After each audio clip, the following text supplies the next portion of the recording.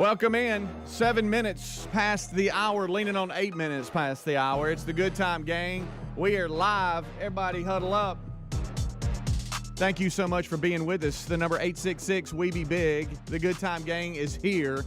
And boy, do we have a busy one for you today. I will tell you this will be a first for the show, especially at this new location. And we will ask the question once again, how's the building employees treating us after they see what happens today? I'm not really sure.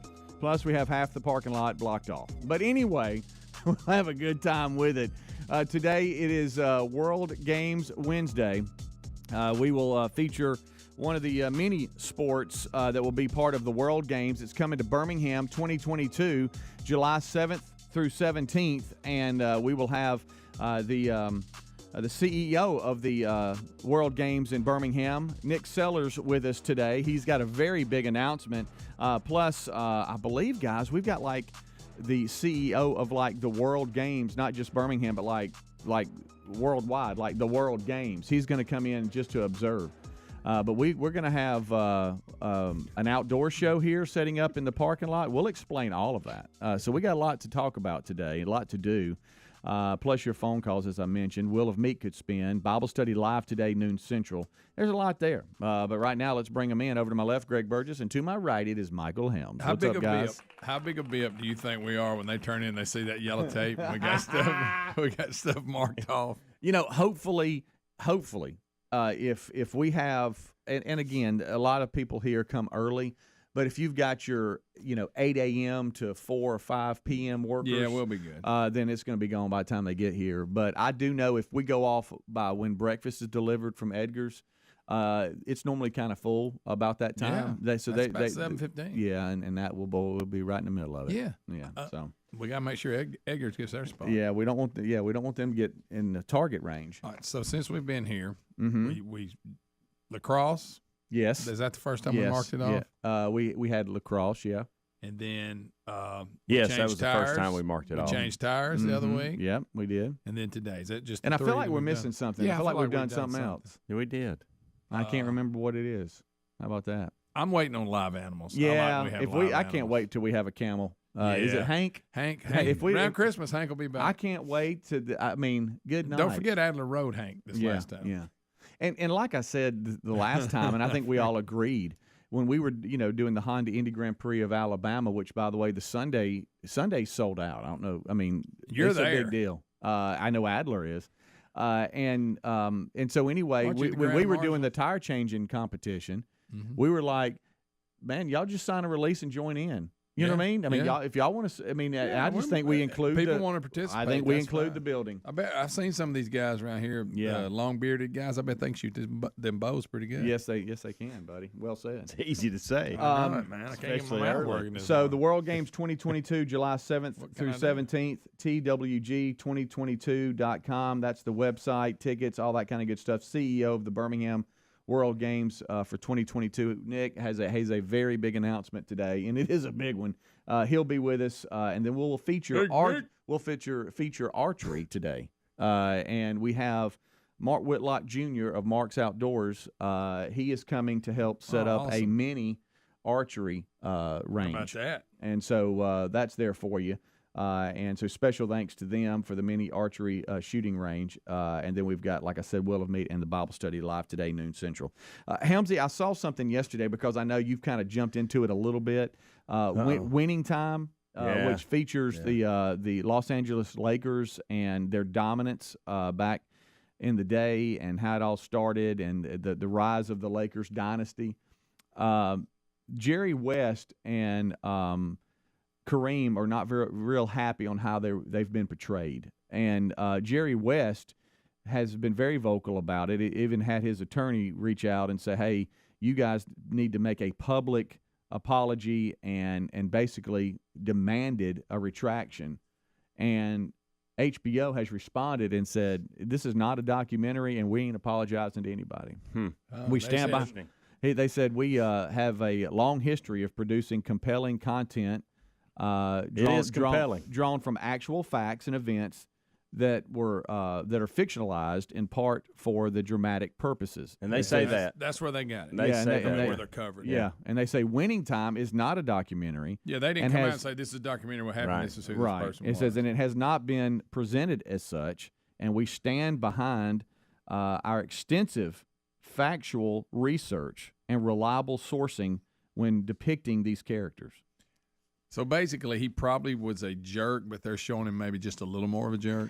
Well, You know what I'm saying? Because they based it on his character, but then you also got to have entertainment. We go, it'd be better if we crank him up a little bit. let me put this disclaimer out. Do not turn this on with any kids around. There's a major yuck factor. Sound with like this. fishing with Speedy. You've got the lives of NBA players that they show you everything. Oh, boy. And I mean everything.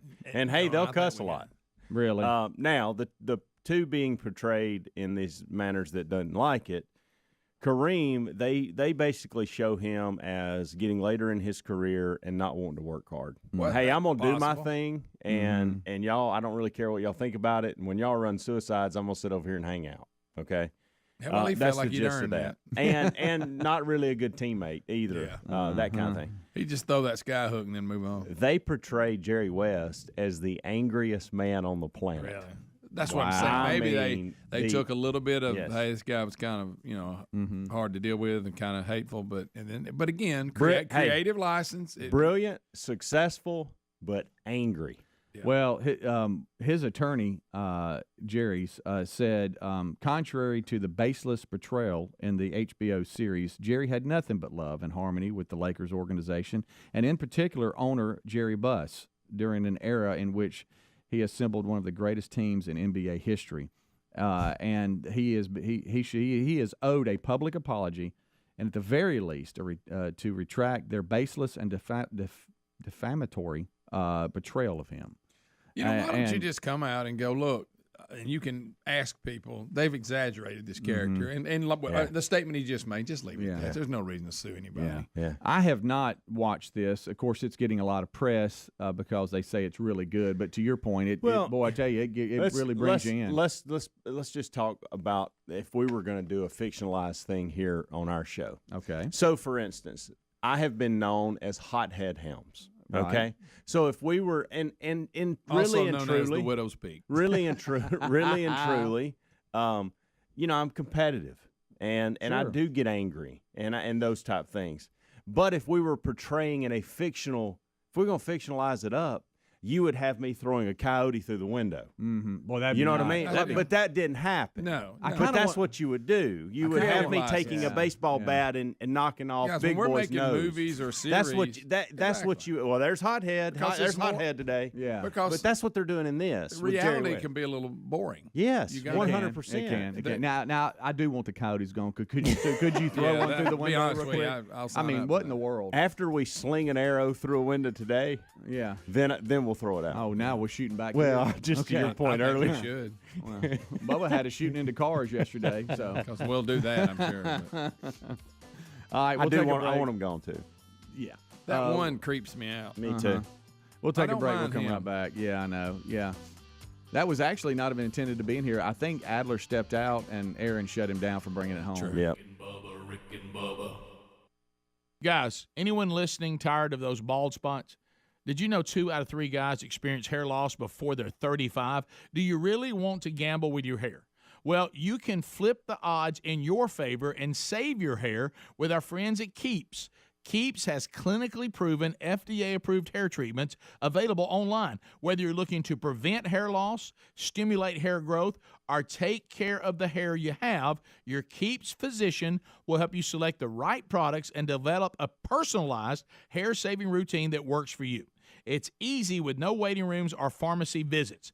Keeps is delivered straight to your door at about half the cost, too, guys. And if you have questions, you can message your Keeps doctor 24/7.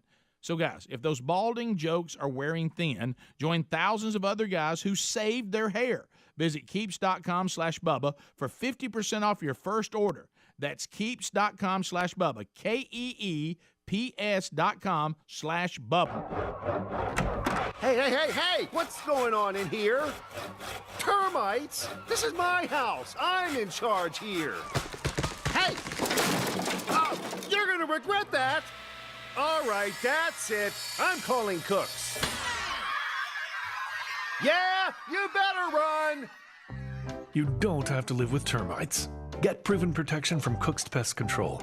Call or go online for a free quote. Cook's Pest Control. Spring is finally here. Why not savor every moment? With HelloFresh, you get delicious, chef-crafted recipes featuring seasonal produce and spring's freshest flavors delivered right to your doorstep. So skip the trip to the grocery store and spend more time doing things outside you love. With 50 different weekly options, you can customize meals by swapping the proteins and sides. Sign up today for 16 free meals plus 3 gifts with the code BUBBA at HelloFresh.com/Bubba. As a small business owner, you don't have time to interview candidates who just aren't qualified for your role. LinkedIn Jobs makes it easier for you to find the people you want to interview faster and for free. Create a free job post in minutes on LinkedIn Jobs to reach your network and beyond. Every week, nearly 40 million job seekers visit LinkedIn. Post your job for free at linkedin.com/Bubba. That's linkedin.com/Bubba, or head to rickandbubba.com under the sponsors. Terms and conditions apply. Terry was at her daughter's wedding for the weekend when she got a call from Simply Safe. Simply Safe had detected water in her basement just moments after the leak started. Protecting against floods is one of the reasons more than 4 million people trust their home protection to Simply Safe. With Simply Safe's 24/7 professional monitoring, you always have someone looking out for you. Go to simplysafebubba.com and claim a free indoor security camera, plus get $20 off with interactive monitoring. simplysafebubba.com or visit rickandbubba.com. Your truck doesn't care where you stop for gas, so why are you using a card that only gets you fleet discounts at specific stations? You deserve A to B, the fleet fuel card that gives you discounts on every drop of fuel anywhere you fuel up. With A to B, there's no setup fee, no transaction fees, no monthly fee, no late payment fees, no over-limit fees, no gallon limit. Seriously, apply today by going to a2b.com/radio and get a $50 credit when you use their zero free card. That's a2b.com/radio or head to rickandbubba.com. If you're a regular show listener, you've probably heard me talk about my Allform sofa, which we love. So here's some exciting news. The same team behind my Allform sofa has brought us unbelievable customized mattresses made in the USA. Helix mattresses. If you need a new mattress, then go to helixsleep.com/Bubba, take the quiz, order the mattress you're matched to, and it'll come right to your door in a box, shipped for free, and you can try it for 100 nights. Right now, Helix is offering up to $200 off all mattress orders for our listeners at helixsleep.com/Bubba. Rob tried to manage his constipation with belly pain, discomfort, and bloating day after day. After realizing it was irritable bowel syndrome with constipation, or IBS-C, he found another way and finally said yes to adding Linzess. Linzess, or linaclotide, is a prescription medicine that treats IBS-C in adults. Linzess works differently than laxatives. It lets you have more frequent and complete bowel movements and helps relieve overall abdominal symptoms, belly pain, discomfort, and bloating. These symptoms were studied in combination, not individually. Do not give Linzess to children less than 2 years old. It may harm them. Do not take Linzess if you have a bowel blockage. Get immediate help if you develop unusual or severe stomach pain, especially with bloody or black stools. The most common side effect is diarrhea, sometimes severe. If it's severe, stop taking Linzess and call your doctor right away. Other side effects include gas, stomach area pain, and swelling. There could be more to your story with IBS-C. Talk to a doctor today. Say yes to Linzess. Learn more at linzess.com or call 1-800-LINZESS. Sponsored by AbbVie and Ironwood Pharmaceuticals. Rick and Bubba's in Ohio. Rick and Bubba. Pass the gravy, please. Rick and Bubba. Ooh, it brings me to my knees. Rick and Bubba. I can't start another. Rick and Bubba. Day without him, brother. Rick and Bubba. Ooh, there is no other. Rick and Bubba. Waking on their blubber. Rick and Bubba. Gonna be a big Yep. star. All right, we're back. That's Greg. As we roll on back, it's 22 minutes past the hour, and we thank all of you for being with us. Good Time Gang live here for the kickoff hour. A little bit later on today, World Games will be here. We'll talk to Nick Sellers, the CEO of the World Games 2022 in Birmingham. Hard to believe. You know, Birmingham's got a lot going on right now. We talked about that.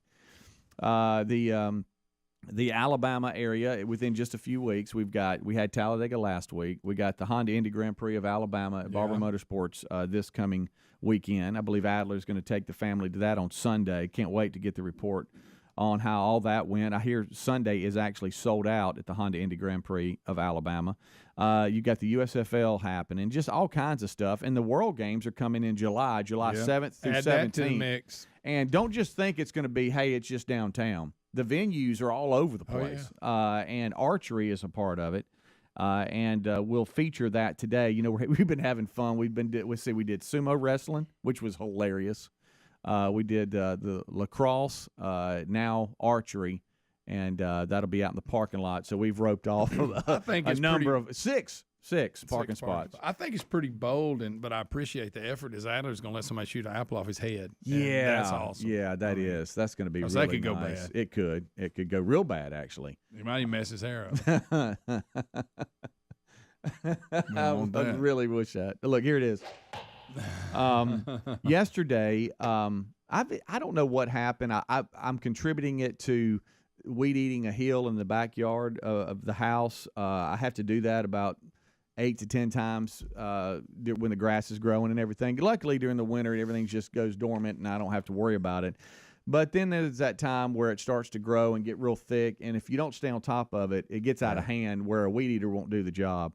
So for the first time of the season, I had to get up there and knock it out, and it's been a couple of weeks ago, maybe 3 weeks ago. Mm-hmm. And afterwards, I noticed that I felt like I had like a stone bruise in one of my heels, and it just felt weird, like I had something going on, and I'm like, that'll pass, you know. Yeah. And then I was like, well, you know, I was on the heel, and on the heel, I mean, you're basically having to, you know, hold on and weed eat above you, you know, and kind of work your way down. And I'm wearing my son's baseball cleats that are way too big for me, and so there's that too.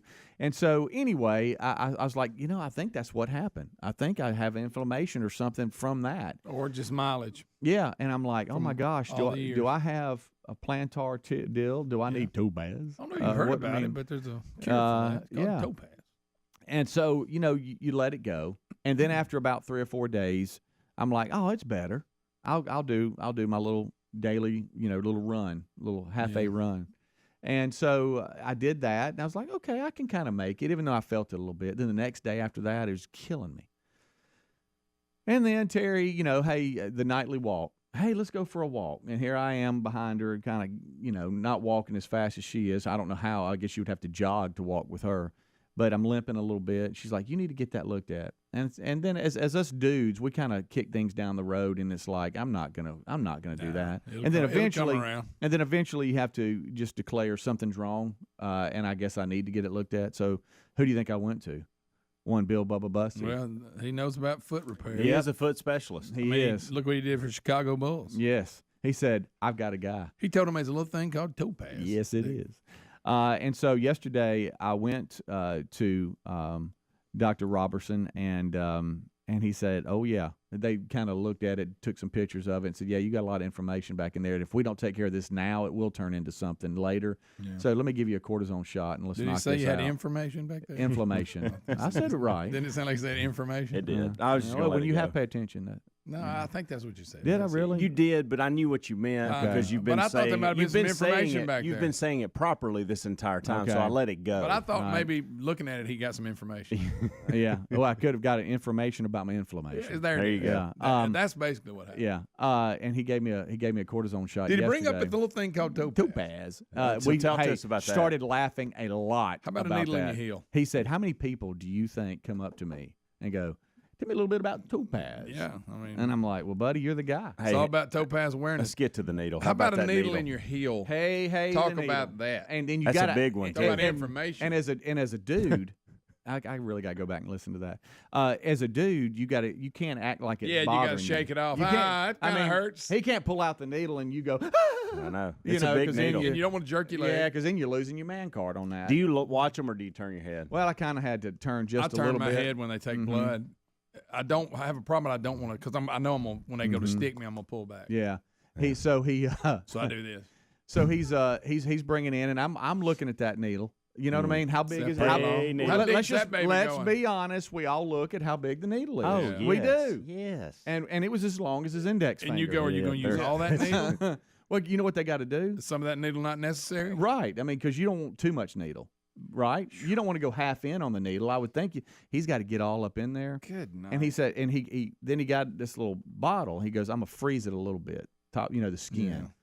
Yeah. And I wanted it to freeze a little bit more. And then when he went in, I was like, hey now, in my mind, I'm screaming, ah! But outside, I'm just going, oh, yeah, man. Hey, okay. Hey. I'll be honest, the heel of mine, they'd have to get like a drill bit to get through it.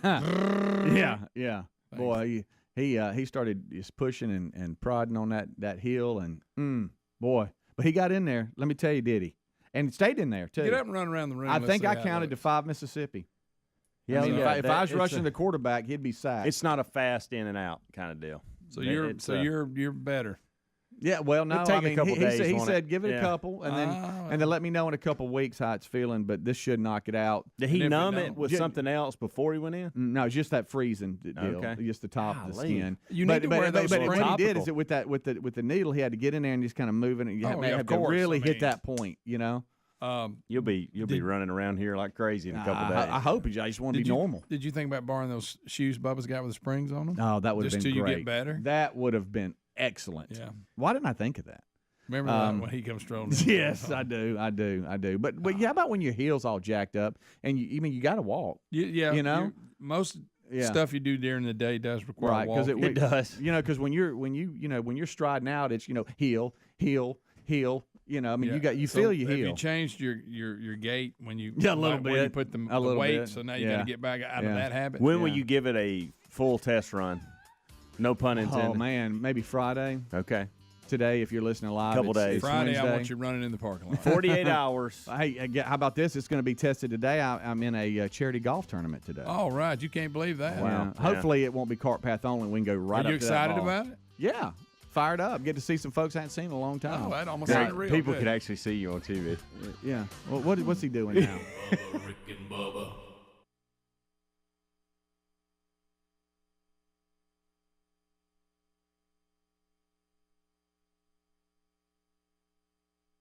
Mom. Now, that seems like a pretty straightforward job description until you see them in action. Moms can switch from trauma nurse to 5-star chef, organizer-in-chief to 1,000 other titles, all in an afternoon. Moms run the world, so this Mother's Day, show her how much you appreciate her by going to 1-800-Flowers.com. Right now, 1-800-Flowers is offering $25 off 2 dozen assorted roses. Now, this gorgeous bouquet of 2 dozen roses and an assortment of bright colors is guaranteed to show all the moms in your life just how much they are loved. All roses from 1-800-Flowers are picked at their peak. They are shipped fresh to ensure lasting beauty. Order today from the official florist of Mother's Day, 1-800-Flowers.com. Get $25 off 2 dozen assorted roses by going to 1-800-Flowers.com. Click the radio icon, enter the code BUBBA. That's 1-800-Flowers.com. The code is BUBBA. Or go to rickandbubba.com, look under the sponsors button. Inflation is rising, COVID hurt the economy, and some say a recession may be coming. Remember what the last recession did in 2008 to your retirement? Yikes. I think we all do. A Federal Reserve survey broke some bad news dating back to the 50s. Whenever inflation and unemployment have hit today's levels, history suggests a recession may be near. Well, our friends at Lear Capital know that investing in physical gold and precious metals can be a brilliant strategy against what's possibly coming. Smart investors all over are investing in gold and precious metals, and they're doing it for 2 reasons. One is that gold can be a great hedge during a recession. The second reason is that the closer a recession gets, the more your gold could be worth. So talk with the team at Lear Capital about owning precious metals for your savings and retirement accounts. And right now you'll receive up to $10,000 and free bonus coins based on the value of the gold coins you purchase. Visit LearBubba.com. That's LearBubba.com or RickandBubba.com. God's been too good to me, and because of that, I've got to make a choice at this Gridiron Man Conference. Phil Waldrop Ministries presents the 2022 Gridiron Men's Conference. 2 dynamic days, June 17 and 18, Probst Arena in Huntsville, Alabama, featuring Fred Luter and Tim Tebow. How many people can we love in the name of Jesus? How many people can we help in the name of Jesus? That's the goal. Nothing else is the goal. Nothing else matters. The 2022 Gridiron Men's Conference. Hear dynamic speakers like Phil Waldrop and Kirk Cameron. If I can try to get my part right. Maybe I will be used as sort of a vessel to bring about change in my spouse over time. Maybe I can lead by example, and that'll bring some sort of transformation to my relationship if I'm patient. Don't miss the Gridiron Men's Conference, Huntsville, Alabama, June 17 and 18. Register today at gridironmen.org. That's gridironmen.org. Presented by Phil Waldrop Ministries. As a small business owner, you don't have time to interview candidates who just aren't qualified for your role. LinkedIn Jobs makes it easier for you to find the people you want to interview faster and for free. Create a free job post in minutes on LinkedIn Jobs to reach your network and beyond to the world's largest professional network of over 770 million people. Then add your job and the purple hashtag hiring frame to your LinkedIn profile to spread the word that you're hiring so your network can help you find the right people to hire. Simple tools like screening questions make it easy to focus on candidates with just the right skills and experience so you can quickly prioritize who you'd like to interview and hire. LinkedIn Jobs helps you find the candidates worth interviewing faster. Did you know every week nearly 40 million job seekers visit LinkedIn? Post your job for free at linkedin.com/Bubba. That's linkedin.com/Bubba. Terms and conditions apply. Don't you wish fixing your car was simple? Cars today have more tech than the first spaceship that landed on the moon. It's guaranteed that something's going to break, and that's why we have a protection plan through CarShield. Look, when we need a repair, we choose the mechanic, and CarShield administrators take care of everything else. Plans through CarShield even provide rental car options as well as roadside assistance and trip reimbursement. All that at no extra cost. Getting coverage is as easy as 1, 2, 3. 1, contact CarShield for your free quote. 2, tell them about your vehicle. 3, choose the type of protection you need. That's it.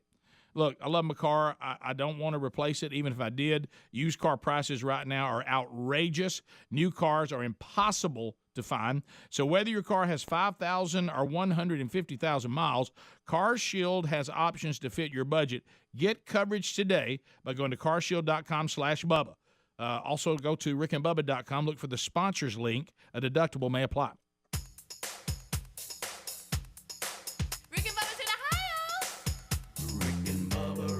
Ohio. Pass the gravy, please. Rick and Bubba, Rick and Bubba. Ooh, it brings me to my knees. Rick and Bubba, Rick and Bubba. I can't start another. Rick and Bubba. 25 minutes until top of the hour. Thank you so much for tuning in to the kickoff hour. Rick and Bubba join us in about 30 minutes from now.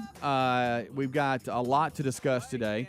Adel here getting prepared. Then you got the guys. We've got the World Games coming today. We'll feature archery in the parking lot. We've got Mark's Outdoors coming and setting up a mini archery lane, I guess. But they'll have all that set up and ready, and just something fun, you know. And I know how Bubba loves shooting his bow, and, you know, Adler loves it too. Yeah. And so there are two big bow hunters, and so we'll have all that going on today. And then also don't forget Will of Meat Could Spin and Bible Study Live today, noon Central with Rick. All right, so in the break you said, and you never know what's coming next. Helmsley says, I got a question for y'all. And I'm like, oh boy. What you got, kid? When is the last time, or have you ever been CPR/first aid certified? The last time was when I was helping. We used to do it every year when I worked at the power company, so I had a lot of years of it. Yeah. The last time I was helping coach one of the teams at the high school, and they made us go through it. Yeah, I would probably say that's probably up to about 4 years. years ago I had to stay, because when I was coaching. And part of all that was that you had to be CPR certified and go through all the little online courses and all that. So and actually go. Matter of fact, one of the that Annie down. Yeah. One of the coaches was a teacher, and we had to go see him and go through all that. I did the exact same thing. I had to sit in the classroom. Yes. All right, so I'm not ready to tell you why I'm being CPR certified at this point, because that'd be about 3 segments of making fun of Helmsy, and we'll do that eventually. Well, okay? You're gonna have to stop. We'll do because that, that's question number one. That's a tease. What are you doing? This is a tease, so we'll put that over here. The reason I'm even bringing this up is used to. I mean, I thought you had to go through the process with dummies. Yes. It's not like that anymore. Well, no, because didn't they stop the compressions? Well, did they stop that? The last time I went, you're right. No, they went compressions only. Compressions only, and they didn't want you. They didn't want you getting mouth to mouth, and they started using the little. Yeah, or I've seen it evolve from when Recessa Annie, you had a alcohol swab that you cleaned off before everybody took a shot at it, and then at CPR, right? And then they came out with this thing where their face comes off. Yes, do you remember that? Yes, and everybody had their own little face. Yes, I do remember that. You would put that on her. Well, everybody's so scared but of the stuff last now. time, How about if somebody's laying there, you're going to do what you need to do. Now, that's have you done it yet? Well, so no, I went. Here's the whole thing. The reason you can I'm get it without bringing having this to do up, you don't Recessa Annie. Greg, Speedy, I took this thing. I took a online virtual deal that took me maybe 30 minutes. It may have been more like 25. And then you print out your certificate? Yeah, it was about 8 to 10 things I had to read through. I took a quiz that was 10 questions. Right. Got 8 right, by the way. Don't know which 2 I missed. How boring is that when they go through all the stuff and then at the end you have to answer the questions? And that's it. Guys, I was certified in 30 minutes. So you didn't have to go up the rib cage and find. No, I just had to read about it. Now, again, lay down on that rug, Greg. By the way, do that to you. The questions, I think a third grader could have got them. Like, the reason I'm even bringing this up, and I think everybody needs to be able to help, and we don't want to make it rocking difficult. chair arms and all that, and cover all that with. But I think, come on. hey, I think this was too easy. No, you need to have to physically do it. I think they've made it too easy. Did they go over how to perform CPR to on like an infant or a young child? They and all that? Now it was CPR and first aid. So you had not only CPR, you're but you coaching something? had What are you choking. Yeah. Oh, choking. Oh, the burns. That's the one you really need poison. to pay attention. They had a bunch of different scenarios for that. Did they? But I just thought it was way too easy to be okay. I essentially checked a box is all I did. Let me ask you 30-minute check box. Because I've seen it, like I said, I used to have to take it every year, and it evolved. But the last time, are they still doing you don't have to blow? The last time I did it, you do it have was to blow. just compressions. They had taken the blow out. No, you got to get back to that? There's times where you got to get the airway changed going. Some. Well, that's changed some. The way they explained it to us the last time when they said it, a lot of people were reluctant to do it because of that. Yeah. So they said, let's just see if you do compressions only if it actually works. And they come out and said it actually does. Yeah. And more people will be apt to do that than do the blowout. Right. Yeah. Of course, there's a whole COVID section now. Yeah. You gotta, see, this was pre-COVID. When help me here, Greg. I remember having to stay with the online course and print out my certificate. But was it every other year you had to go and do a physical dummy or whatever? It wasn't every. In other words, but to stay certified, you had to do at least that, I think. And then maybe it was every other way. Because I remember one of the coaches saying, "Hey, man, you're due up. You got to go to the field house." And I know. And because you benefit more physically. Yes. Reading about doing it and physically doing it because they can go, "Hey, you're supposed to lock your arms. You're supposed to." I feel no better today after going through this on doing CPR on somebody than I did 2 days ago. Have you ever had to do CPR on anyone? No. A dummy when I was younger. I had, when. Of course, you wouldn't believe all the jokes when Recessa Annie was there. Sure, well, Greg, power company that everybody, you'd be down there trying to be serious. Right. Sure, they'd make a crack. Right. Yeah. Wow. A lot of the first aid stuff, I really didn't know. When it comes to poisoning and drug overdoses and stuff like that, that was probably very helpful. But I just thought wow, so this is, I could have actually jumped to the exam because they allow you to do that. Mm-hmm. You don't even have to go through the actual course. You can just jump to the exam if you want to, and you can take it as many times as you want to without because it says that. Just keep them till you pass. And I thought, well, I'm just going to jump to the exam and see if I can pull this off without doing all the other. Yeah. And I didn't because I thought, well, man, you need a refresher on this stuff because you really don't know. But I could have you got to get at least 7 out of 10 right to be certified. Mm-hmm. I got 8 out of 10 right. What those 3 things you missed? What were the 2 you missed? I don't know. I didn't look. Did it tell you? No, I missed 2 of the 10. Buddy. Yeah. I'm sorry, I was sitting here. The AFib thing. Is that what it's called? We used to have one of those. I don't know where it's still here. Is it still here? Yeah, the battery's down. That was part of it. Yeah, we need to change that. It's in the storage room actually. Talking about where you put the little deal and all. I hadn't been since I've started that. Yeah. I don't know. I just think we're making it too easy. I know you don't want to make it hard, but I feel no better today about it than I did yesterday. You feel better when you can get on and physically go, okay, because there's a technique. You can be doing it wrong. Right. What are you volunteering for that you had to get? I'm not volunteering for anything, and we'll get to that at some point. You joining the service? No. I'm too old for that. I tried that when I was 35. Is it a secret? I'm kidding. I didn't.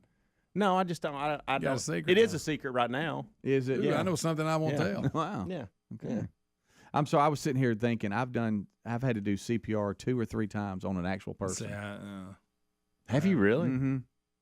Yeah, Praise God, I was certified. Did it go well? Well, I mean, there's the success rate is not high. They'll tell you that. Well, you only got a few minutes No, before, and and that. it's way too deep for the Yeah. on air. But I will say, I had to actually one was on one of my best friends that. Yeah, I remember. Oh, I do remember that. That was when I was at horrible. Mississippi State, What a and horrible story. boy, it's just that's tough there. And then the other was a success story. Actually, it was at a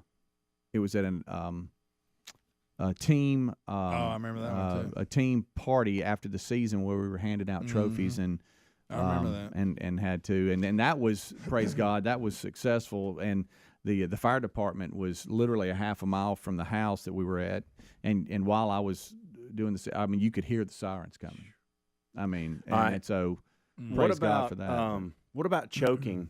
So that was part of it that's too. scary. So have y'all ever been in a room when somebody's choking and had to have the Heimlich? I didn't do the Heimlich, but I've seen it. Somebody having to do Or it. have you been choking and had the Heimlich done on you? Yeah, I've No, had to do the Heimlich twice, and one of them the guys talk about is when the guy from the FCA was with FCA.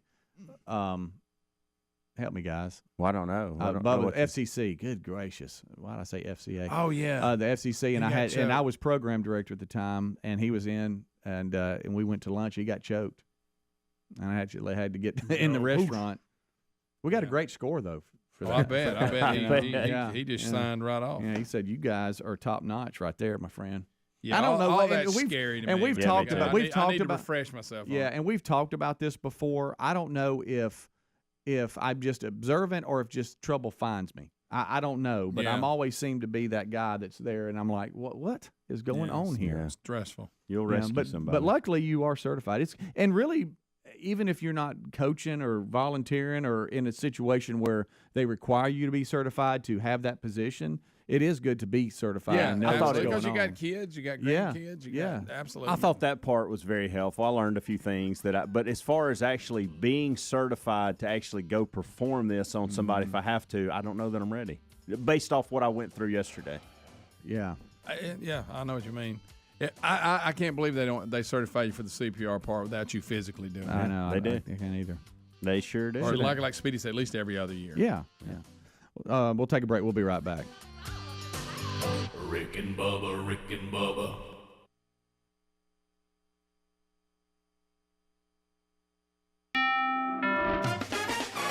These days, it's getting harder and harder to find savings. But you may have more cash than you realize in your home's equity. Unlock it today with a cash-out refinance from Rocket Mortgage. In the last year, average home values have gone up nearly 20%. That means you could unlock thousands of dollars from your home. And with Rocket Mortgage, you could get all that cash in as little as 3 weeks. Put your hard-earned money to work. Pay down high-interest debt and combine your balances into one simple, low monthly payment. Now is your perfect opportunity to take control of your financial future. So what are you waiting for? When you want to consolidate debt and simplify your finances, Rocket can. Call 8338-ROCKET today or go to rocketmortgage.com to get started. That's 8338-ROCKET or go to rocketmortgage.com. Rocket. Call for cost information and conditions. The Equal Housing Lender licensed in all 50 states. NMLSconsumeraccess.org number 3030. Call 800-490-1233 for disclosures and cost information. Nobody protects you from mayhem like Allstate. I'm a speed bump. Did you hear what I said? I'm a speed bump. And if you have cut-rate car insurance, the cost to reattach your muffler could really be a bump in the road. So switch to Allstate, save money, and be better protected from mayhem, like me. Based on coverage and limits selected, subject to terms, conditions, and availability. In most states, prices vary based on how you buy. Allstate Bar and Casualty Insurance Company and affiliates, Northbrook, Illinois. Do you struggle with occasional nerve aches, weakness, or discomfort in your hands or feet? Try Nervive Nerve Relief from the world's #1 selling nerve care company. Nervive contains alpha-lipoic acid to relieve nerve aches, weakness, and discomfort, and B-complex vitamins to support healthy nerve function as you age. Live your life with less nerve discomfort with Nervive Nerve Relief. Learn more at nervivehealth.com. There are so many words to describe Panera's new Chef's Chicken Sandwiches. The chicken, juicy, succulent, seared. The brioche roll, buttery and toasty. The Parmesan crisps, crunchy, tangy. The secret aioli, creamy and rich. All those words, but when you have a bite, you might just be left speechless. Panera's new Chef's Chicken Sandwiches. Enjoy $1 delivery fee when you order on our app. Restrictions apply. For details, visit panerabread.com/delivery info. Angie's List is now Angie, your home for everything home. With Angie, you could cross your next project off your to-do list before this ad is over. Just tell us what you need, and we'll handle the rest. Sending a top pro to get it done. Or browse reviews, compare quotes from pros, and connect instantly. All for free. For everything from routine maintenance to a dream remodel. Because however you want your project done, we'll get it done. Download the app or go to Angie.com. That's ANGI.com to get started. Guys, anyone listening tired of those bald spots?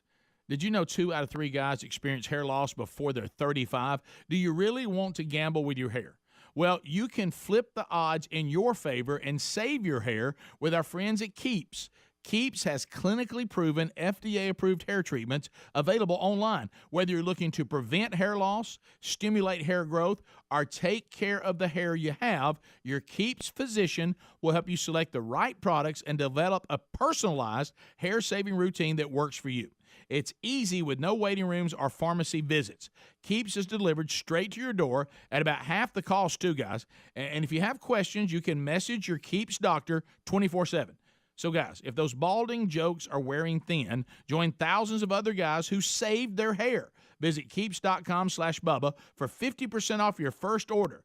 That's Keeps.com/Bubba. KEEPS.com/Bubba. Terry was away for the weekend for her daughter's wedding. The morning of the big day, she got a call from Simply Safe's 24/7 professional monitoring center. Simply Safe had detected water in her basement just moments after the leak started. In moments like this, time is critical because even an inch of flooding can cause more than $25,000 in damages. After talking to Simply Safe, Terry called her neighbor, who quickly turned the water off before the flooding got bad. Protecting against floods is just one of the reasons more than 4 million people trust their home protection to Simply Safe. With a comprehensive Simply Safe system and 24/7 professional monitoring, you can have someone always looking out for you. Plans cost under $1 a day with no long-term contracts or hidden fees ever. You can customize the perfect system for your home in just a few minutes at simplysafebubba.com. Go today and claim a free indoor security camera plus 20% off with interactive monitoring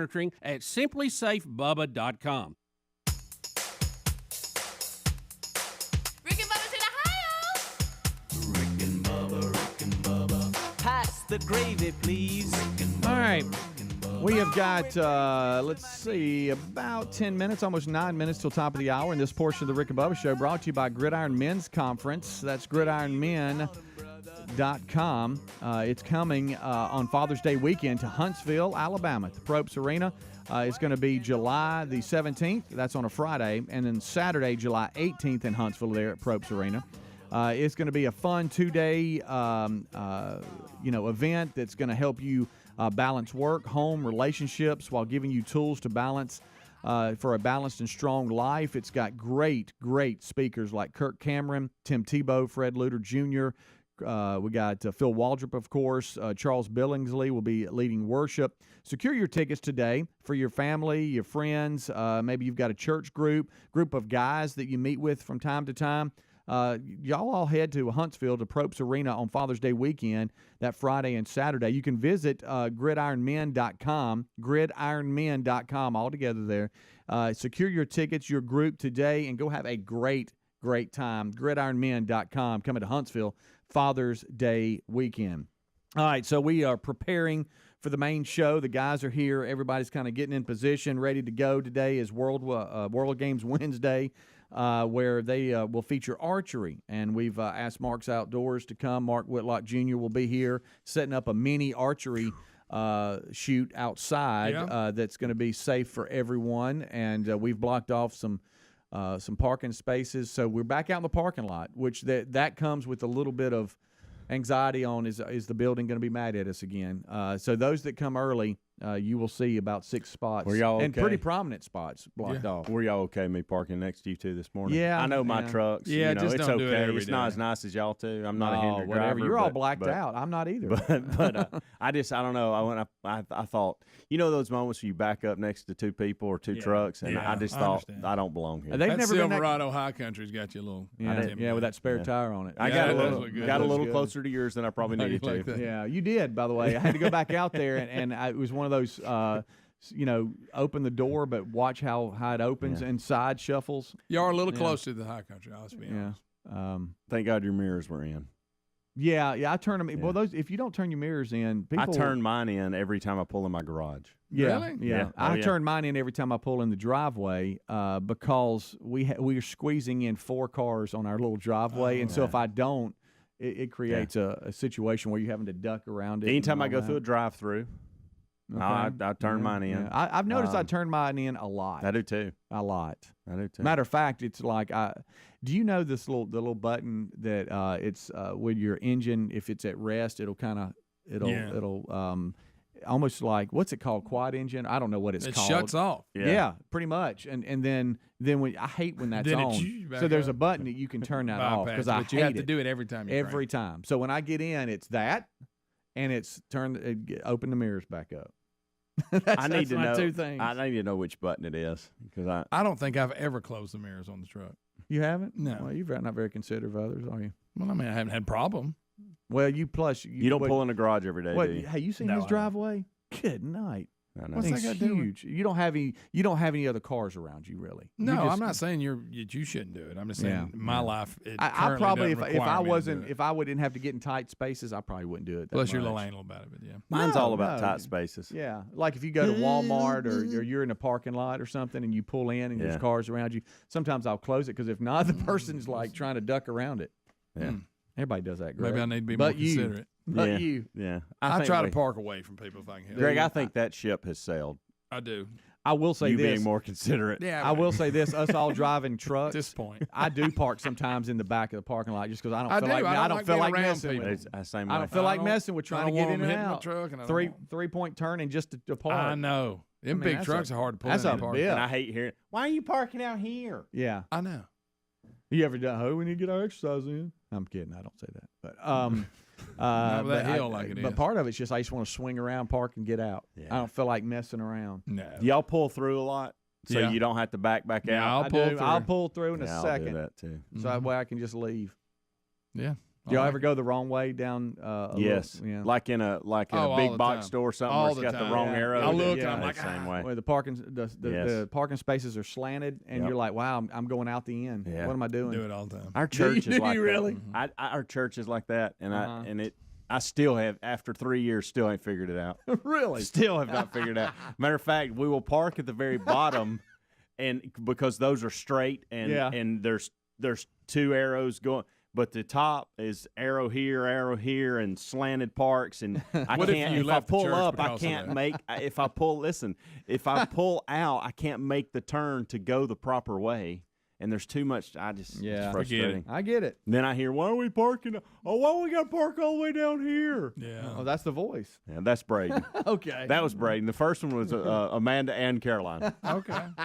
In unison. Maddie's so happy-go-lucky, she doesn't care. She just She's goes with not the old flow. to notice, No. really. You know, they don't care where you park. They No. can run. They're going to run no matter where you park. Right. Yeah. So anyway, yeah, we all squeezed down there together to open up parking spaces for this, and I think, Greg, look out there. Is that where you normally park, or was I off a little bit? It just depends. I It's sent him that a text. general And I area. said, park down from where you It's normally that general are. area. It just Yeah, depends on what yeah. mood I'm How about in. I could have parked where I normally do? Ooh. But I chose You wanted to be I down by wanted to be us. down by my buddies. I understand. Things are a little different. We'll be good. We'll be fine, and they'll be in and out of here. This is me talking Sure. before everybody Help gets here, so we're fine. We're Yeah, good. we're fine. And those of you that are coming and you park and you're a little upset, I mean, grab a bow. Let's all shoot. Yeah. I mean, with safety is a concern. So we Mark Jr. says that we got us a safe little. He's got it little covered. little little deal going on. Well, there, the good news is, if anything happens, I'm now CPR certified and There you first go. and first There you aid go. certified. Now, you're not right. confident about it. Yeah, No, yeah. not at all. You got a half A certified. See, that's what I think happened. deal. So, but whatever. Checklist. That's all. That's all it was. I checked the Cannot box believe and you didn't went have through to a little go quiz. like to a class. No. I want you to sit You there. think it's because of COVID now? They don't do the Probably this is hands-on probably classes. part of it. Did for you sure. always feel awkward when you were doing the dummy and to start off you have to turn around and go, hey, somebody call 911? Yeah, That was part of Yeah, it. 'cause They that's made you do that. Yeah, because that's the first thing you need to do. Of course, everybody would be cute because the body was only half a person. Yeah. Well, CPR ain't do no good. She's cut in half. Everybody had to Yeah, be funny right, like that. right. You always had them jokesters. And then Hey, then when somebody you call 911. and on top of being That may be why they did away with it. and on top of being CPR certified, you had to have an emergency plan for whatever park Yeah, you worked yeah. at. Like, okay, who's got the keys to the gate? Yes. You got, first responders, they got to get in and get to the field. Those were all big deals. What's our emergency plan here? I don't think we have one. Nah, we ain't never had an emergency plan. Do we need to kind of go over that? Like, Speedy tried to call 911, but he didn't know the number. See, that's What's the number? If you could have done that without smiling. This is the kind of stuff you did in your CPR class. Exactly. Isn't it? Yeah. Many times. So I call 911. Oh, what's the number? Hey, look at there. Speaking of 911. There it is. There it is right They there. always use the one that they claim the dummy slipped them the tongue, stuff Yeah. like that. See, I wouldn't have been able to take the class because I wouldn't have been it able went to. on forever. I wouldn't have been able to go down on the dummy without laughing. Oh, I know. You There's a know? lot of that. Yeah. A lot of that. That means it's my turn. Buddy, I got it. Yeah. I'm letting it go. Well, what I told mean, goodness gracious, your word phrasing today. Well, that's what we used in class.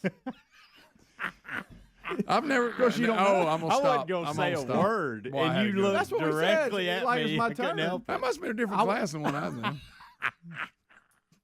I think they teach that now, but it's Y'all are making God sad right now. By the way, y'all think. Hey, I had thought two, we were I had talking two or about- three. No, I had two or three other good ones. Oh, really? I held them back. I can't imagine what they were. We were talking about CPR classes, That's weren't right. we were. we? Okay. No wonder you failed. No, Speedy. I didn't fail. Hey, sorry, you're going to do that again. What if the That's dummy not could right. talk? What if the dummy could talk? What are you doing? What the hell? All right, we'll be right back. Hey, it was my turn to. You know what I'm talking about? I got it. Rick and Bubba, Rick and Bubba. That's what I did. That's unbelievable. Yeah. I mean, could anybody You be? thought the did. Bee Gees were black? I did. I'll go this far. How much wider can you be than the Bee Gees? But No, I think that's a fair. I understand what you're saying But they because don't even sound. let me say this: the Tramps, Of course, you grew up. You were. the Tramps that did Disco Inferno. Did you know what color they Yeah, were? they were Yeah, black. immediately. Well, see, to me, Wet Willie and they sounded a lot alike. To me, You know what? I could see Wet Willie. I cannot see the Bee Gees. The Bee Gees. Now, that I don't think that is a good or a bad thing. No, I mean, if I heard the Doobie Brothers, I knew they were white. Yeah. Well, you remember the whole song I from mean, Wa- I don't know why. I don't know how I made that assumption. Although their but I- bass player was black. But you remember the If you whole wanna get There it technical is. with it. the whole song "Play That Funky Music, White Boy" is about the group Wild Cherry. Right. When the funk bands were out, everybody thought they were black. Well, Now- see, I did too when I first heard that. Unless the movie, which it exaggerated it, but supposedly when Buddy Holly and them got booked to the Apollo, it's because they thought they were black. Right. And if you watch the And that may be documentary, exaggerated in the movie. if you watch the documentary on Muscle Shoals, everybody thought the Muscle Shoals rhythm section Yes. was black. But they were a bunch of. I mean, I'm talking about. Well, see that you don't get no wider I than think them. that all falls under that same thing. We didn't see pictures of them Right. at the time, and I don't think it's good or bad to think somebody is this or No, that. it's not being It's negative. just I guess what pops in your mind when you first hear it. I don't even know why. They deal with that in that it's funny in that documentary because really what you had was some guys that weren't just white. I mean, they were like, hey, I'm over here in trade school white. Right. I mean, just owning the rhythm section with Muscle Shoals. And let's just call it, and I'm sure there are exceptions. I mean, if you hear a metal band, you assume they're white people, heavy metal. But they are, I think, a couple of black heavy metal bands. Oh, Greg. I mean, there's a couple of black hockey players, but I mean, it's Yeah, I mean, but I'm just saying we talk about styles of music. Understood. The Wet Willie style it could No, I be. got you. I see where you're talking. But see, when we were growing up, it wasn't offensive to think that or say that because it just it didn't mean anything it's negative. Not negative, yeah. Rick and Bubba, Rick and Bubba. That was one. There was another hurricane that Span was comparing from 1935. Yeah, there's the point. Yeah, there's another one. We've had them as long as we have recorded history that we can actually go by. They didn't know there were hurricanes at one point until we got up above them and could see them with planes. And remember, the early planes didn't fly that high. They couldn't get up till we put satellites in space and started going around the globe, which is round, by the way. If you can leave east and come in from the west, it's around. Larry's doing it right now. And until we had that, we didn't have accurate information. We don't know what it was. You're right. So we had the Galveston. But you see how a lot of these early colonies and things got wiped out. You know, they went missing. What happened to them? Well, I'll tell you what happened to them. It's called a hurricane. Yeah. Wiped them out. So what was the Galveston? What was the year? 1900. So 1900. Then that was the big one that killed 5,000. Yeah. Well, different reports range from 6,000 to 12,000 people, and they basically had no warning. It was a Labor Day weekend. Yeah. Everybody was off and at the beach, and they turned around to go home that afternoon, and hey, here it comes. No, right. So they had no warning. And then he mentioned another one in 1935 because they were talking about the ones that had been this big before that hit land. Right. And it ended up not happening. No one's talking about that. It did not come in at landfall. It came at landfall to 3. It wasn't as strong as that. Now, when you're talking, it was bigger. I'm talking about the United States. Now, when you talk about these islands, they got hit at a 4 and a 5. Yeah. And that's been bad. It says here the 1935 Labor Day hurricane was the most intense hurricane to make landfall in the United States on record. Yeah, that's the one Span kept talking about. Where was it at? 5,000 yeah. Where was it at? Let's see here. It made, hold on, let me give you, I'm just flying through here. Florida Keys. Yeah, it looks like, see, 1935 Atlantic hurricane season. Labor Day hurricane was the first of 3 Category 5 hurricanes to strike the U.S. in the 20th century. After forming as a weak tropical storm east of the Bahamas and on August 29th, it slowly proceeded westward and hit on September the 1st. So Cedar Key, Florida, it had second landfall in Cedar Key, Florida. Right. And I think it hit first northwest along the Florida west coast. So that was the point. They were saying when it was going to hit Florida, and we haven't had one hit Florida with this kind of intensity since 1935, when the hardest hit for that area was 1935. So you had the 1900, the 1935, which is the strongest to ever come on landfall on record, and this one was supposed to be equal or beat that, but it didn't. And then 92. Yeah, and then 92 with Andrew. Well, you had Camille in 69. Yeah. I mean, and they base the strength on them on how low the pressure is in the middle. The one Speedy's referring to had the lowest pressure recorded to date. That was 892 millibars. The largest fatality was the Galveston 1900. Well, because there was no warning. Right. Yeah, right. But as far as intensity, 35 was the strongest to hit. Yeah. And this is funny. You know, at one point, they didn't name them. This was all before they started naming them. So you got to look at that point, Beyonce and Stevie. I mean, Rick and Bubba, Rick and Bubba. 866 We Be Big. Will of Meat Wednesday. Will of Meat can happen at any time. Didn't any of you see this celebrity telethon thing? Which we need to raise the money. That's all great. And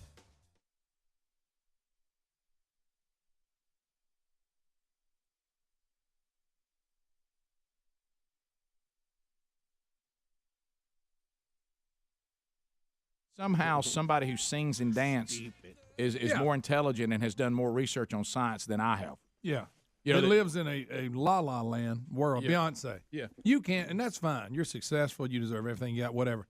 But you live in la-la land. You're so out of touch with reality, and you're going to tell me about climate change? Something about dance and sing. That's what you need to do. If you want to talk to me. Rick and Bubba. Pass the gravy, please. Rick and Bubba, Rick and Bubba. Ooh, it brings me to my knees. Rick and Bubba, Rick and Bubba. All right, here we go. 6 minutes past the hour. Another hour of the Rick and Bubba Show, another day. Thank you for being with us. We start a brand new hour, and the gang is all here now. Our brand new hour starts with the national anthem.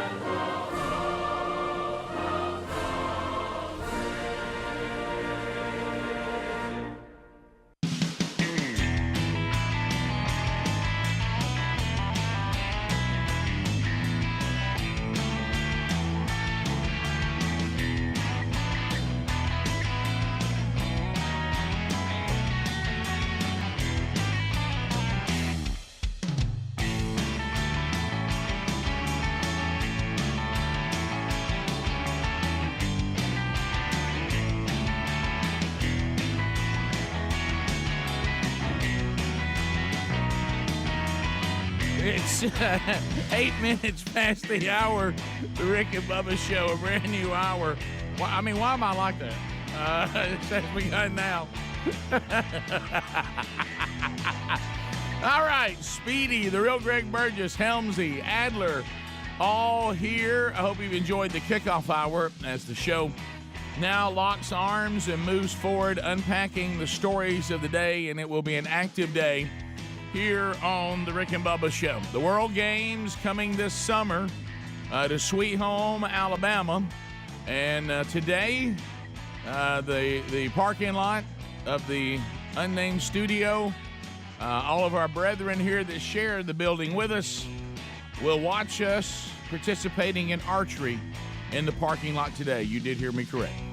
So that'll be happening on the program today. Will a meet still in play could happen on the program today. You never know. Your phone calls will be part of the program today. Wednesday Bible study returns to the No Name studio today at noon Central Time, 1 o'clock Eastern. We'll continue through the book of Genesis today. Genesis 17. Boy, the instruction that Abraham's going to get today from the one and only living God. Don't you know he had some questions? But anyway, across there he sits, the silver-tongued one, the man with a golden voice, professional lunch eaters, man of the year, the inventor of pizza in a cup, Shakespeare's worst nightmare, and the master of the King's English. Ladies and gentlemen, put your hands together for Bill Bubba Bussey!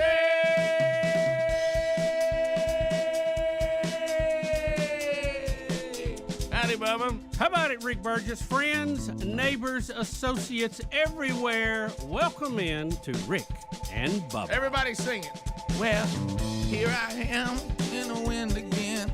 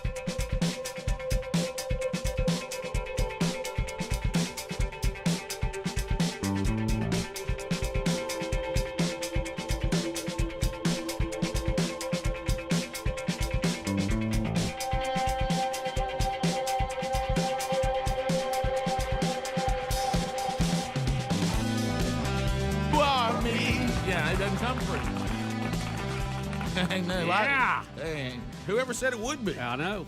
Boy, that alarm clock was a tough one today. It was. Every now and then it's awful. Yeah, I slept really, really good last night, and so that's good. But it also means that when you reach down, try to tell me to get up out of bed. That's a tough one. I'm in there solid. I'm locked down and heavy. You know. What are you laughing at? Well, I was just looking around the studio here, seeing what everybody's wearing and all today. I noticed Helms has his wrinkle-free pullover.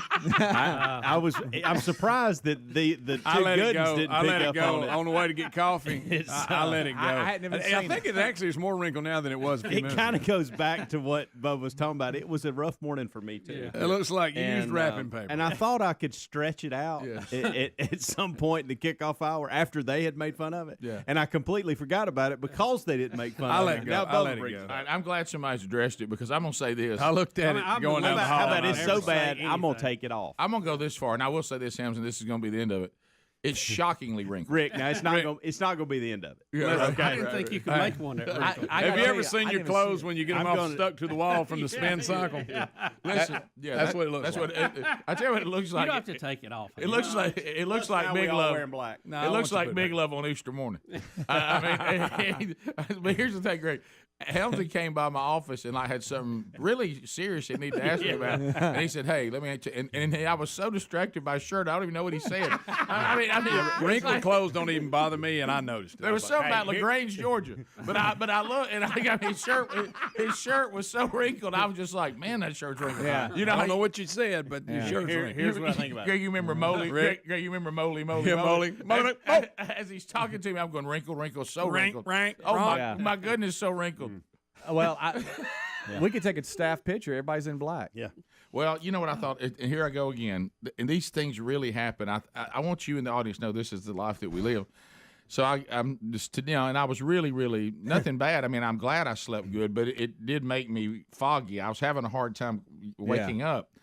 And then that thing hits you, and I've already done this once this week, and it's only the third day of the week, where I hit snooze and forget to cut my alarm off, and it goes off again and wakes Sherry up. Yeah, and you're in there in the shower, and they walk in with that old face on. You left your alarm on. Yeah, you know, I did that. I did it this morning too, by the way. Did you? Yes. So anyway, so what's up? What's up with today? Yeah, why is everybody struggling? I don't know. today? I go in there and I look and I go, I'm gonna grab a black shirt, and even in my fog, I said, the staff owns so many black shirts. Every time you get a black shirt, you're going to have at least one duplicate, probably two. I didn't realize it would be the entire show. Right. If you grab a black shirt. And strangely, we all have different black shirts on. We do. Yeah. Everybody's got a black shirt on today. Everybody. Yeah. Now, Helmsy didn't, but his was red. Adler does too. Yeah, he sure does. Yeah. So I think part of the reason I stayed up just a little bit late last night, Speedy had been on me about watching this Return to Space, which is excellent, by the way. Few little words in there, but it's documenting, what's going on. Well, if really Elon good. wants it to launch, he might let you know exactly how bad he wants you to. Well, I mean, for it to launch. Or the lady Needs to make his point. The lady who's second in charge was kind of passionate about it too. Yeah. But wow, it was a great. Do you feel better now documentary. that somebody else watched it? Yeah, and I know Helmsy had watched it, and now Bubba, and now I know I'm gonna watch it. Adler and the Burgess Wait a minute, brothers. Grace, did you hear need what to that watch is saying? Hey, there's nothing like a broad that's got a dirty mouth on her. You know? Yeah. Dirty mouth broad. Trash mouth chick. Yeah. If lightning is in the she could just smoke during it. She'd be perfect. If lightning is in the area and they can't launch, they get upset. Yeah, they do. Yeah. It's almost like when you delay a ball game. Yeah. You got to wait. The lightning's within 100 miles of here. Yeah. Let's shut her down. Yeah, language is undesirable on anyone, but when it's a woman with a language problem, it really Oh, I know. That's not fair, but it's just. Well, no, that's me elevating them again. I just hold them to a higher standard. That's a good point. That's a great way to do it. And I don't know that it would be all the time. It was a stressful moment, but right. Yeah. Anyway, it's a great documentary, and Speedy, thanks for suggesting that.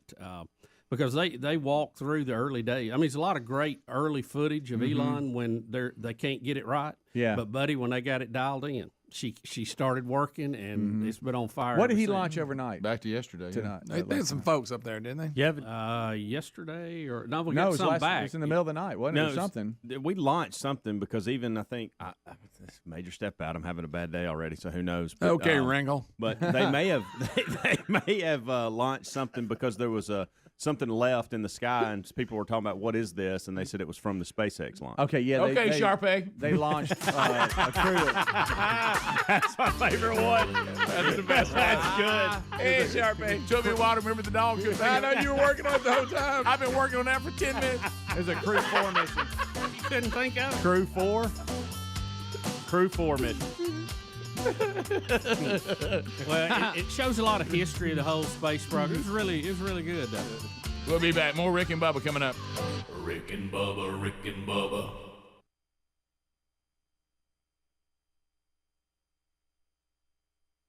About music progression and choreographing and all that, I would go, you know what, you're an expert on all that. I probably need to listen to you. But when did people who sing and dance and act think they are now an expert on everything? Yeah. Just because they have celebrity royalty? People on the radio, crazy. It was one, like we said to the guy called that day. Remember, we threw him the curve, and he says, "Well, why should I think any more about what y'all say than what I find out for myself?" Well, you shouldn't. And then the guy was like, but well, no, sir, we agree with you. Our opinion is not any more important than anybody else. Go research it for yourself. But what I'm saying is this stuff's readily available. So when you're going to talk about hurricanes as an example of man-made global warming, and we're blind if we don't see it, we're all a bunch of backwards, stupid, knuckle-dragging if we don't agree with it, Bubba's gone back and researched the strongest hurricanes that the Earth has ever seen and that our country's ever seen, and here they are. Well, these are major hurricanes that hit the United States, and it's grouped by decades. What do you think is the decade with the most major hurricanes to hit the U.S.? Well, according to the global warming crowd, it's got to be from the 90s on. 1880s. There we go. The car had not been invented. Right. The airplane had not been invented. I don't even know that we had power strung around the country yet. So the 1880s was the decade of the strongest hurricanes. 25 major hurricanes hit the continental United States. In 1880. Mm-hmm. You want to guess what the second highest one was? 1940s. Wow. So, matter of fact, the 90s are one of the lowest, 15. So I would think it's fair to say that drawing a line from point A being mankind to point B, intensive hurricanes, that line cannot be drawn. This data from this is all, matter of fact, this is on Wikipedia, but they're quoting the government numbers on this. It's not even close.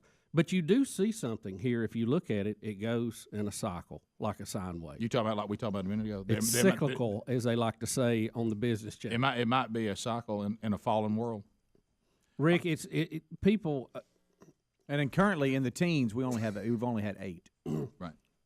All right, so here we go. Rick, the Earth, the balance, they're right. I mean, it's a marvelous balance, the way that the Earth is and how it spins, and it's on its axis, so we get seasons, and the moon comes around us, it affects tide, and, all that, Jimmy Jam, that's great. Takes 1 year to go around the star we're orbiting, by the way. The star, it's a star.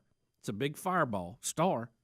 Nuclear explosion out of control, making helium out of hydrogen. It's wonderful. It's so big, Rick, it's like 1,000 times bigger than our planet. So the least little bit of wobble in our orbit will cause temperature change and cause climate variations. And it does get closer and further away. It's not a perfect circle around it. Well, Stevie Wonder's got something to say to you. Yep, let's hear it. That's how you opened it up. In your face.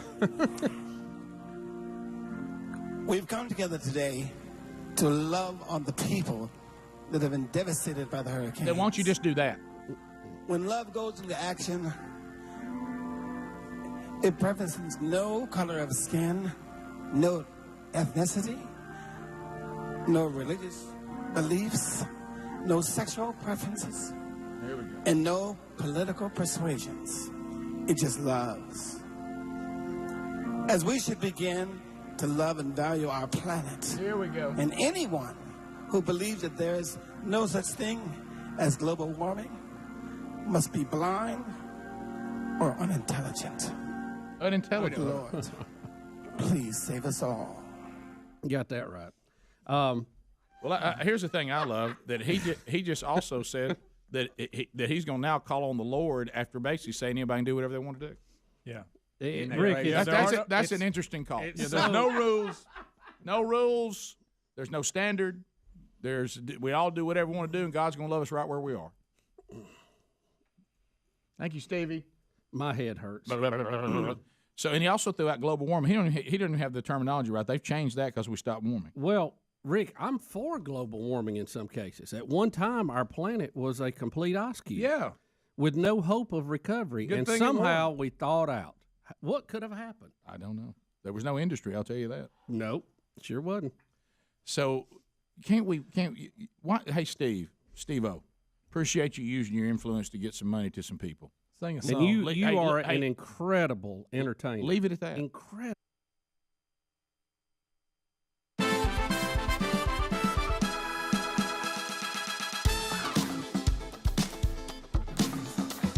$22 minutes past the hour.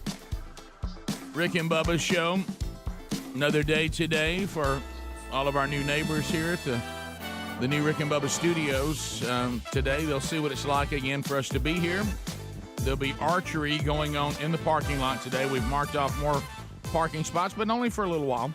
And good news, later on in the year we'll be cooking a lot more too, so we'll feed you. There's the yin and yang in this whole deal. And we really haven't gotten to what's going to come to, and we have to prepare them for this, but slow welcome, live animal. Oh, yeah. Hank, the camel, will be back. I cannot wait for that. Yeah, Adler's going to ride him again. But they're setting up a target. I was thinking about just taking one of the coyotes out there, and we could just shoot the coyotes. Well, let's not do that. Good. We got coyotes. It's rearranged. And also, don't forget that what you were mentioning, of course, is what we call the Rick and Bubba Live Nativity. Oh yeah. But anyway, so we got a good drive-through for it. I don't know who's going to play the Kings. We do. Well, not you again. I'll tell you that. So Adler's a little drummer boy. We added him. He gets out there with his little drums, and he brings all he's got to the newborn King. He does. Well, it's confusing. Do you put him as drummer boy or baby Jesus? You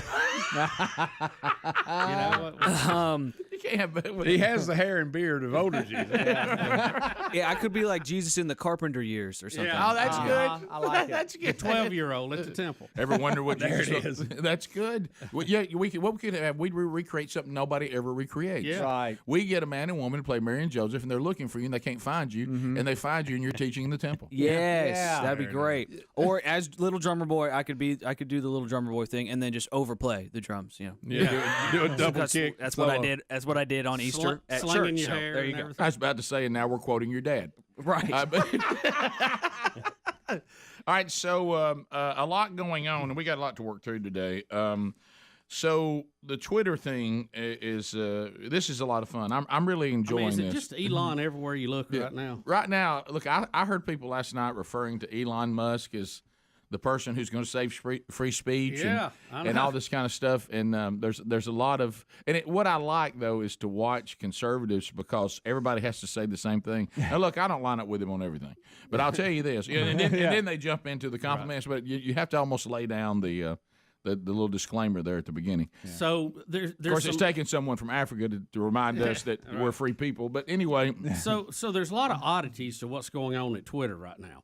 Of course, Elon now in charge, and there's all kind of stories. We could take an hour talking about some of the leadership and some people that he's saying, "What are you doing?" And then they're claiming, "Hey, you're just going after the women here," and he's like, "No, I'm going after people that's making bad decisions." And overnight, we see some dramatic changes, and there's only one explanation I can find for this. AOC has lost 20,000 followers, or what are they on Twitter? They're your followers. Your followers. Remember they all got their little names. Remember that was one of the most creepy names. Followers. Yeah. Former President Obama lost 5,000 followers. Don Trump Jr. gained almost 90,000, 87,296. So we'll round it off to 88,000 gains. Ron DeSantis, 141,000 increased followers, literally overnight. Now, does that mean that many people are changing their viewing habits? You know what it means. Yeah. You know what it means is they've been running a little shell game, and they've been shadowing or choking off people who they don't like. Right. And those reins are being removed. Now, you know what else they're doing, though? They're elevating the ones they do like. Or is this just people coming back to Twitter? And people leaving Twitter because of, I don't think he's had enough time to go in and make those kind of changes, has he? Well, they're saying, is it an algorithm change? Have they flattened out what they're doing? Or is this people actually coming and going? There's speculation. Now the left is saying that Twitter is already amplifying people on the right. Amplifying people on the right. What about just taking the shadowing off so that they get the real numbers? So there's a big difference in that. It could be, Helms, I think you're right. It could be this, but I know this for a fact because that we had the story yesterday and we mentioned it in passing, but we didn't land there. Tucker Carlson said, as soon as Elon got control, he was giving back Twitter immediately. So something happens that are these things because they had him shut off. And then I think what you may have is not that he's had time to do it. The old thing, hey, Mama and Daddy are home. Yeah, clean the house up. And they're about to walk. They're about to walk in and catch us. So, so we're trying to put everything back like it was, so it doesn't look like we were doing something. Yeah, that could be it because those are some big gains and big losses real quick. Donald Trump Jr. is kind of on that theory, Rick. He is suggesting that they're burning the evidence before the new boss starts. Right. That's what it feels I know like. Adler's been claiming this show has been getting shadowed for a long time. Yeah. A long time. And so we need to watch our account too. See how it starts to look.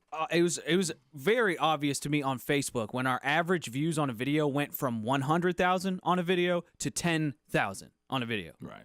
just overnight. Right. And it was right when I figured out how to edit videos well for social media. So this is a long time ago. And I'm like, yeah, I nailed it. Subtitles, quick graphics, get in there quick. I didn't change my formula as far as how I edited videos, and overnight our exposure went from around 100,000 per video to 10,000 per video. And that was at the peak of this allegations that they were shadowing people and causing issues for you if they didn't like you. I mean, that was I remember our Steve Harvey video went nuts, and then I put out similar content after that, and it cratered. And it's just like we have to work a lot harder now to get views on Facebook. So people share, like, comment. It really does help us out on all of our social media.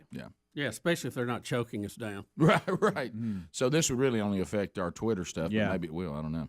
But that people were talking about that what he needs to do because of there was so much of this, and it looks like he's the person that would be willing to do it. He just needs to fire everybody and just start all over. By the way, that video you video sent us yesterday, I don't know that we can play it, but Right. that was that Just, hit, I love that. You almost have to just do a do-over. Yes. Because Yeah. if you come in and you go, That was excellent. Yeah. Ari. Yeah. Right. But you know what you mean? You basically say to everybody, now, if y'all want to get in line, but if you're going to undermine me the whole time I'm here, then we just got to start over. I'm not going to read you the story, but here's another headline.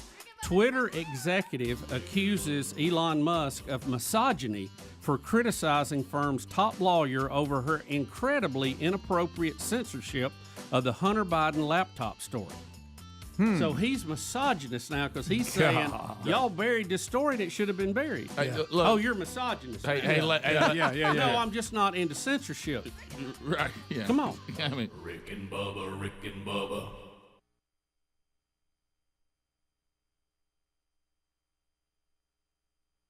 if we're really here to take care of the people who have been hurt, you think the people right now that their house is underwater, everything they owned has been destroyed that they couldn't take with them, okay, do you think the people who had loved ones who were killed in these storms give a rip what Stevie Wonder thinks about global warming? No, I've just left that out of it. Do you think they even care about global warming? As a matter of fact, you think they want to have that discussion? As a matter of fact, Rick, I say that pushing the global warming agenda hurts your fundraising.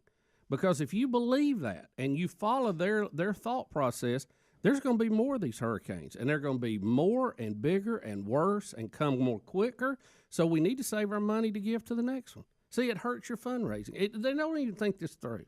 Yeah, now if you can get up there and say, now let me tell you something why we need to help these people. We just went through a 12-year period we didn't have any. So if we can have let's have another 12. If God could be that gracious and we could have that again, then it would be wonderful for us to get this place built back and we can really get these people back on their feet. But we're going to take this time. See, that's the thing. It goes back to what we've said before, and it may be one of the greatest life truths. If you want to know what people really care about, just watch what they do. I mean, if he's here saying all we're here tonight to do is to take care of people, well, obviously not. We're also here Push tonight. an agenda. We're also here to push an agenda. It sounds like. So you're not even telling the truth. And hey, everybody, be whatever you want to be, do whatever you want to do, and Lord, you be with us. So you don't seem to know a whole lot about that. How about we're terrible sinners, have mercy on us, Lord? That'd be. I'll take that one. How about this? We deserve anything we get. We'll be back. Rick and Bubba. Did you hear what happened in Jacksonville, Florida? Have you been following that? The flood? Well, yeah, and part of it, they thought at one time that it was really bad because of a health hazard. They thought they had raw sewage everywhere, but it turned out to be Denny's new mascot. A little early. It was, Have you given him a look at him? yes, Greg. This started yesterday. The fedora's the problem. Greg, Yeah. please don't use your words. Well, I'm just going to say. No, that's the I headline. want to say something to you, That's Bubba. the headline. I know. I want to say something. And that's what it looks like. To you. This actually was brought up yesterday afternoon. I had a guy walking to me and said, "You seen Denny's new mascot?" And I said, "No. What's the big hype about Denny's new mascot?" And of course, he told me the problem, and of course, it is the problem. But to add to it, and Speedy kind of skimmed over this today, but I want to give this to Bubba. You know how sometimes you think you can't write. We just report comments. Right. So you've got a mascot that looks like human waste instead of a sausage, okay? So and everybody's, again, we talked about how'd that ever get out of the conference room. Bubba, the slogan underneath it says "Snap the slams." So the term "slam" is underneath something that looks like human waste. I'm sorry. I mean, that's funny, y'all. If you don't think that's funny, then there's something wrong. There's something Rick, wrong with I'm you. not the smartest guy out there. I got that. But, if I'm in that meeting and I look at that, I go, guys, no. Let's go with the biscuit. Let's go with the waffle. I raise my hand. I go, am I the only one that sees this?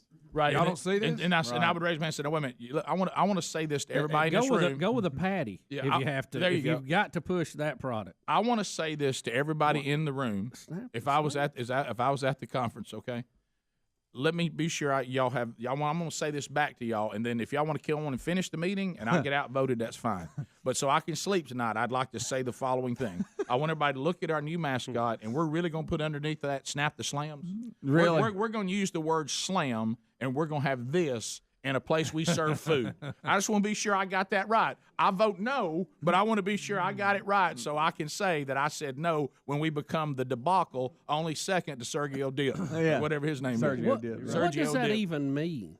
What does that mean? It's supposed to be a piece of sausage. Greg, look at that But there. what does snap the They slams grand mean? slams, and they have different meals that are called the slam. Yeah. I know the Go whole. with You that need to drop pancake. that whole thing. What about that pancake? That was a good looking mascot. like that. You know, Go with a piece of bacon. So I didn't realize they had dressed up. I knew the one I saw was the drawing, and it was bad enough. Sure. Now we got a mascot. But now we walking around. got. Stay with the pancake. Hey, Stay guys, with the pancake. Guys, here's our new mascot. There he is. All right, let me ask all of you because we want to do some food items. Here's our new mascot. What do y'all think this is? Doo-doo. No, it's sausage. Yeah. So yeah, that's what they should have done. We're not telling you what it is. What do you think? I was this gonna is? walk in. Everybody, raise your hand. Somebody for who? What is it? Doo-doo. No. No. Somebody else. Somebody else. Doo-doo. No. Well, you got slam under it. That's all I can. Yeah. I mean, it goes hand in hand, Guys, people so just. to speak. By the way, who's in marketing these days? I don't. Are there know. nobody? Is there no marketing skill left? I don't know Is where everybody- the check and balance is. I could see where somebody might come up with that idea, but how does somebody not just cut that off and go no? No. Yeah, how does it leave the conference room? Yeah, go with the pancake, You know, Mr. Happy Pancake. Yeah, the we got the idea- Happy Pancake. I love that little happy pancake. I do too. With the Yeah, little we're bun. Rick and Bubba. Thank you for being with us as we move forward. Keeps.com/Bubba. That's KEEPS.com/Bubba.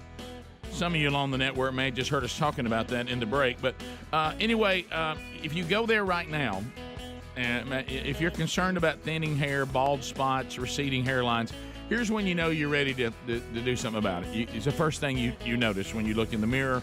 You find yourself looking for deals on more baseball caps, things like that.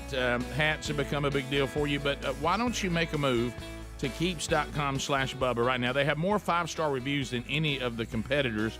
Hundreds of thousands of guys trust them for their hair loss prevention.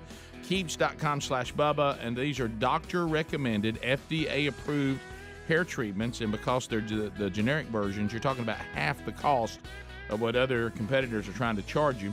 Best of all, you do everything online. Very simple process. Answer a few questions, snap a couple of pics, and a licensed doctor reviews the information and then recommends the right hair loss treatment for your situation. Discreetly shipped right to the door, and you never even have to leave your home. And they also will let you track your progress. They got progress tracking tools that you'll love. So let's get started. How about this special discount? Now, when I start saying special discounts, you're like, oh, okay, it's going to be. Listen to this one, 50% off. There you go. Just go to Keeps.com/Bubba for 50% off your first order of hair loss treatment. You also find the link there at rickandbubba.com under the sponsors button. And you love their slogan, hair today, hair tomorrow. All right, so have you got something over there? Well, I was going to ask you, I want to read something. It's almost just a little help to the audience, and then whatever you want to hit. And I've got a few questions we'll run through. Right now, I know there's a little bit of anxiety as we continue to set up in the parking lot, everything we need to shoot bows and arrows. So there'll be archery for the World Games in the parking lot today. That's a good shot at it. But this is good. I think this is helping everybody here, that says fired up. that we have new neighbors, and these are things you can expect. It'll also make people really think through where they park, those kind of things. So listen or what road they commute on to go to work. Yeah. I want to just tell the audience, and here's another example. Y'all got this email too, I think. No, I'm the only one on it. Never mind. It happened to me, and it's happening to members of the audience now, and I think you have to be careful because sometimes we get excited about things, and if some people are picking up, we'll run it in the ground and we'll burn it out so fast if we get excited about it. But sometimes, when something's so new to the Rick and Bubba family, you got to be careful not assuming that the whole family's caught up yet. Right. I'll just read this to you, and it happened to me, and it's one of Greg's favorite stories lately. I was on my way home yesterday. This is an email from Richard, and I stopped at a gas station, and he tells me where he is. He said, I noticed that there was an officer there, and I started talking to the officer for several minutes about what's going on, with their department and where he works. And he said, but in the conversation, I noticed that this officer had a Rick and Bubba shirt on. And so after about 15 minutes of serious conversation, he said, I asked him, has your department ever thought about a little topaz? Rick. and no, he said, when did he post bail? He said, I was hoping that would bring a little humor to the conversation because they were having some issues at this particular person's department. And he said, and it completely went over his head. He had no idea what I was talking about. Most people will not. Well, how about nobody really knows? And then he said, I don't know. Then he looked at me confused and said, well, because of how some hecticness is going on, I've missed the show a little bit over the last 2 weeks. Basically, like, what in the world are you talking about? Right. And so the topaz thing, just be careful. I know we like it; it's our new toy, but everybody's not up to speed yet. No, so you just be careful throwing it out. Just because you see a Rick and Bubba logo doesn't mean they're in the Rick, can you go back to the shirt? How was he? Was what I'm assuming. I'm trying to be careful here because you'll see when I tell you in the break, you'll understand why. And I don't want to bring any undue attention here. Is apparently he knew that this was an officer by some sort of identifying something. Okay. That listens. Just leave it at that. Yeah. He's not in uniform. Right. And then he noticed the off duty, and he had a Rick and Bubba shirt on. So he said, well, he must know what I'm talking about. Yeah. So he said, the minute I saw the Rick and Bubba shirt, I thought, I'm going for topaz. Sure. Rick, I know the origin of it. I know where it came from, and I still don't get it. I don't know why we're doing it. I have no idea. Who does? Well, it was a medical procedure that I had a couple of years ago, twice. Yeah, but why we're asking people if they've tried it? I know we're mocking Bubba. Speedy's probably gonna need it after he plays golf today. Yeah, I got what it is. But why? But Rick just threw it into a conversation about 2-3 weeks ago, completely out of the blue, and we all got to laughing about it, and that's why everybody started using it. Well, and we're going to find the clip. It also came from because when Bubba was calling Chicago, when he finally got where he could leave a message, he said, there's a procedure called topaz. Yeah, right. His official voice. That's how it works. And that's basically where it started. Well, right, that's it. I'm finding that bit and putting that. Yeah. That it has nothing to do with the procedure. No. It's a procedure called topaz. Right. Topaz. And so this is no different than we started. Some days, if we get something going like.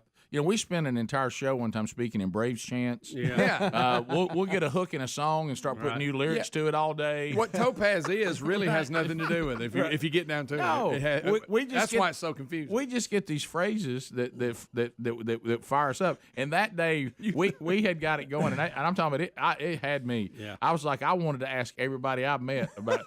But the problem is when somebody's having a serious conversation about with you, moving, and it doesn't have anything to do with it, and I just want to say it again, so I just do it again. How about a little topaz?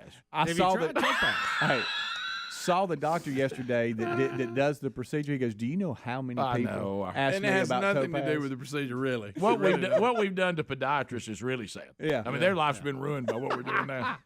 Because I love listeners though using it on other people and the confused looks they're getting. What back. about this? I saw the Rick and Bubba shirt, so I thought I'd try to lighten the moment. Ever thought about topaz? Has your topaz? Has your department ever tried a little topaz? But the fact that everybody is not up to speed on it kind of makes it funnier. It does. Because if everybody knew, it wouldn't be fun. You talking about that blank face they have? Yeah. Why don't we do this?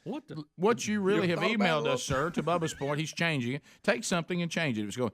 Really, sir, what you just sent us is really ought to be a success story. Yeah, it's you enjoyed it, didn't you? Right. He enjoyed it so much he wanted to tell somebody about Exactly. it. And then we got to enjoy it with him. Yeah, Right. that's so good. And when I tell you in the break, have you heard what of the conversation was, it's going to make it even better. Yes, it is. Okay. The department. Yes. Now don't go through Brookside. You're gonna get a ticket. Yeah. You know? Watch out. Hey. Well, I'm just Wow. Good gracious. Really? Yeah, read the That's letter. been a running Good. joke. Come on, Mickey. I know. Good Huh? night. Well, I was just trying not to throw salt in the wound. I mean, you can't turn on the national news without that one coming up. Well, had to go through that the other day. Really went slow. Yeah. I needed to go to Memphis twice. I just said no. Yeah. At the end of the story, they basically took everything Montgomery. Well, here's. I'll tell you what's not going to fix it. Apparently, it's tope. No. How much you got in your wallet? Oh. Now you see how much how much funnier that makes that story now. Yeah. Oh yeah. Guys, Here it's we are news, now. Bubba. It's not a I secret. didn't mean to get ahead of Hey, it. it ain't a secret. Yeah, I mean, yeah. Some of the stories are wow. Yeah, I know. Imagine it was in Brookside. What if it had been Brookside? It'd really been funny. Okay, now really be good if it's in Brookside. Okay, now if you're on 22, talk you're about going a to little Brookside. How about this? Isn't it funnier now? It is. It is. It adds to the story. It does. Because, you got something really serious and some really big handles. Yeah. Yeah. And also one of our listeners throws out in that moment, throw what y'all could try. Why do they need that Humvee? We got a picture of the front of the Brookside police station. One of our looks listeners, like a funeral home. One of our listeners just told one of the officers there, Greg, that's under duress. One way y'all could solve it is try a little tope. Yeah. Okay, that's what happened. That's what the email said. Now, doesn't that make that funnier? That's even better. Rick, all right, here's the story. It's out there now, and it's funnier. I was on 22, and right. I like when you reached over to Bubba with the paper and you said it down in front of him. You had no make way that to story know. Funnier, Rick. You had no way to know. Sure would. really have you something, Rick. I didn't know. Bubba, how about this? I'm in total agreement with you. Yeah, Rick, he didn't know what topaz meant as he was hauling my car off. What about you see the I Rick did and Bubba ask shirt? at the You think, beginning. that's fine? I did ask at the beginning, when did he post bail? That you did. Hey, and you weren't far off. What about when you see the shirt and you think there's a green light? that'll help. He said, they look at me like, what, you lost your mind? Idiot. Unless you're there. 15 minutes to the top of the hour. 866 We Be Big. We'll be right back. Rick and Bubba, Rick and Bubba. It was his nose. I mean, When you came up with the first idea, you said, "How about the link sausage?" But once they drew it up, then you go, that's Somebody says, yeah, that's pretty good. Let's look at a drawing. That looks like. Do. So let's not do that. I don't. the hat's not helping. When the I hat's think not helping. when I think of a big breakfast or a slam or whatever, that the sausage is not the main thing. A big slam. Whatever they call it, the grand slam, the big slam, the Please don't call it slam big happy, whatever. If it looks like that, don't When call Bubba thinks of a big slam, I agree with that. I don't give a slam.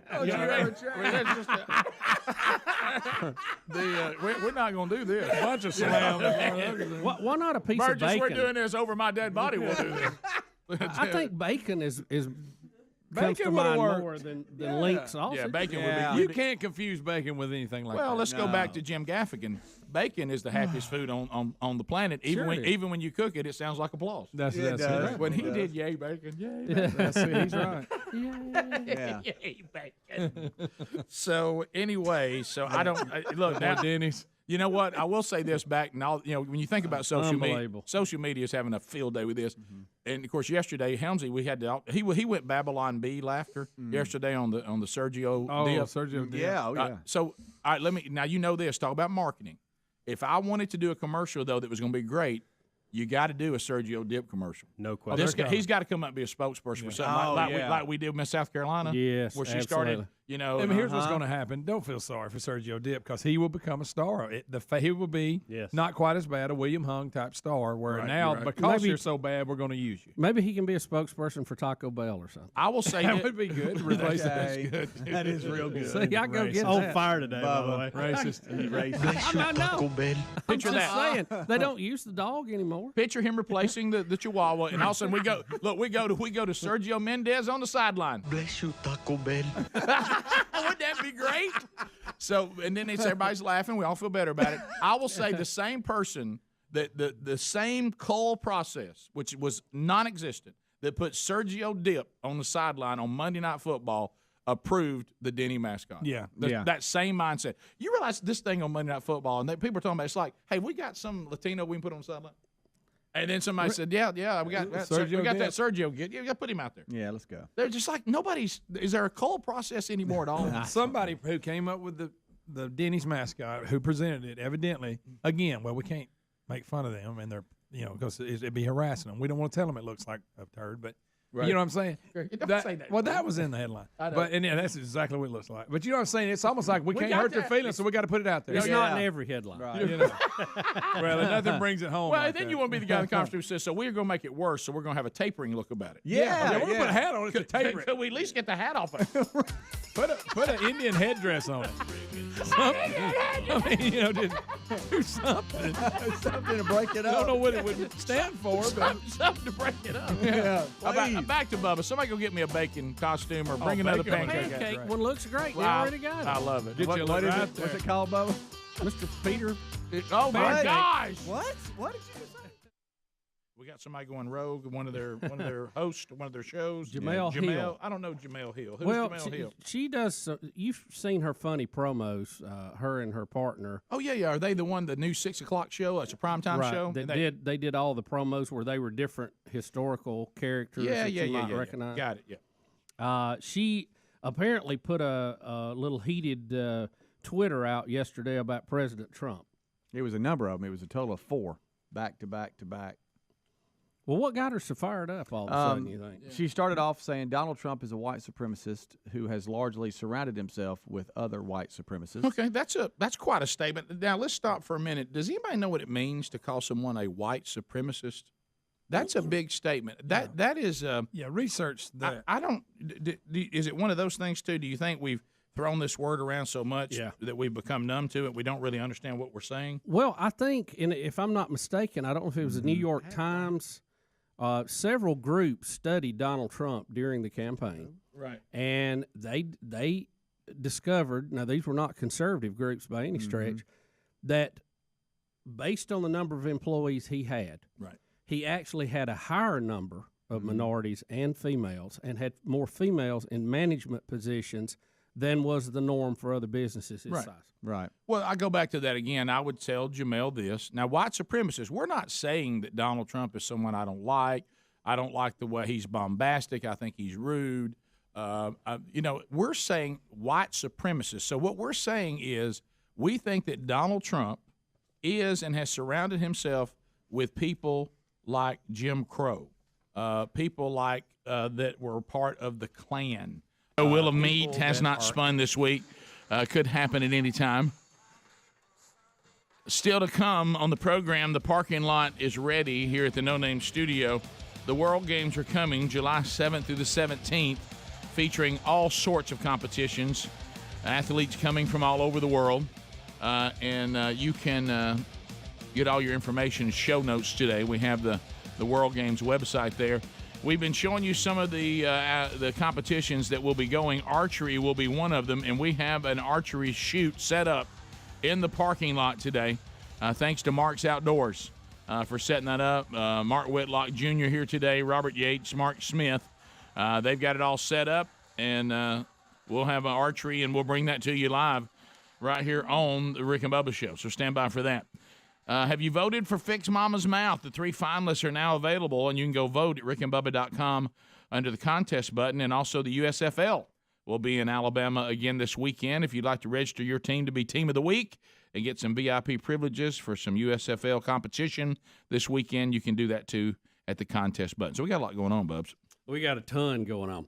Rick, I was going to ask you, we've talked about light bulbs and LED bulbs, incandescent bulbs here on the show. A lot of bulb talk. Bulbs. Did you see where the President Biden is going to ban traditional incandescent light bulbs by 2023 in favor of LED alternatives? Now, the LED alternatives are a little more expensive. And especially when you mandate them, they're going to get a lot more expensive. That's the point I was about to make. I know nobody's budget is under a crunch right now with inflation, the worst possibly we've ever had. You talking about like your cards you use to pump gas are limiting you and telling you there's only so much they're going to cover? Oh, yeah. That's when gas is high. Well, mine didn't cut off the other day on the pump. It said, hey, that's enough. Right. And I thought, well, that's different. I haven't had that before. And I think the LED bulb can stand on its own. Because it's such a good product. Yeah. Because I was me, I hated thinking I didn't like the way they look. Well, everything got better. What I do like is I haven't changed them in years. Well, incandescent bulbs only have 30% of the market now, and we've talked about this before. Electrical, the draw on the grid here in our country is less than it has been in the past. Yeah.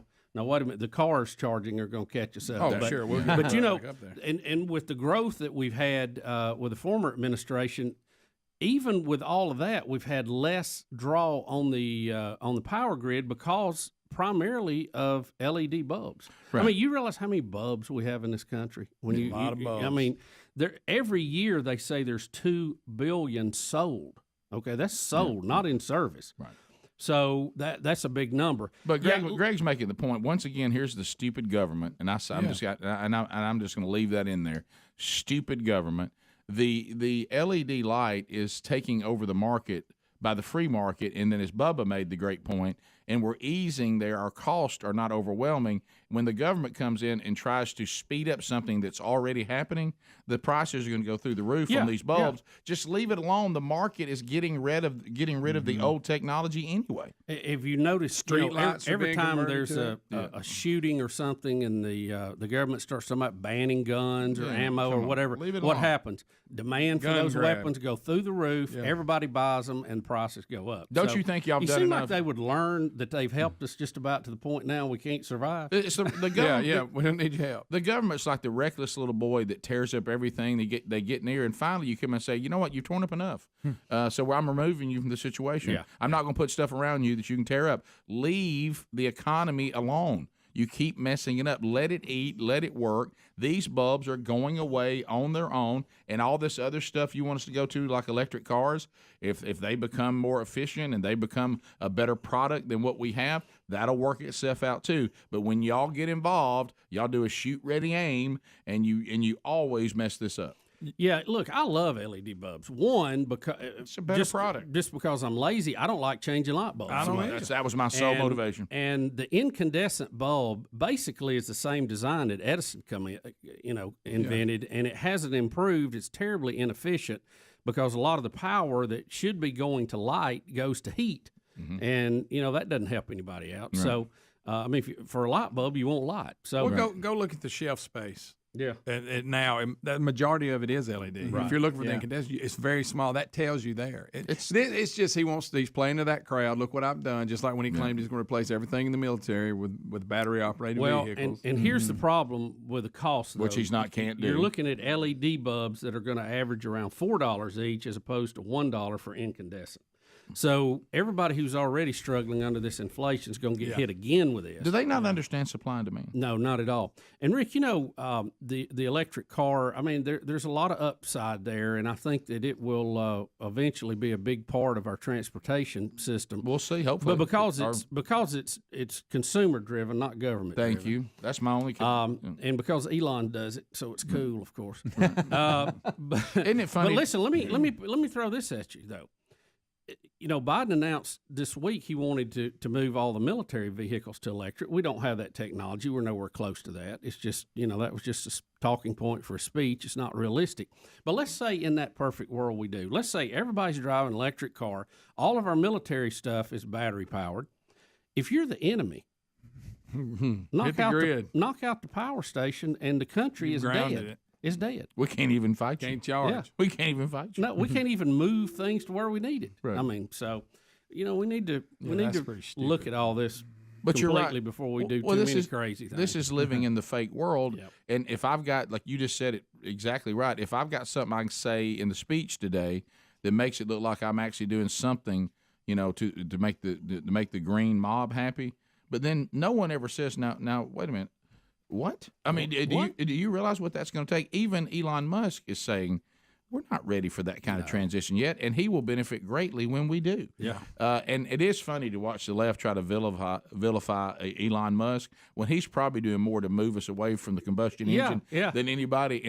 But yet he's not lining up on all the talking points with him, so they have to hate him. To your point, Rick, if you look at their agenda, he's doing the biggest clip. Yep. He's 60% of the EV market right now. Okay. He's doing more to move away from the combustion engine than anybody in the history of planet Earth. And just because he won't lick their boots, they're against him. You're right. Yeah, It's 100%. incredible. It's incredible. Because you remember when it's asine's what it is. If you're going to be on the left, and sometimes I see this on the right, and I don't like it on the right either. This thing of once I declare something politically, or I'm a free market guy, you're like, no, you can't be a hybrid. No pun intended. You have to be given your talking points, and you get over there on the left, and you got to believe all these things, or we'll attack you. And then over here on the right, here's all your talking points, and you better not be different on any of them, or we're going to be mad at you. Rick, he's not even a social conservative. No. Okay. Not even close. There's only one issue that they can't get that he won't fall and worship them over, and it's free speech. They want him to say, we got to hush up Donald Trump. We got to hush up Rick and Bubba. We got to shelter, filter, shadow, all this stuff. He won't get in line with that, and they're against him. Right. It's incredible. Because and I would put him more in the libertarian point of view. Oh, yeah. Because he is a maximum freedom guy, they can't have it. He's not a choice guy. Right. I mean, he's nowhere close. That one issue, free speech, they can't deal with. Right. He doesn't. Of all things, he America. doesn't. He's come to America, a constitutional republic, and he is fired up about the limitations of government. Right. And said, why don't we go by that? And that drives them crazy. Is that not nuts? It really is. And he wants people to be able to express themselves, even things that you and I probably don't want to hear. Yeah. But I think that being able to have free speech means we all know where everybody stands. He tried to explain that on his Twitter account yesterday, and he said the response is unbelievable as far as just the fact that he wants to be able to have free speech. He said that the response tells him everything. Oh, yeah. Well, look how the numbers have changed. But, back to the light bulb. I love them. I think it's a great move LED, forward. I just don't want the president telling me I got to do it. Well, and let me make that call, Mr. Perez. I got that. Well, you worry about making a speech without a word salad. How about that? If you love the green stuff and you really think all this is something we got to address, come up with great products that you have approved as green. We'll see if they really are. Yeah. But if you think they're green, if it's a better product, everybody will go to it no matter what their political views are or how they feel about the topic. LED light bulbs, Tesla cars. Enough said. Chick-fil-A. There you go. Chick-fil-A. We'll be back. Bubba, Rick and Bubba.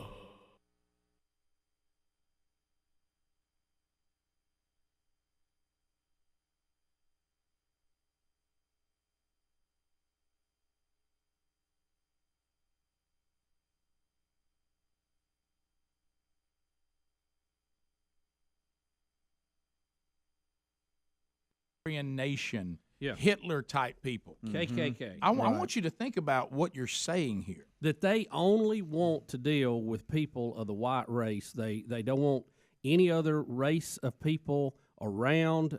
In some cases, they want to wipe them out. And they should have control over people of other races. That's in their title also. That's what white supremacy is. It's the whole Aryan race. We're the superior race.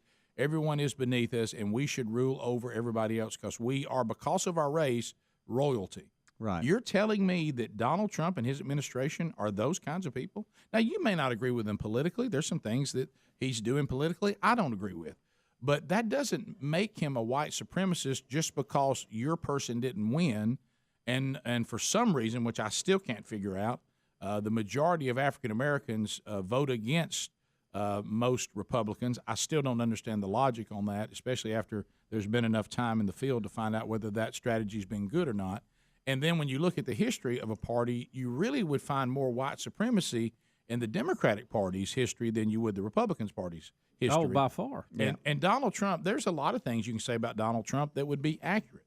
White supremacy isn't one of them. No, but we know that grabs headlines. We think that is the thing that will hurt somebody the most to call them that. And all she's doing is watering down the term.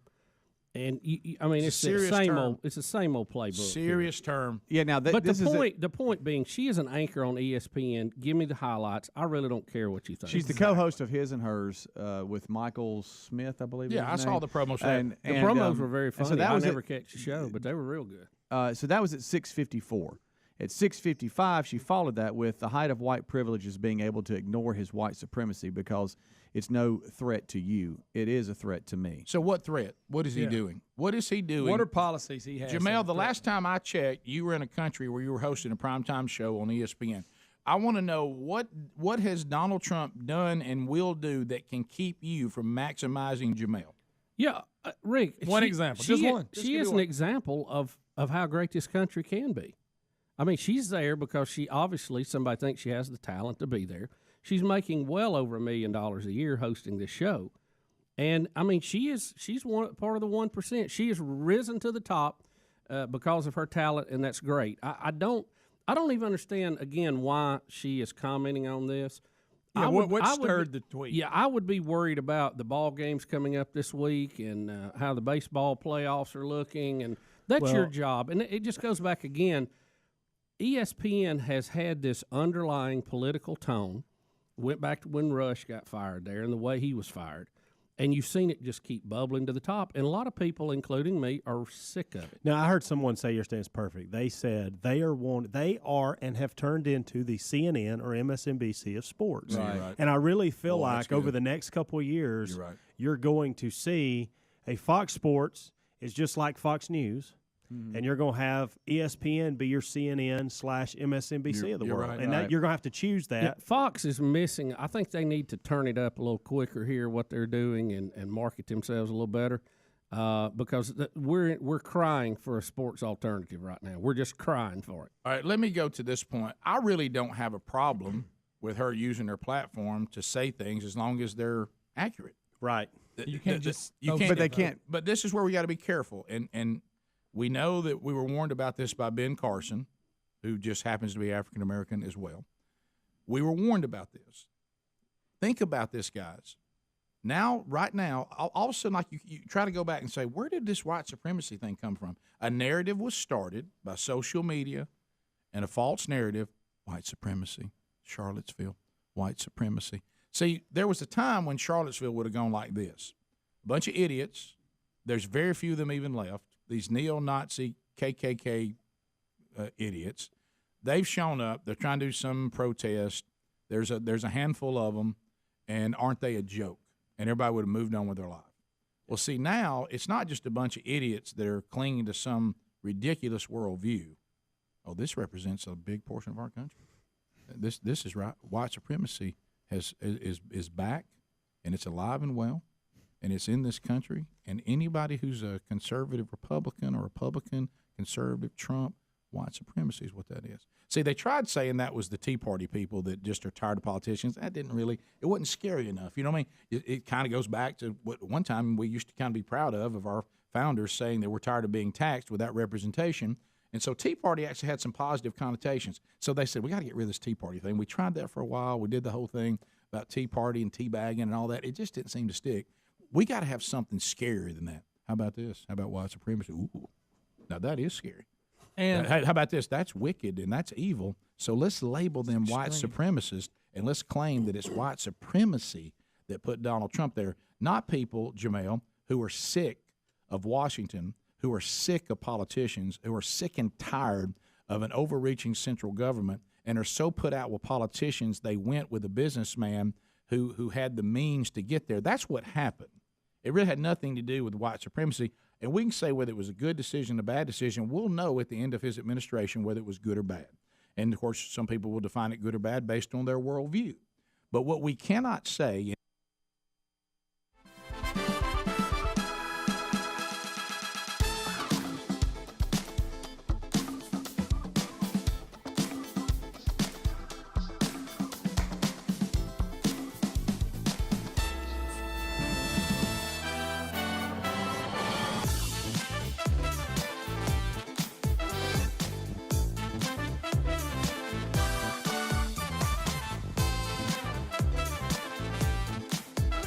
let's go. It is 6 minutes past the hour. A brand new Rick and Bubba hour, and we thank you for being with us all across the country and around the world. And however you get Rick and Bubba, we're glad you're here. Speedy, the real Greg Burgess, Helmsy, Eddie Van Adler, all here.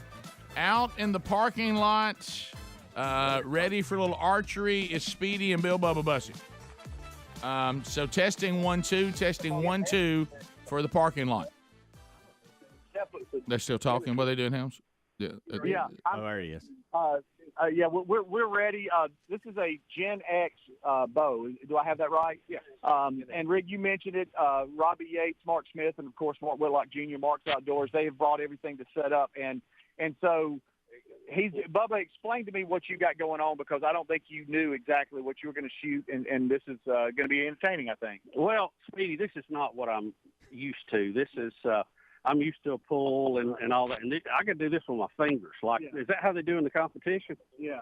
Well, I've never done it with my fingers like that, so there ain't no telling where this is going to go. This is going to be good. Is anybody? Do I need to go block? Make sure traffic's not going by? Nah, you're good. Should we come block traffic? There are cars just slinging. He ain't gonna shoot that. Let me show you on that. When you go Famous to last word. 3 fingers under, you're going to come under. Let the vein hit your chin and just let it go. Oh my Vein goodness. hit your chin and let her fly. He's got it. He's got it. Bob, I had you a lot closer. Do you want to get back? No, move back him up. Back him up. Back him Hey, up. tell the guy in the yellow shirt to take a step. Okay, never mind. We're good. Back him up. We don't have the usual aiming equipment that we have on bows, and we don't have a release. So this is totally different to what we do when we're hunting, Rick. Yeah. Hey, or having the Bow Olympics down in Rockford. Well, will you please let Bubba know, though, this is the World Games. This is how my people did it. And so that it's time, for Paleface to learn how to shoot properly. Yeah, without the gadgets. I don't think your people use the compound bow, Rick. But, yeah. Well, this is the real deal. This is World Games, baby. This is World Games. Bubba, I had you. Yeah, this is going to be like playing. Don't put him closer. He can reach out and stick it in the target. Back him up. Back him up. He could throw it with his hand. He can lean forward and it be in the target. Well, let's start here. Yeah, I agree. I say back him up. Back him up. Hold on. I don't want to get him down range. up. Sick him. Back him up. Yep. Sick him. All right, hold on, let me make sure there's no cars. That's part of it. Speedy, I could throw a spear from there. If Bubba could take the bow, lean forward, and stick in the target. Right. Wow, so they're just going to pull in right there. All right. Well, that's our breakfast. That's our breakfast, pal. Don't get upset with the breakfast people. They get a break. That's this breakfast. Okay, here we go, Bubba. Are you ready? We are clear, Bubba. All right, Bubba, we've got a target set up in the parking lot. Make his 3-foot shot. Hey! Bubba's in the blue. That's a gut shot. Bubba, let's back up a little bit. The deer's just running. He's Let him get dialed in. Let him get dialed in. All right, so Robbie, guys, are y'all happy with what you just saw? Yeah, the form's a little bit off. It's almost like he's in the batter's box in the baseball game. We need to kind of square up those shoulders a little bit in his feet. There you go. Are those golf shoes you have on, Bubba? Okay, all right. He's wearing his golf shoes to break them in for regions. Oh, my goodness. I thought you were supposed to see it. Back him up. Bubba's pulling. Here we go. Oh, goodness. Back him up. Oh, he missed the whole target. He's getting the hang of it. Hams, I need you to let the cars go. I know it's in your mind. Well, it's Just- scary, I think Rick. that's part of Rick, it. I got mortgage and stuff I got to pay He's off. not going to hit a car. Yeah, the worst case scenario, busted tire. And we have catastrophic And then event. somebody running a tree. This is why you pay for that event. Airbags deploy. Jeremy, that's why you do that I'll tell you umbrella. that. There This, you go. this is what Okay, an well, I umbrella's needed all that. about. You didn't tell me about that. You remember what happened? Look. Oh. That's a picture. Hold on. Let's let breakfast. Come on back out. Come on. Yeah, let breakfast get in and out. Don't bother them. That's fine. Don't. Yeah. She did nothing wrong. Believe it. She did nothing wrong. They All right, turned the shoot. target around. They turned the target around, and it's a picture of Paul Feinbaum. Bubba's got a chance to shoot at Feinbaum.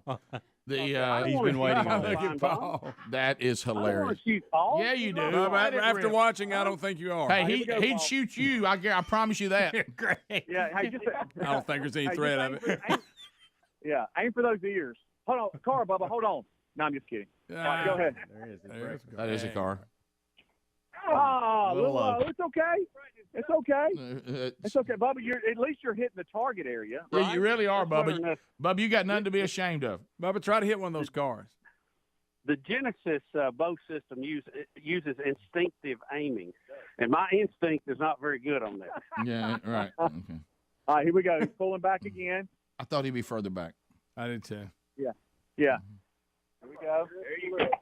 Okay. Ooh, I like that All right, so Bubba, sound. now the guys would like for you to Back come it back. up. Maybe they're here.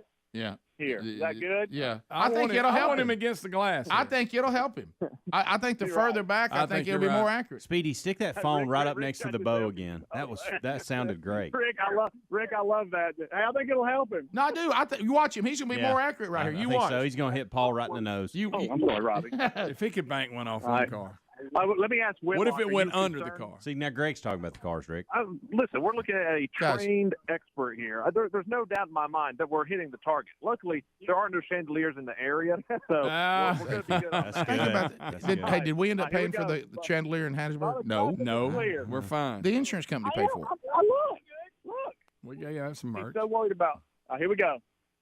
Oh, ugly. It's okay. He hit Paul in the foot. Getting tired. All right, so Now Paul needs topaz.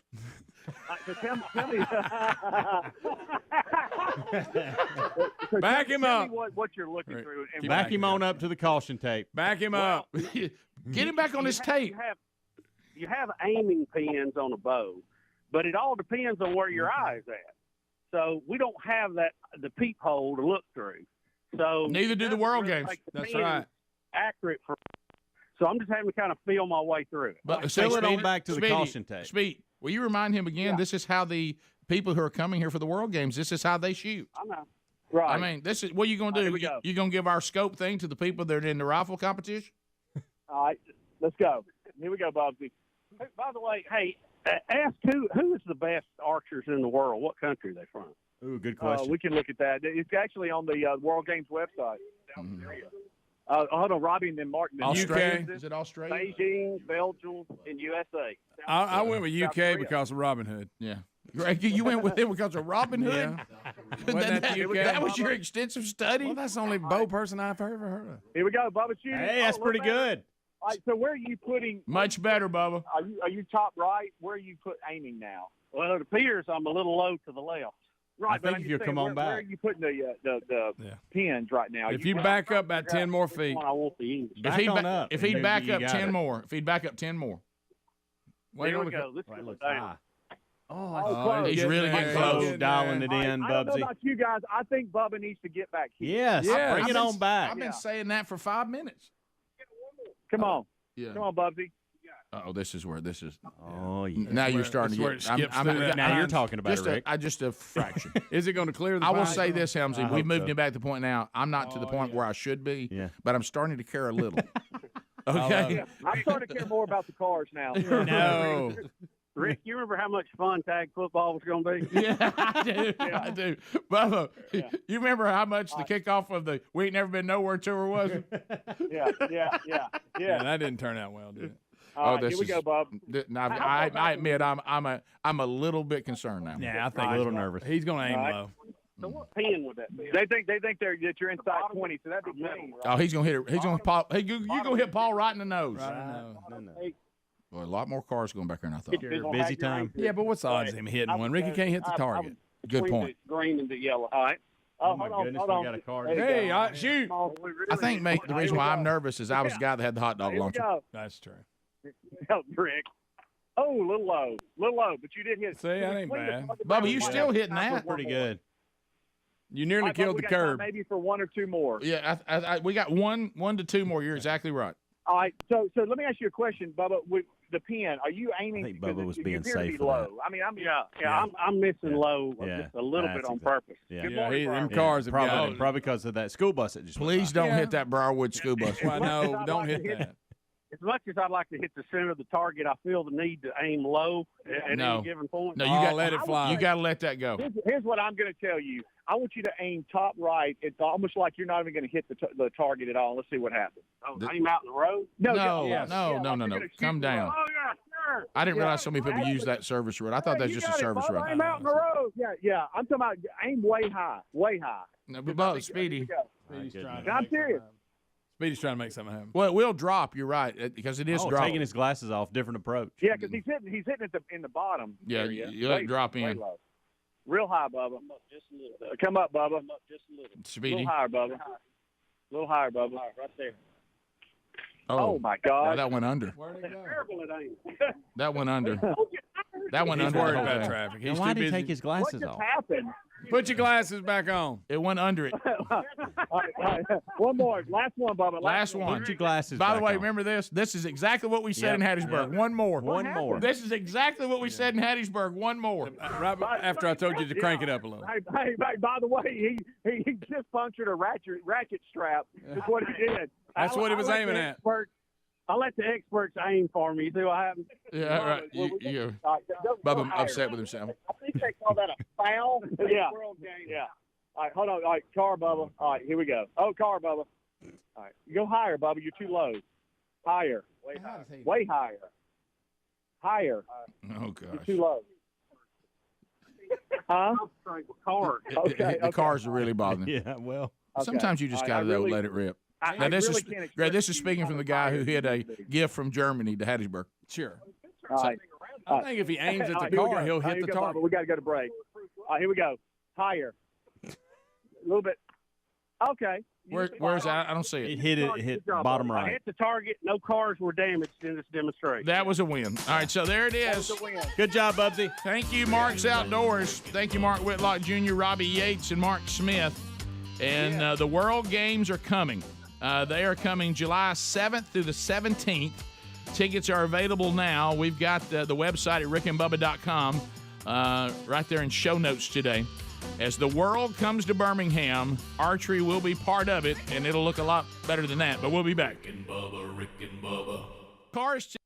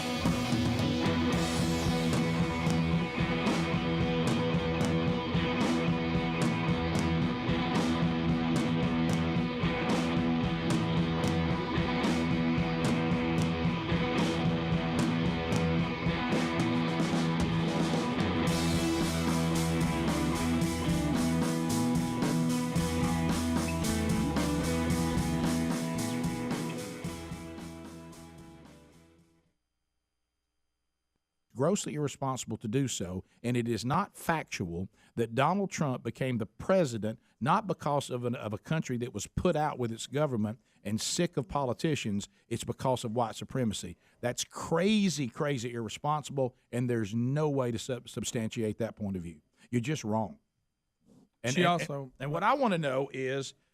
What I want to know is what's ESPN going to do about it? Well, Rick, they've already released a about it. statement. Have you seen that? That's in the. Now, Kurt Schilling got fired. Don't forget that. Yeah, Speedy yeah, brought yeah. that up earlier. Right, yeah, For his because stuff. he offended the LGBTQ. And he also whatever. quoted, I forget what the other quote Right, was. about right. the So he's Nazis. gone, and others. Now, Colin Not Kaepernick Muslims. quickly tweeted out to her that he supports her, and hey, we're here for you. Oh, I think good. is what so he's learned his lesson. Hey, Colin, that's why nobody will hire you. Right now, she sent out 2 more tweets saying that he was elected because a direct result from white supremacy, what you just talked about, Rick.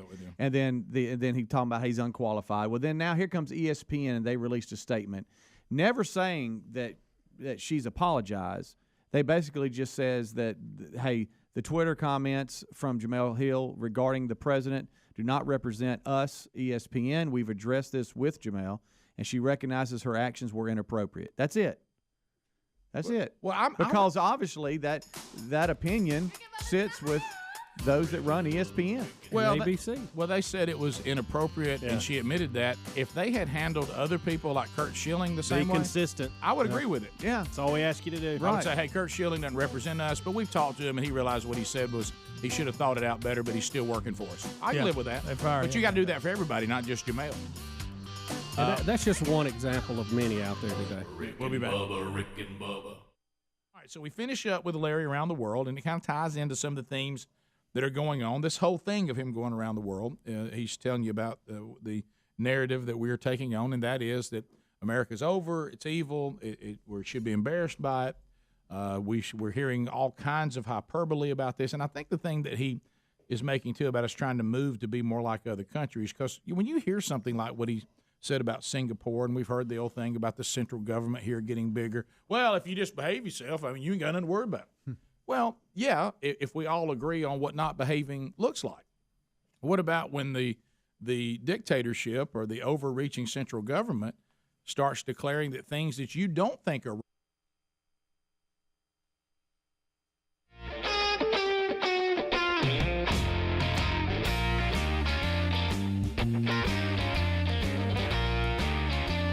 It is 23 minutes now past the hour. The Rick and Bubba Show, 866-WE-BE-BIG is our number. The World Games are coming. July 7th through the 17th. Archery, obviously part of that. We've also had lacrosse in the parking lot. You know, which one do you think made people more nervous when we were throwing the lacrosse balls around or when we were just shooting archery? Well, the lacrosse, I was not here. I think I was under COVID protocol when you're doing that. Yeah. So I did turn the TV off because I didn't want to watch it. Okay, I was so it getting a little nervous. made you very uncomfortable. But today I just had this instinctive feeling I needed to aim low. Yeah. When you see the cars about a foot over the backstop of the target, it's a little unnerving. Well, especially when you're not used to aiming a Genesis bow like that. Yeah, I don't know. Which I love Genesis bows. The kids had them. They loved them. Well, if you're listening to I don't know how good you could hear out there what I was I going could hear. Yeah, I could hear you. And that was, it probably doesn't help when you're doing that and you hear us discussing, our umbrella insurance. That doesn't add to it. That probably adds to it. When I forgot I had my reading glasses on, I was getting the cord hung in it, and I took it off and then shot lower than I had been shooting. Yeah. And Greg said, put them back on. Yeah, that kind of guy. That was good. All right, so we do these things to try to let you know there's all sorts of competitions that'll be going on from people around the world. They all converge on Birmingham, Alabama for the World Games, July 7th through the 17th. Nick Sellers is here with us again today, the CEO of the Birmingham World Games, and today you have brought a guest. I have. The man for the IWGA, the World Games Association, out of Lausanne, Switzerland, Mr. Achim Gassau. And here he is. The CEO. Welcome to the Rick and Bubba Show. Hacken. Right, Hacken. A little difficult for you. Yeah, very but you're close to it. Yeah. Like with the aiming. Like with the aiming. Aim low. Yeah. So, welcome to Birmingham, and Thank you. And we're excited to be the host. What a big deal! It is a big deal. It's going to be a ton of fun, man. Are you kidding? It's the world's biggest sports party coming up this summer, and we get to host it. Yeah, and so I know. I just want to warn you. I've been talking to Nick a little bit while you were out there learning to pull back the Genesis bow with reading glasses on, and Nick is trying to withhold something from us. He's got a big announcement, and you can see in his eyes that he thinks he's going to get away with coming here and we'll just let it go. Right. But I'm going to work. I think Gene's taught him better. Yeah, than that. Gene's taught you. The worst thing you can do is let us start guessing. You know what they say, the Rick and Bubba Show, the place where secrets go to die. That's right. Yeah. That's right. So you do have a big announcement coming up. This isn't Vegas rules, huh? No. What happens here stays here? No. Okay. It goes everywhere. It goes what everywhere. happens at Rick and Bubba does not stay there. It goes everywhere. Yeah.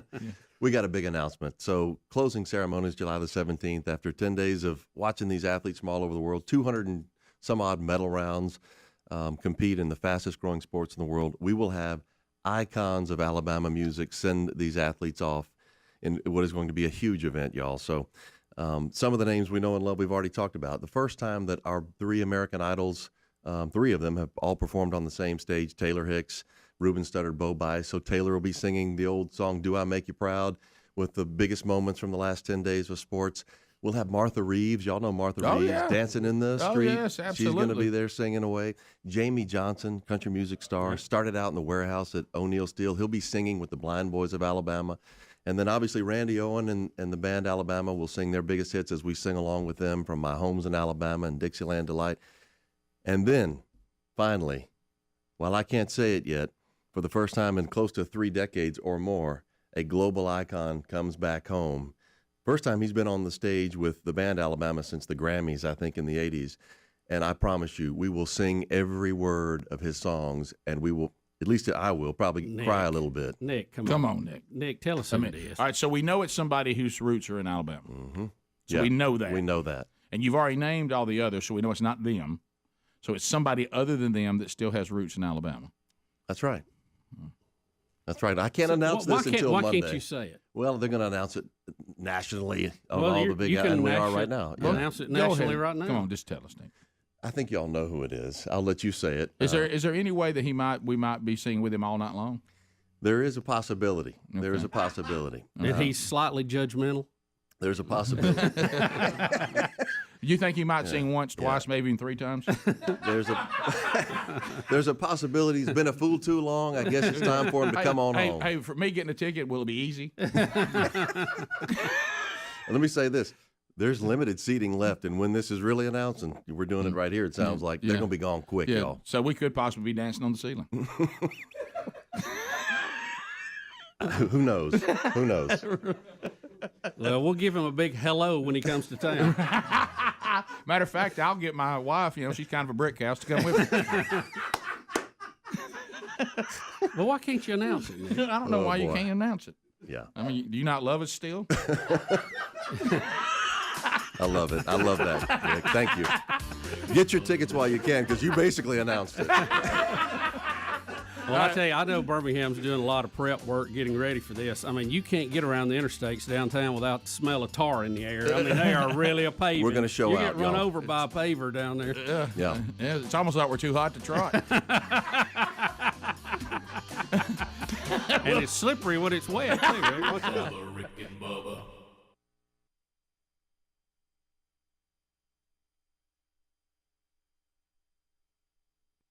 Are wrong in their eyes. It's not one of these things like, well, I'm glad they go after drug dealers. Well, I think we all would agree with that. As a matter of fact, we could use a little tougher situation with that in our country. We have a major problem. Well, I don't really like stepping in chewing gum. Okay, well, so we all do that. Well, I don't like people not flushing the toilet. Okay, well, what about when the overreaching central government or the dictator says, we also will hang you if we catch you with the Bible? We deem that hate speech. Sound familiar? Mm-hmm. And if we find you one, we're going to hang you. You still in? Or did you kind of like there being a innocent until proven guilty and you having a say through legislation on getting laws passed in your country, and you'd like to see the government get back to answering to the people other than the people answering to the government? This all is real dangerous stuff. Liberty's a big deal, and to compromise it even for safety is a mistake because it can turn into the things he just described. So then we have these other things, Bubba, that, hey, we're living in terrible times. Well, we had the anchor. Who was it speaking? Joy Reid from MSNBC. Yeah, who said this is the worst time in the history of all history to be a human in the U.S. right now. It's the worst time. Right now. The Trump era. So Trump era. Now, so the Obama era was great. All that was fantastic. She said it's probably the greatest time to be a journalist and the worst time to be a human. So Trump's been president how long? 6 months. Right. And suddenly it's now the worst place to live. Now, when Obama was sworn in, it was the greatest time to be alive in America, right? Maybe it just means that, she's going to say who she likes and dislikes. What about the facts on it, Rick? That's what I want to know. Funny, it's funny when you look at some of the real hard facts on this. The BBC has a story, it's out today, that says why the present day could be the best time to be alive. Now, you look at headlines we've had this past year, and you certainly see there's a lot of problems out there. They pointed out in this, they said that if you followed headlines this year, you see problems with global terrorism, refugees, climate change, race relations, shooting of police, just to name a few of the gloomier headlines. The North Korean situation, and they say there's no doubt that our species is far from nailing the task of becoming a prosperous, harmonious civilization. But they said you have to look at this, and they have two researchers who have recently put a book together called The Age of Discovery, and they said when you look at history and the hard numbers, it's hard to deny that it's never been better than now. Now, what do they base that on? Life expectancy, they point out in their book, has risen more in the past 50 years than the previous 1,000 of recorded history. A child born in 2016 stands a fairly good chance of seeing the arrival of the 22nd century. The likelihood of a violent death has never been lower. On average, we're better educated than ever, and childhood mortality rates have plummeted. Among the most striking changes the last few decades has brought remarkable successes in tackling global poverty. Would you think that if you read the headlines today? No. In 1981, they say almost half the people in the developing world live below the poverty line. Half, that's 50% for some of you that did not go to school. In 2012, that figure dropped to 12.7%. That's an amazing, That's a big drop. Amazing change. Apart from the increase in living standards, such improvements that we are involved in now, so that at least we have the habitat to create and find ideas, and geniuses can now flourish largely because of the internet, and ideas and science and technology has never been closer to flipping basic conditions from that of not having a lot to having a whole bunch. Now, they also point out a couple of other things here, and this is good. We were talking about the life expectancy. Okay, let me find that here. It's when you look at currently, if you're a male, it's like 76 years. If you're a female, it's about 81. Do you know at the turn of the century, at 1900, the average life expectancy of a male was 47? Wow, we're already and dead. A female, 49. I mean, a violent death was nearby. I mean, we had violence, we had the Wild Wild West, we had disease, we didn't have the modern medical care that we have now. 47. Wow. Think about.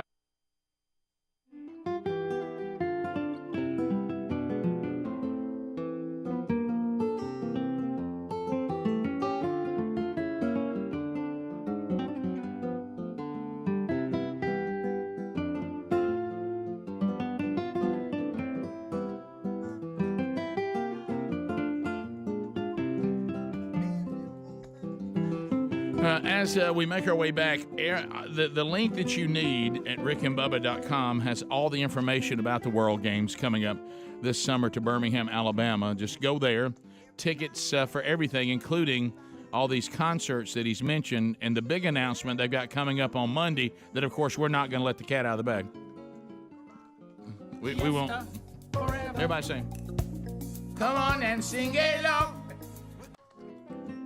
So make a move on all those tickets and get ready to enjoy that this summer. So I do want to point you to LearBubba.com. And that's going to be a big announcement Monday. Of course, I can't think of who it might be. No, yeah. Okay.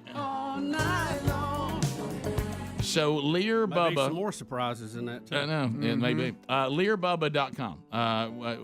Rick and Bubba, what in the world are you talking about? Well, let me take you there. We've teamed up with Lear Capital.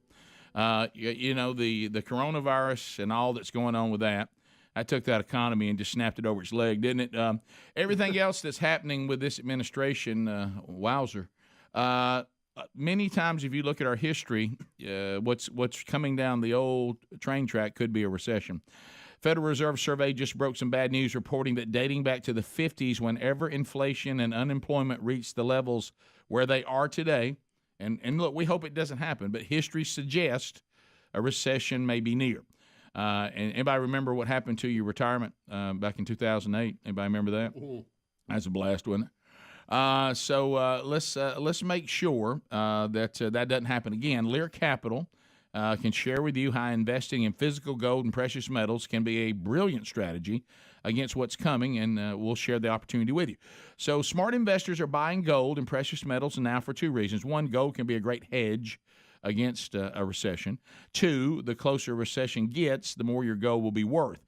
So join them now and don't let your retirement take a hit like it did back in 2008. Talk with our team about owning precious metals for your savings and retirement accounts, and you can to make this extra important, if you'll receive up to $10,000 in free bonus coins based on the value of gold coins that you purchase. So go to LearBubba.com. That's Lear, LearBubba.com for more information. You can call them too, but mention the Rick and Bubba Show when you do. 1-800-707-4575. And, of course, we have that link at rickandbubba.com under the sponsors.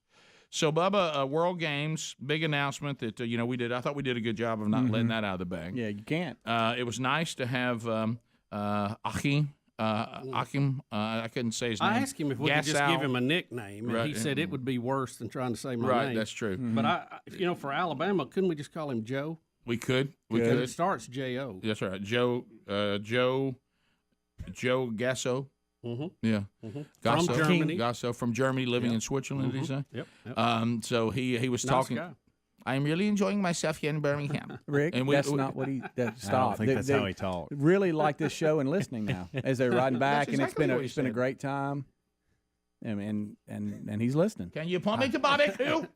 Rick. And so we talked, and he's excited about what's going on, and that'll be a big deal. Bubba, and I know that you were putting a little bit of duress out there, and it was a nerve-wracking promotion you just did, but thank you for being willing to do it. I like archery. It's fun. I'm not really good with what's it called? Gen X. What was it? Genesis? Genesis bow. Thank you. But it was fun. I just want to do what I could do for the show. I thought we were having a competition. I didn't know it was just a demonstration. I thought everybody was going to shoot. It was some others might jump in, but you were doing so well. Yeah. We didn't have time for multiple shooters. Look, I'll say this: we didn't lose one arrow. No, we didn't. No, and that's more you can say for my golf game. Yeah. Well, that is true. And we also didn't lose a listener. Thought that was good. Nobody was injured. No animals were hurt in this. No cars punctured. I thought we yelled cars when they were coming by. Our early warning system on cars left a little to be. The problem is to really look for. for cars, you had to be downrange, and Right. I was and that's not a dangerous spot. Yeah, I give you that. Yeah, so I was trying to help. I think we were watching them as best we could, but I got a little overwhelmed with what I really thought was just a service road. I didn't realize it was as much of a cut through. A lot of traffic. I tell you what I didn't expect is school children. Yeah, that's the one I didn't see. Two school buses come by. That one hurt. They gave us a little honk. Yeah, and a few joggers. That was the one that because I was all in at the beginning. Helmsy was the most concerned. I really believe once we finished, I might have been the second most concerned, which is not saying much, and Greg, of course, was third. But that was fun. I appreciate Mark and the guys at Mark's Outdoors coming down and setting that up for us. Yeah, I went into our email and searched our umbrella. Yeah, right. And the fact they had a Paul Feinbaum target was pretty funny. That was hilarious. I hated to shoot it, Paul. I like old Paul. Yeah, and I thought too, his little head is hard to hit, but I thought you could at least got his ears. Yeah, just aim for the left. I knew that you didn't have it in you to aim above the target, like you were going to hit the road, but that's really what you needed to do to hit the target. Yeah, you're correct. I could not do that. Yeah, I was very happy hitting the bottom of the target. Very happy. You could not make yourself point that thing and let it drop in, could you? No, I could not. Gosh. you know, you were saying that y'all look like I've put on a few pounds. No, don't be so hard on yourself. Huh? One of them knees are crumbling. Disregard the small animals that are seeking shelter.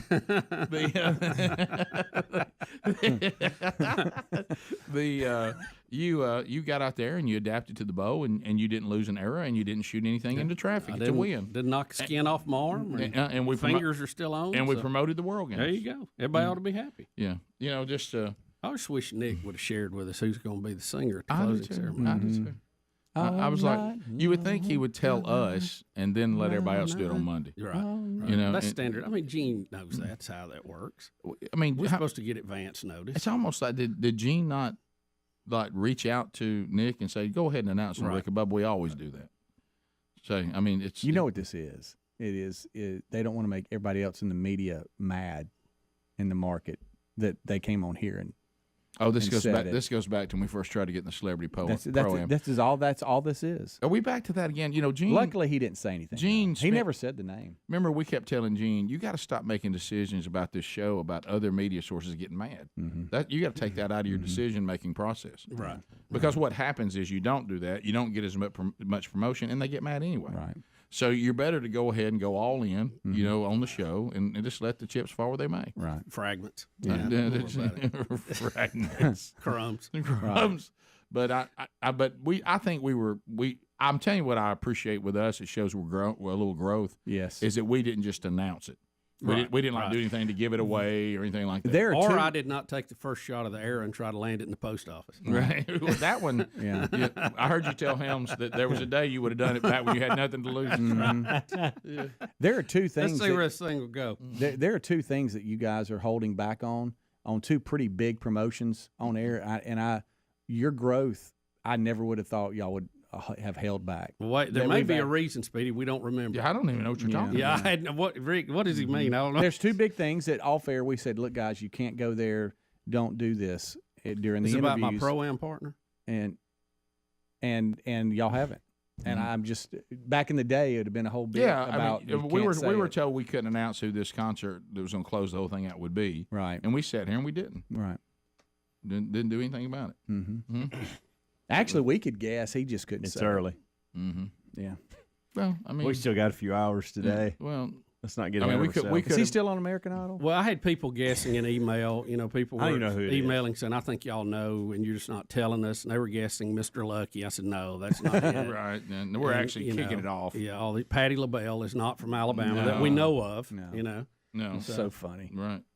But good job. Yeah, and it was. Did y'all see? There are some other people from Alabama you'd be probably surprised to have ties that you probably didn't know about. But I won't go into that. Can I ask you a question? Akim, one of them. The president of the World Games International. I'm going to call him Joe. Did y'all see him looking at Big Boy and the Coyotes in here? I did. Did anybody ever explain, why we have those in here? No. I was going to explain it, but I was enjoying so much him for trying to figure it out on his own. I just went silent. He kept looking over like, why do they have stuff full size Coyotes? I am upset we didn't have him spin the Willamette.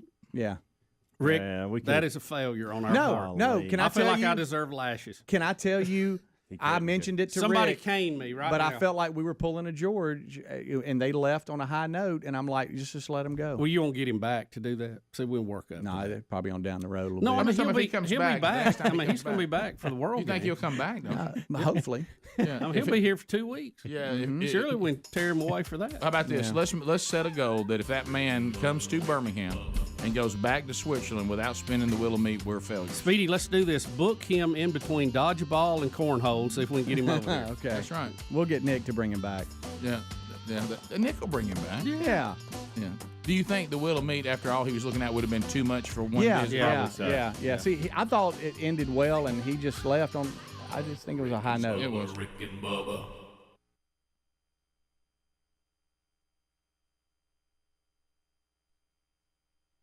For round figures, we've almost double that during the 20th century. I got it max 8 years left. Oh, I'm already gone. I mean, I've been gone. There's grass growing on my grave somewhere. Yeah, there's people who have to remind you who I am. And while 76 and 81 are better, I mean, we can even do. I think we can do better than that. And they're saying that as we continue the medical, and now computers are giving us the ability to track so many of these things that eventually we're going to find some more cures to some of these diseases that are hampering us now. Well, you and I said, though, and it's true, the thing, though, that there's good and bad that comes with life expectancy. It seems that old liberals just keep living forever. Yeah. You can't get an old liberal to die. I mean, they just live. They just think you can't kill them. I mean, they Just keep hang on- around, don't They just keep on. I mean, they live so long. But think about that. That fact alone is so amazing that in 1900, on average, if you were a male, you're dead at 47. Now it's into your late 70s, early 80s. Yeah. That's unbelievable. Yeah, it is. But we always, there's all of that is true, and things that we ignore, especially the part about the world poverty. I think that was the biggest number to me. I mean, 50% of the world lived in poverty in developing countries in 1981. Only 12% do now. 12.7. You can round it to 13 if you want to be sharp. Yeah, if you want to be sharp. So there you go. Rick, that's a huge difference in a lot of people's lives. Huge. Right. 15 minutes to the top of the hour. 866-WE-BE-BIG is our number. Check our website at rickandbubba.com. It is up and running today. All that's back. More of the Rick and Bubba Show continuing. Stay with us. We'll be right back. Rick and Bubba, Rick and Bubba. All right, as we're lining up calls for a phone troll, Greg, of course, no surprise here. This is courtesy of Ron Greenwood. Greg, we're not talking about Jimbo Fisher's whole life. Rick, we're talking about the current state. I've never look. We both Let's got put it bad up, hair. That's put it up on the board. Greg, I want you to look at this Rick, picture. we don't. I I've never been told that. I want you to. I want you Greg, to look. have an open mind about this. Just because I was with you, and now that I've looked at Oh, these, Adler's on the phones. I'm sorry. There's nobody in there. She's in there. I don't know why. Put it on the board. So this picture, I want you to look at when and Ryan Greenwood said Rick, it. I'm He not- said when he saw it, he thought it was you, the one on the left. Well, maybe that angle there, Right, barely. no. got your wrinkles and everything right there in the Serious. forehead. No, Greg, as he's come back for the new season, I'm not talking about hat on. I'm talking about hat off. Right. I'm in an interview. Because we both have bad hair. No, there's Yeah, I more. see that. Look at the forehead. Never been told. Look that at in the my life. forehead. Make that same face, Greg. The wrinkles. Greg, look that way. That's it. He's doing it right To a T. You're telling me that left picture doesn't favor you. I don't. You asking me? Greg's I don't Jimbo. know. Does it? So golden ticket Yes. seats. They're Raise gonna your hand if you say yes. There's a resemblance. Greg, look at the. I mean, I don't care. I ain't saying anything bad about Jimbo Fisher's not a bad. I mean, We both got bad. We equally have equally bad It's hair. not the He's hair. It's not a more than that. The bad-looking shape of the dude. face. That's okay. Everything. I thought that's you. Hey, Maybe the color, that one angle, but that's I, not the I way had you to normally do a Facial double, hair is I had the to do a same. double take. Yeah, I did too. I thought it was a split screen of Jimbo and Greg. to begin Somebody, with. I thought Greg on the left, Jimbo on the right. Yeah. How about that? Greenwood go sell some diapers? There you go. Greg, somebody said that even this year he's gotten ruder. All right, let's go to the phones at 866. We be big. 30 seconds a pop. We got 4 lines engaged, so there's 6 lines available. Taylor and Jasper gets us started. Trolling. Keep them phones a trolling. Here we come, phone trolling. Phone troll. All right, Taylor, go ahead. Hey guys, Monkey Grass, Green Acres. Thanks for the call. Appreciate that very much. Talk to me. Okay, I was just calling to see if Bubba remembered the story of when he was trying to dry his underwear in the microwave. Yes, I do. How do you forget that? Man, that's been just one that stuck with me for years. Didn't work out, did it? Let me advise no one to do that, especially if you're trying to keep things quiet while the babies are sleeping. Yeah, that is not the way to go. It was of good heart trying not to wake my wife up because my underwear was still wet. And I thought if I start the dryer, I've had it. Right. I mean, I thought microwave, it heats other stuff up. Mm-hmm. It'll heat up underwear. It sure will, won't it? Put a hole in it. With smoke boiling out of it. Jason. Smoke stain. Jason in Enterprise. Jason, go ahead. What's going on, guys? Hey, buddy. Yeah, them butt wipes work real good, How about- especially when you're a truck driver and you eat cheap Mexican the night before. They work real good. Well, I'm glad you were able to use those.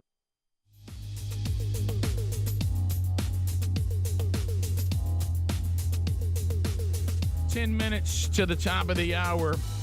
Let's go phone calls. Let's open up the lines. Let the people speak. Let's go.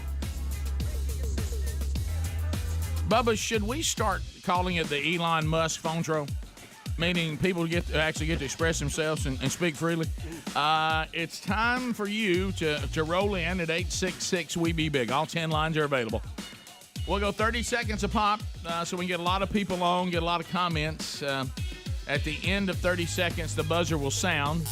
Your time on the program comes to a close, and then you get to go. We'll go to the next caller. I will say, too, we want to keep this happening, and so try not to bog down in the conversation with the person screening phone calls. Here's what you want to talk about. Here's the topic. Let's get you lined up. Let's get you ready to go. We'll start with Shane.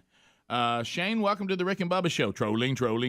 Keep them phones a trolling. Here we come, phone trolling, phone troll. You're a go, Shane. Go ahead. Hey, good morning, guys. I love you. I love your show. I've been listening for about 6 months, and I love your show. Thanks. Hey, 2 quick questions. This is random. All right, Rick and Bubba, do you own the show, or do you report to somebody else? Does the buck stop with you? And also, second question, Bubba, are you related to Helmsy or Speedy or Speedy and Helm? Because you guys kind of sound similar when I hear you talking on the phone. Those are my questions. Thanks, guys. Have a great day. And he got them all in. Let me just immediately say I'm sorry, Helms. Yeah, that's no, apologize. That's a compliment. Yeah, there you go. I mean, you're all silver tongue ones. Bubba and I do own the show, but we have broadcast partners that during the terms of the contract, people buy rights to the show, and when they buy rights to the show and we agree to that, then we are partners for the time of that contract. When the contract ends, the ownership of the show comes back to us. Yeah, and there's but limitations. we do own the show. Yeah, there's limitations. In other words, I guess if you're asking, can we just demand today something be changed? Not all cases. I mean, there's limitations on what you can do. When you enter in that partnership, you say, then here's how things are going to operate. But we can't do. And you can't cover every detail that ever will come up. So we've had pretty good luck with that overall. I think long term, don't y'all? Yeah. But ownership of the show is ours ultimately. But when we're in partnerships, like I say, like Bubba just said, there's authority that belongs to our partner. There's authority that belongs to us. There's things that we can have the final say on. There's things that we agree to try to work it out and mutually agree on. So that's kind of how it works. And I do think it's a compliment that they think we all sound alike. Mm-hmm. And I actually like it because when I say something that upsets somebody, I can always say, Bubba said it or Speedy said it. Yeah, right. That's I good. guess they're saying we all sound like broadcast professionals. Broadcast professionals. And you feel like my brothers. I mean, my kids call y'all uncle. Yeah, it's So- we spend a lot of time together. We do. Yeah, that's the one that gets me when everybody gives us the question, how much time we spend together away from the show. Yeah. I said, well, then we would spend all of our time together. Yeah. I mean, we spend we spend more time with each other than we do most other people. Yeah, I agree. Taylor, Birmingham, listen to us on ZZK. Taylor, go ahead. Specifically, Bubba, can you hear me? Yes, sir. Go ahead. Okay. Does the left not value space exploration? Because I just can't imagine a battery-powered rocket making it to Mars. Yeah. Well, guess what? It ain't gonna happen. We've got talk of battery-powered cars, and we've got those. We've got talk of battery-powered trucks. Still kind of experimental. Battery-powered airplanes. There may be one, but it don't carry anything. Did you see somebody? It's a long haul for that. And I'm not doubting their information, but I'm also saying I can't say that they have it right just because they sent me something. But somebody sent me an article, and it showed, one of these gargantuan work tractors. I'm talking about the ones that have wheels as big as that window over there. Yeah. And they had calculated how much battery power that would need to dig to get the stuff they need to make batteries. Yeah, and it was it was an impossibility is what it looked like. Yeah, we're not there yet. Yeah, we can make a dent in it, but I mean, just on the road. I mean, that's where it's got to happen first, and we're getting there slowly but surely. Yeah. But again, I don't know that we don't need a good mix anyway. But tell the left this, then let's get there slowly but surely. Let's don't do a dumb idea. Shoot ready, yeah. Mm-hmm. Caden in Alabama. Caden, go ahead. Hey guys, how y'all doing? We're good, man. Hope you're all right. Well, you guys talked about Revolution Baseball recently, And actually, I'm one of the middle infielders on the team, and I really appreciate y'all talking about us. There's just time. up a couple of years ago. Yeah, well, I like y'all's intro that y'all played. It's got Bubba in it. There's time for change, and it is now. It's time for a revolution. That's it. Yeah, there it is. Well, Yeah, congratulations. Sound like y'all had a good weekend. Yeah, we did. It was awesome. How's your double play turn?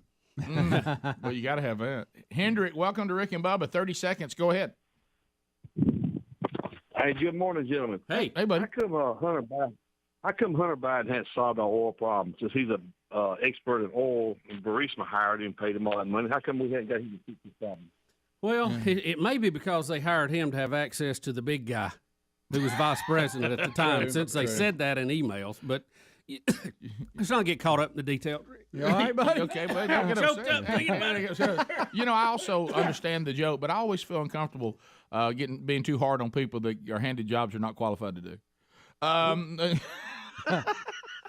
Yeah, let's not be judgmental. Barry, 30 seconds. Go ahead.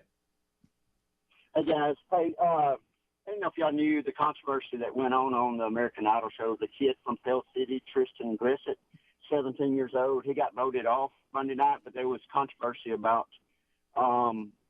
Utah, Arizona, people who's on Hulu. They went to Ford commercials, and nobody got to see him perform, so he lost all them votes, and they're trying to get him back on the show.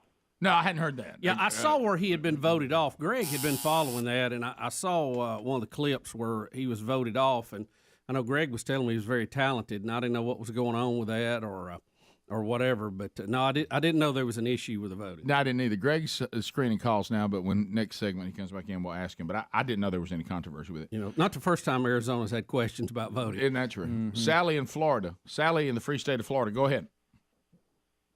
How are you? I saw a commercial on television yesterday where they were promoting a Trump commemorative coin, and it was made by Disney. That's hilarious. Yeah, you know, when all these businesses, our economy is so interlaced with everything. It's really strange when you start trying to pick out good guys and bad guys because they're all going to run together at some point. That is funny though. I saw the coin you were talking about. I didn't know that Disney was doing it. I didn't either. That seems odd. I understand though when you get it, it claims to be the greatest coin that's ever been. Yeah. It actually tells you that. David in Birmingham, ZZK. Go ahead, 30 seconds. David. Hey, this is David. Yeah. Yes. So I keep calling you my that. wife flew out of Birmingham to go to Belize this week. And you guys were talking about the mask mandate, and they're dropping it. But she had to wear a mask until they got to 10,000 feet, and then she could take it off until they were descending to 10,000 feet. It's kind of dumb. Well, I don't even follow that. Listen, I think that's a violation of the law. I don't think you can do that. I don't. What? They would have. That didn't even make. I would have had a problem then. I might have been one of them ruly passengers. What? So is there a case? Federal judge said I ain't got to wear it. Yeah, so there's a COVID threat up to 10,000 feet, then it drops? How ridiculous. It's just somebody trying to hang on. What is that? I have not heard that anywhere. Have y'all? No, I have not. Look, there's going to be some bizarre things with it. Top of the hour. Thanks for being with us. Rick and Bubba, Rick and Bubba.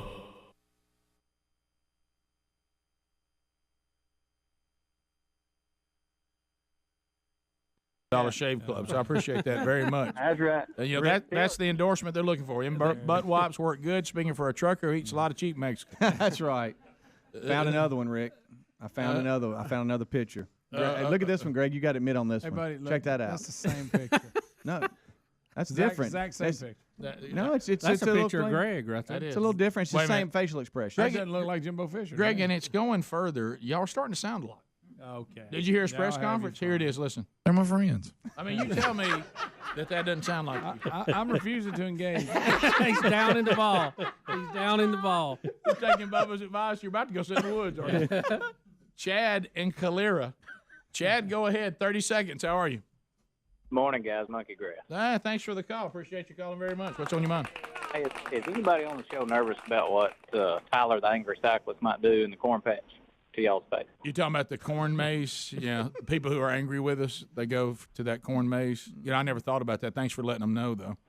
Gosh, I hadn't thought about that.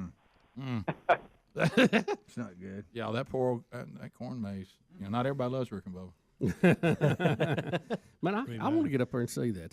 That's awesome. So when you going? I don't know. We need to figure that out next week. The weather will get a little more, workable. Well, it's not. It doesn't even start till the end of the month. That's right. They won't even have it going until the end of September. I think this weekend. It's the end of September. Yeah.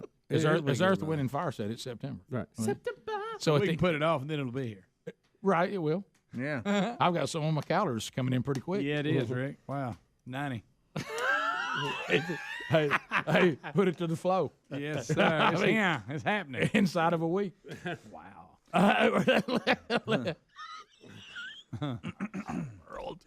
Austin out of Scottsboro listening to us on the Storm. Hey Austin. Hey, guys, Monkey Grass. Hey, thanks for calling, buddy. Appreciate it. What's up? Hey, man, I just really want to hear y'all do some dipping Dan, man. Man, is this Cheech or Chong? Which one is it? What are you wanting to hear there, Austin? I tell you, I want to hear that time when that woman fell off the back of the roof. Oh, that'll roll on tune now. Yeah. Remember that when the guy had his daughter and pulled her off the roof? Yeah, with the rope. They were using the rope to counterbalance. You did Dippin' Dan as that person. Oh yeah, that's awesome funny. too. Yeah, that really happened. Remember, we tried to debunk that story, and I think it really happened. Oh, it happened. It should have been there. I don't guess I could go to Singapore. No, yeah, they said, Larry said even you can't spit in Singapore. No, not in public. And you said that you spit a lot. Speedy, are you one of these people that? I do too. I've never been a spitter. spitter. I don't spit. If I'm outside, I'm gonna spit. I don't know. Really? Yeah, absolutely. I never spit. I've never understood that. That's why they don't have a baseball league. I think it's a baseball habit. Even though it wasn't tobacco driven, I think it was a baseball thing. Like there's one time I almost spit, going through a very nice courtyard or whatever, and I had to stop. I'm like, oh my gosh, I almost spit. I don't even have to spit. It's uncontrollable. I just spit. It is. It's a bad habit. Well, that's what I was wondering because I remember. Don't look at me like that, Fisher. I remember. Calm down, Jimbo. I remember growing up in Chi-Hall 1. And you had friends who spit all the time. Mm-hmm. I mean, I ain't into that. And I've never done it. You know what I mean? And I don't know why what for? I don't know. I can't explain it. It's something that I just do, and I don't know why. It's like I don't know. Rick, I will leave here. I've got 50-foot walk to my car. I'll spit here in between the car. Really? Yeah. So I've got to walk through your spit out here. I'll do it out there in the concrete. So we've got got to step over your spittle on the way to the parking deck. You know what? It may be why it's illegal in Singapore. And you don't know why Don't you're be in that spitting. elevator over there. No, I don't know. It's just a bad habit. You ain't one of them to blow a honker, are you? No, I don't do that. Joey, go ahead. Morning, guys. Hey, buddy. I got two things for you. I got a story that I hope you appreciate. But number one, I want to give a shout out to Jessica Proctor. We went up to Atlantic City to Miss Alabama, Miss America this weekend, and she did a great job representing Alabama. Shame she didn't win. She should have, but anyway, she did a great job. Hey, I wanted to ask you quickly. Can I do sidebar real quick because we're not trolling? Yeah, absolutely. Miss America, I didn't watch it. Somebody said they uncomfortably tried to get the contestants to say something negative about Trump. Was that? Oh, it was awful. Oh, They asked during their awful. question. Every interview question they had on stage was a shot at Trump. It was awful. There was no doubt about it. You couldn't even cover it up. It was directly towards it. And they did a new 5% question about something that they wanted like a personality question for him, and she answered honestly and did a great job, and I think it hurt her, but anyway, she represented the state of Alabama well. She didn't compromise who she was for anyone. Not at all. And she's a stand-up, godly woman. Good. She is a great representation. So. Well, I'm glad All she right, did a good job. On to my story. So we went up there for the week, and so we were close to have my kids with me, a 7-year-old and a 10-year-old, and so we went and did Philadelphia. We went and did New York and just enjoyed the time up on the East Coast. And so I wanted my kids to experience Times Square at night. It's from the state of Alabama. It's a beautiful scene for about 5 minutes, and then you're ready to go.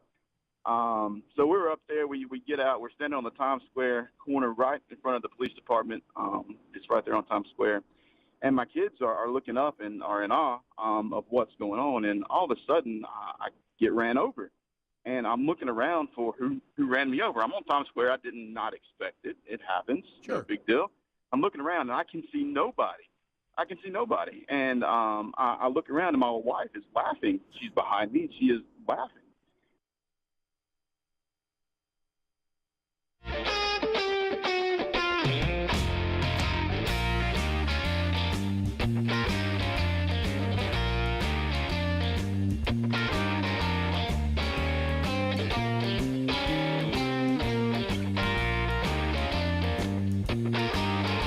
It is 6 minutes past the hour. Dream Team here. Moving forward, thank you for being with us. Things that you need to know. Wednesday Bible study back today. Genesis 17 as we continue our walk through the book of Genesis. It'll be live on our YouTube channel at noon Central Time, 1 o'clock Eastern, then archived soon after to our YouTube channel and our podcast channel. We'll also get links on all of our social media platforms, as we do every week. Fix Mama's Mouth. Bubba, we're down to the 3 finalists. Go vote at rickandbubba.com under the contest button. Pick the mama that you think you would like to see get her mouth fixed, and you can do that at rickandbubba.com today. And your votes will determine from these 3 finalists which mama gets it. All right, so Bubba, I wanna see if I need y'all's help on something. You know, I don't, and you really, I don't think do either much. I understand that that for 28 years, we have been able to keep a show on the air and garner enough audience that we survive, and we don't know why. You know, some of you continue to support us. We're thankful. Yes, we are. Very. But in one of the things, it's come up about 2 times. 2 times for sure in the last 4 days. This constant people that they want to ask the question. Now, let me get this straight. So, how much preparation do y'all put into a show? And when I give them the number of hours, when I give them the answer, they're surprised. But you would think with what we do, you know, because, you know, where Seinfeld was a show about nothing, ours is a show about anything. And I was explaining that to someone even yesterday. But you would think since anything is out there, you would at least be well informed on the things you know you'll discuss. Right. And I'm just here to say that I'm not on the news much. I just go through periods of time where I can watch the news for a while. Yeah, it can get. And then I just get, and I realize that we discuss the stories of the day. And you know, Speedy, God love him, he does, and Adler, they do a good job of trying to get us stuff that we could still talk through, you know, if we'll take time to look at it, even if we're not keeping up with it in our personal lives, you know. Right. So I just don't watch the news. I really don't watch much TV at all or listen to the news. And I've kind of gotten to where, you know, the points being made over and over again, even on some shows I like to listen to. I'm in a mode right now. I just can't listen to it, you know?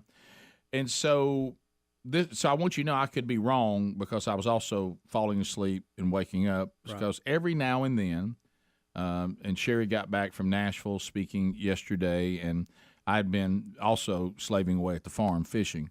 And but we got back to the house at almost the exact same time, and you know, you're kind of tired. And she'd grabbed her something to eat on the way in. I'd grab me something to eat on the way in. So we weren't really doing dinner. And so, you know, she's gonna take a bath. I go in there. I take a shower after that. And she said, "Hey, I'm gonna be downstairs if you want to watch something. You know, in the probably hour we've got before you're gonna be going to bed or whatever, hour and a half." And so if something's like that and you can't really commit to something, sometimes you just flip around and say, well, let's catch up on the news. Yeah, see what's going on. So that's what happened even after we'd watched a little documentary or something, which she had picked. I made the mistake of being the second person to take to shower, and which means she got to the TV first and got something going. Yeah. So I didn't really have a say in it. So what was it? I don't even want to talk about it. Really? Well, it was so... well, good. It may give you my plot, okay?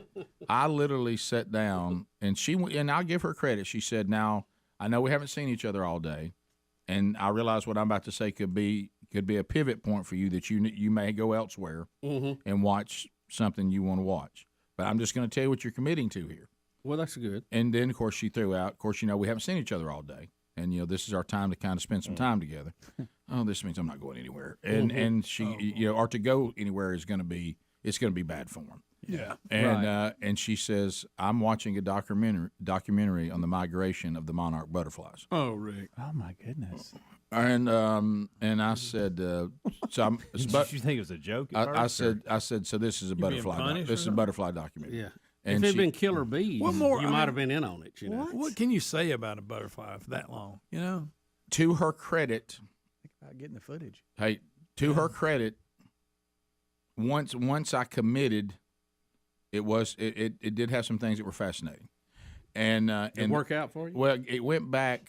the great monarch butterfly. It went back to this couple, and especially the husband, that was trying to prove that the monarch butterfly makes the migration journey.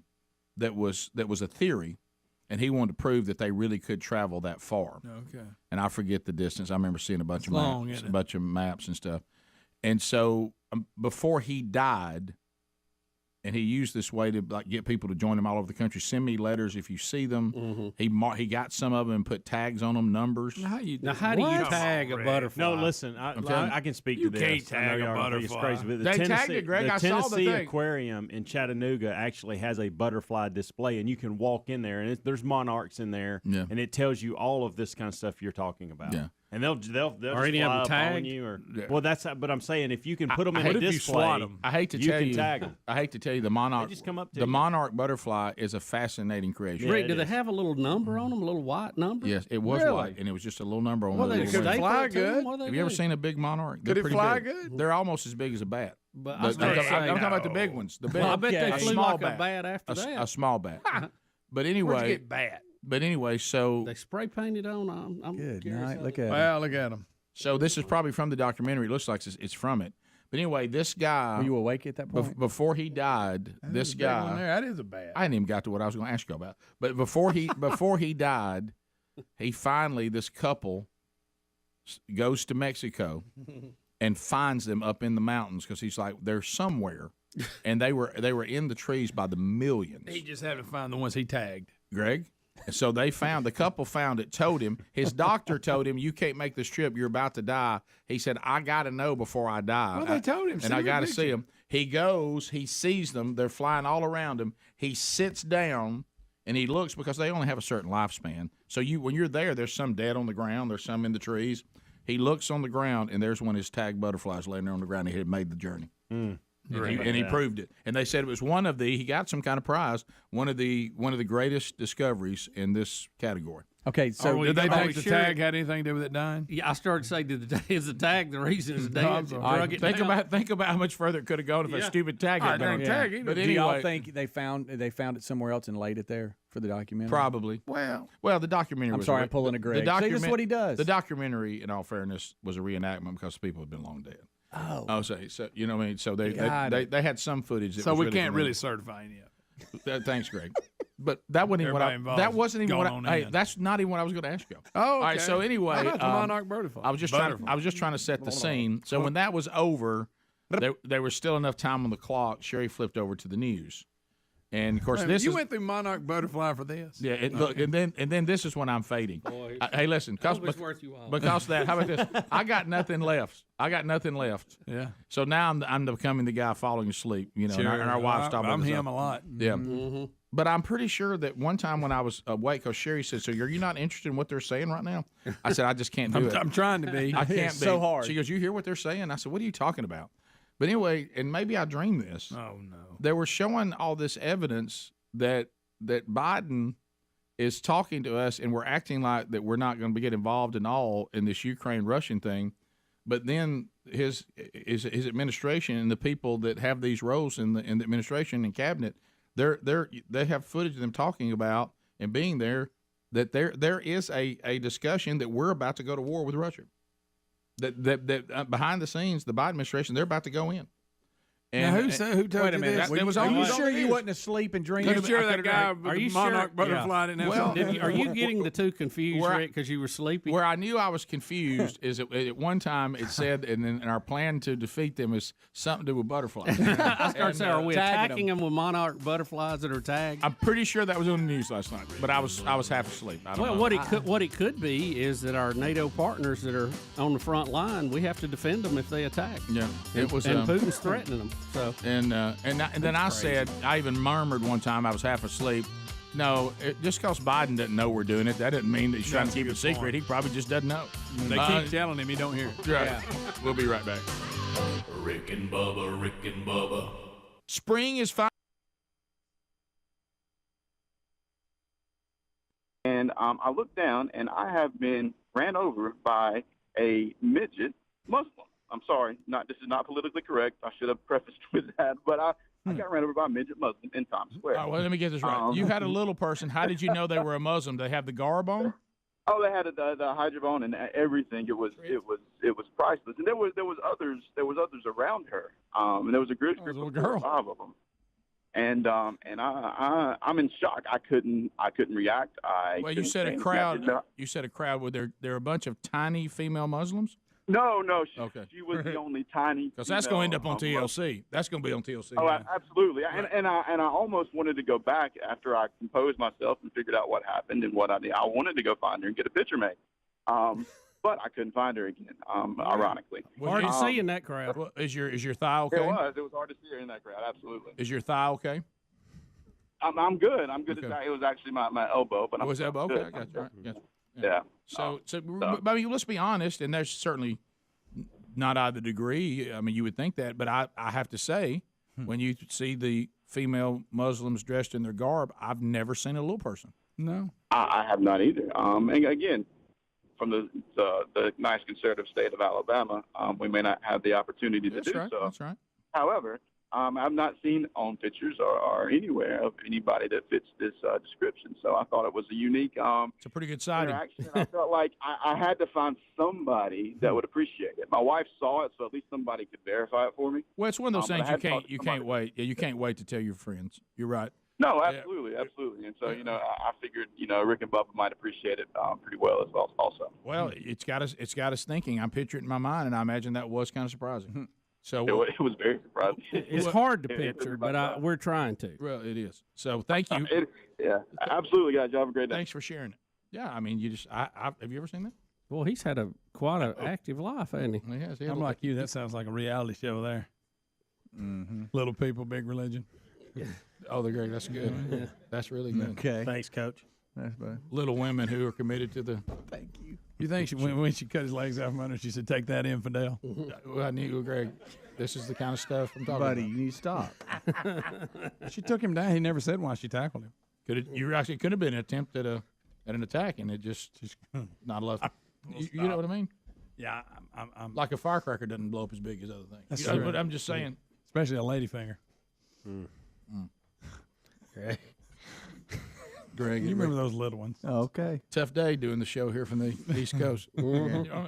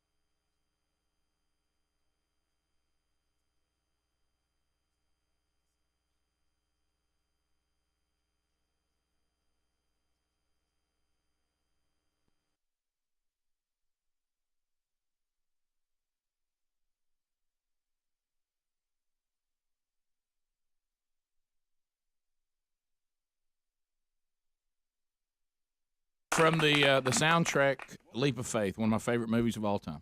How are you, sir? I'm good. We have a number of things to talk about going forward on the program. I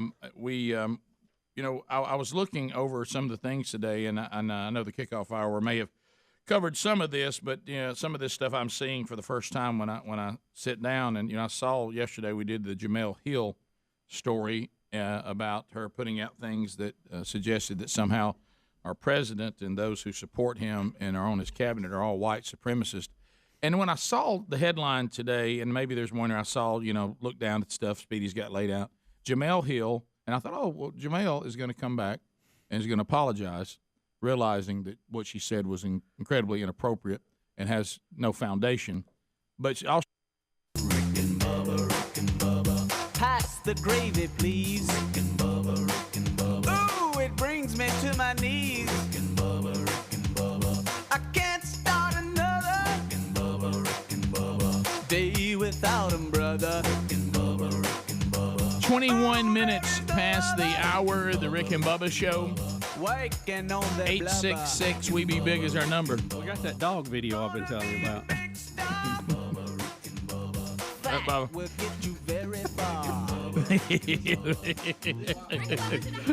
Yeah, right here. This is why. What? That's why you're sometimes left out of conversation. And something also I witnessed in the break, Bubba hurt Speedy's feelings. He did.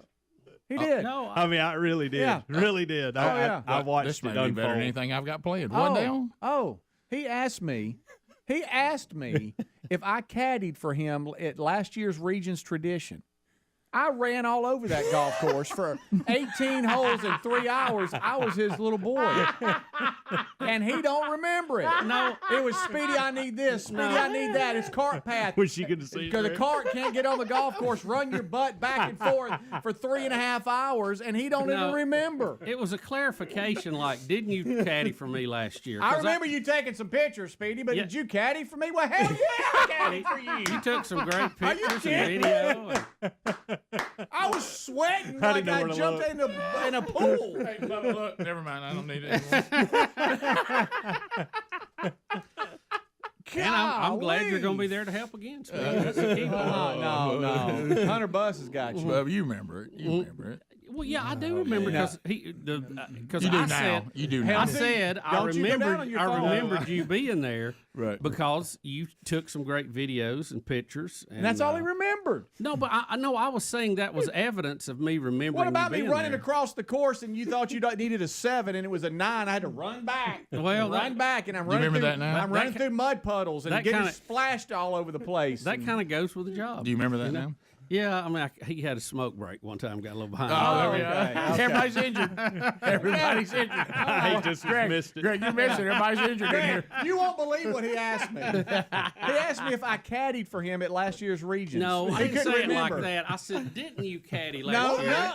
Because I remember Were you there, taking Helmsy? pictures I was there. and all that. So, Helmsy, so I went to the restroom third party. and I came back. Tell me exactly what was and said. Bubba was laying on the couch. He looked comfy, Which and made I it thought, worse. And Made I it worse. I was thought, relaxed. well, I'm going to grab a chair and join Bubba. He looks relaxed. This looks like a good time for me Had just one to arm kinda up, like laid kick back back and hang out. And so we had gotten comfortable.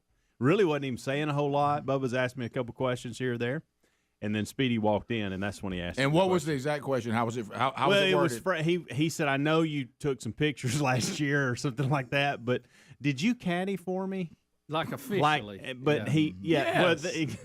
So you didn't say He was didn't more you? official last year than any time he's ever held. His face when the question was asked. I thought he was kidding at first. He was. He was. Well, Yeah. Hey, Bob, that was a good one. Yeah, I worked so hard. I worked so hard. He needed to tip me. Helmsy, Yeah, you did. It was a long day. Helmsy, did he say didn't you, or did he say did you? Did you? I don't remember. He said, "Did you?" He didn't remember, and that's why he was asking. Okay. And I wanted to just crawl in a hole and go somewhere else. Bubba, did you play in Regions last year?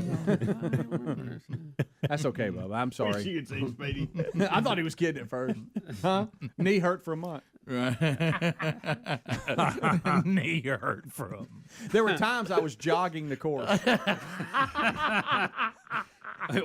Were you saying I was that fast? Yeah, Bubba was moving. Couldn't keep up with the car. Now, Hunter Bus has got this year.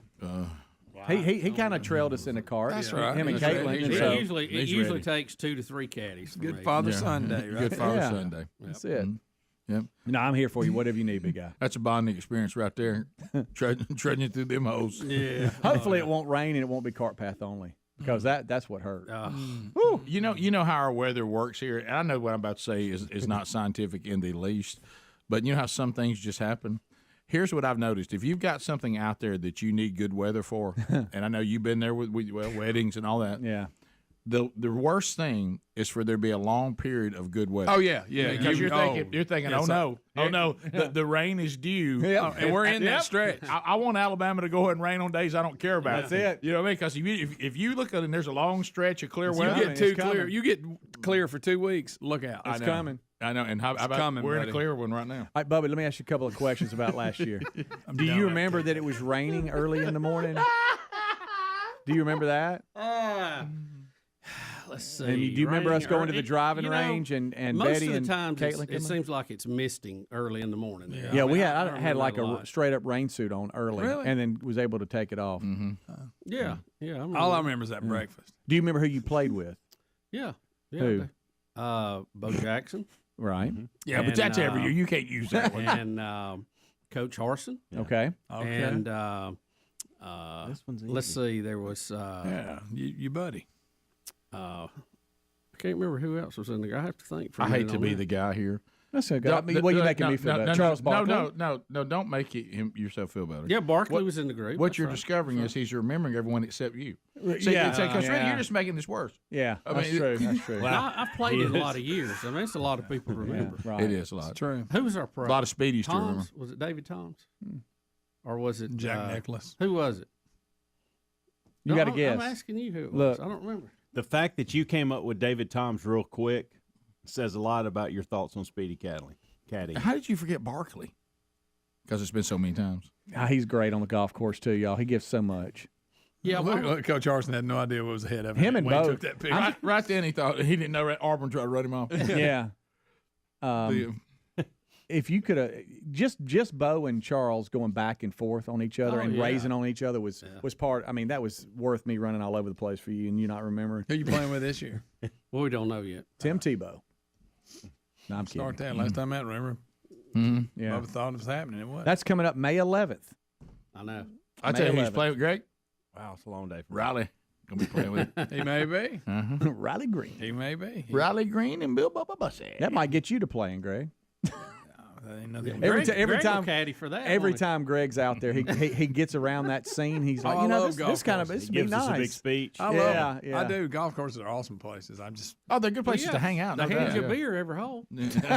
cigar. You can smoke and drink. Yeah, which is why it's not a sport. right. That's so good. No, I'm good though. I just was a little shocked. I thought that you were kidding at first. I was just trying It to. seems like he was. I really no, hadn't delved offended. into the memories of it. You know what yet. it's I was- like. You know what it's really like. Honestly, you know what it's like. You know when your parents and whatever, and you have one of those days where you really go all in for them, and Yeah. you think, man, they ain't never gonna forget They that. made a Right. memory.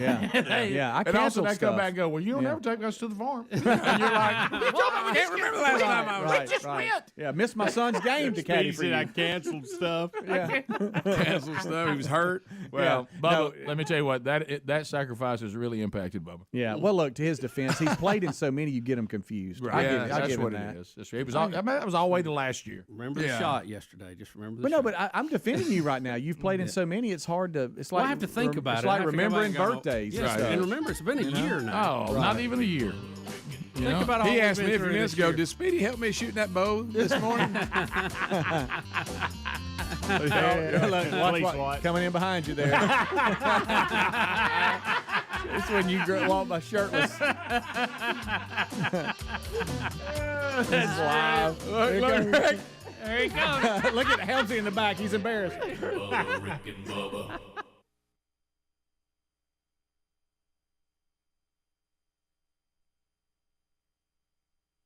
Morning at Greystone. Michael, have the golfers started to arrive yet? I guess you're having fun out there, so they have. Yeah. You know, we're starting to see the grounds crews get out here this morning and work over the putting green. It's a little damp if you haven't heard Ashley Gann's forecast. But it's not phasing the two celebrities standing on either side of me, Rick and Bubba from our friends over at 104.7 WZZK. And we're going to start over here with Rick because you guys are broadcasting out here this morning. You're doing your whole show. And certainly the weather always plays an issue. Well, that 0% chance of rain was pouring down on us as we were setting up today. But, you know, weather's not a big deal. I think it's going to be fine today. It's going to be comfortable. How about if you live in this part of the world in May and you've got these temperatures today, it's kind of hard to complain. I know. I feel lucky. I'm in shorts today on television, so I'm pretty happy about that. You guys have been out here for years and years and years. Comments painted ESPN in an unfair light. Well, it also painted the president in an unfair light. That needs to be in there somewhere too. As we said, there's a lot of things you can disagree with the president on. There's certainly nothing wrong with that. Don't think we have any proof that he or those that support him or that are on his cabinet are all a bunch of white supremacists and their rise to powers, because the nation is now just inundated and eat up with so many white supremacists that he won the presidential election. I think that is a bit of a reach on Jamel's part, but I'm glad she's finally apologized to ESPN, saying she didn't want to cast them in an unfair light. Right. Once again, maybe not grasping the whole situation here. Well, but that's also, wow, I may get fired over this. Yeah. I don't know. ESPN, I don't think. Now, you say something like Kurt Schilling, now you'll be fired. But I don't know they'll get you for this. Well, it's not very even-handed, is it? There are, I think it's a fair question to ask. The comparison here, is she getting special treatment he didn't get? Well, I mean, let's go apples and apples, and like Greg said yesterday, we've done this before, but let's just do it again, because I think a lot of times, it's repetition that makes you finally get something. Let's say that they had a white host, and they do have white hosts. And they said when Obama got elected, well, I'll tell you one thing, Obama didn't have a shot. This is a bunch of black people just rising up, trying to have black power, and they voted for Obama because he's black, and this is just some kind of message from all the black people here in America and all his cabinet, and all of them are anti the other races, and this is a black power move. Yeah. Now, what if somebody had said that? Well, you would immediately think they're ridiculous. They would have stopped the broadcast and yanked them off the air then. And rightfully so. Probably wouldn't have made it back the next day. And rightfully so. So, I mean, we got to figure out what we think is appropriate, not appropriate. We can't pick and choose based on, a certain bias. You do realize that we throw Schilling around because we covered that story. Y'all realize that Linda Cohn got suspended, okay, because she recently said the ratings are falling at ESPN is a direct result of too much political-based commentary. Yeah. Did she really get suspended? They for that? suspended her for that. Yeah. No. Oh, wow. But nothing with Jamel. And that's somebody who works there and said it about their own company. Exactly. Yeah. And the Kurt Schilling thing, if you remember, the thing that really got him in trouble is all he had the audacity to say was, this coddling Muslims is only making us an unsafe place. And if you look back on this whole mind control and everybody's got to be the way we want you to be or face death, I mean, some of the most evil regimes we've ever seen had that same mentality. Well, like he said, not all Germans were Nazis, but that's where the Nazis came from. Yes. Yeah. The Nazis were Germans. And you know what it is? They sit there and they balance the blowback they'll get from whatever they do. And with Kurt Schilling, they thought, man, we're going to get blowback on this. We don't want to deal with it. If we keep him or if we get rid of him, how bad will the blowback be? Well, we'll have some people on the radio mad about it. No big deal, Rush. He'll get over it. And the same thing here. I think, they're probably weighing this and going, that really wasn't a good thing to say, but if we get rid of her, we're going to have marches on our studio. Oh, absolutely. So we'd rather not do that. We'd rather put up with the ridiculous comments she made. So to the point that we're making is that means that ESPN they're not principled. They just have their finger in there, and whichever way the wind's blowing, that's how they respond. I think there are no principles to say these things are inappropriate, these things are not. Right. No matter who says even them, no matter what the bias is, if people say these types of things, they face punishment, and so they do. It's not even-handed. They're not even disciplined enough to say we're not going to discuss politics. If you're going to be here, we're going to focus on sports. On your Twitter and stuff, whatever, you can say what you want to at the backyard barbecue, but here you're going to have to stick to sports, and they're not there. Well, if you want to get to your America, we're in a place where someone does not have the freedom in a Little League World Series commentary, by the way, to say.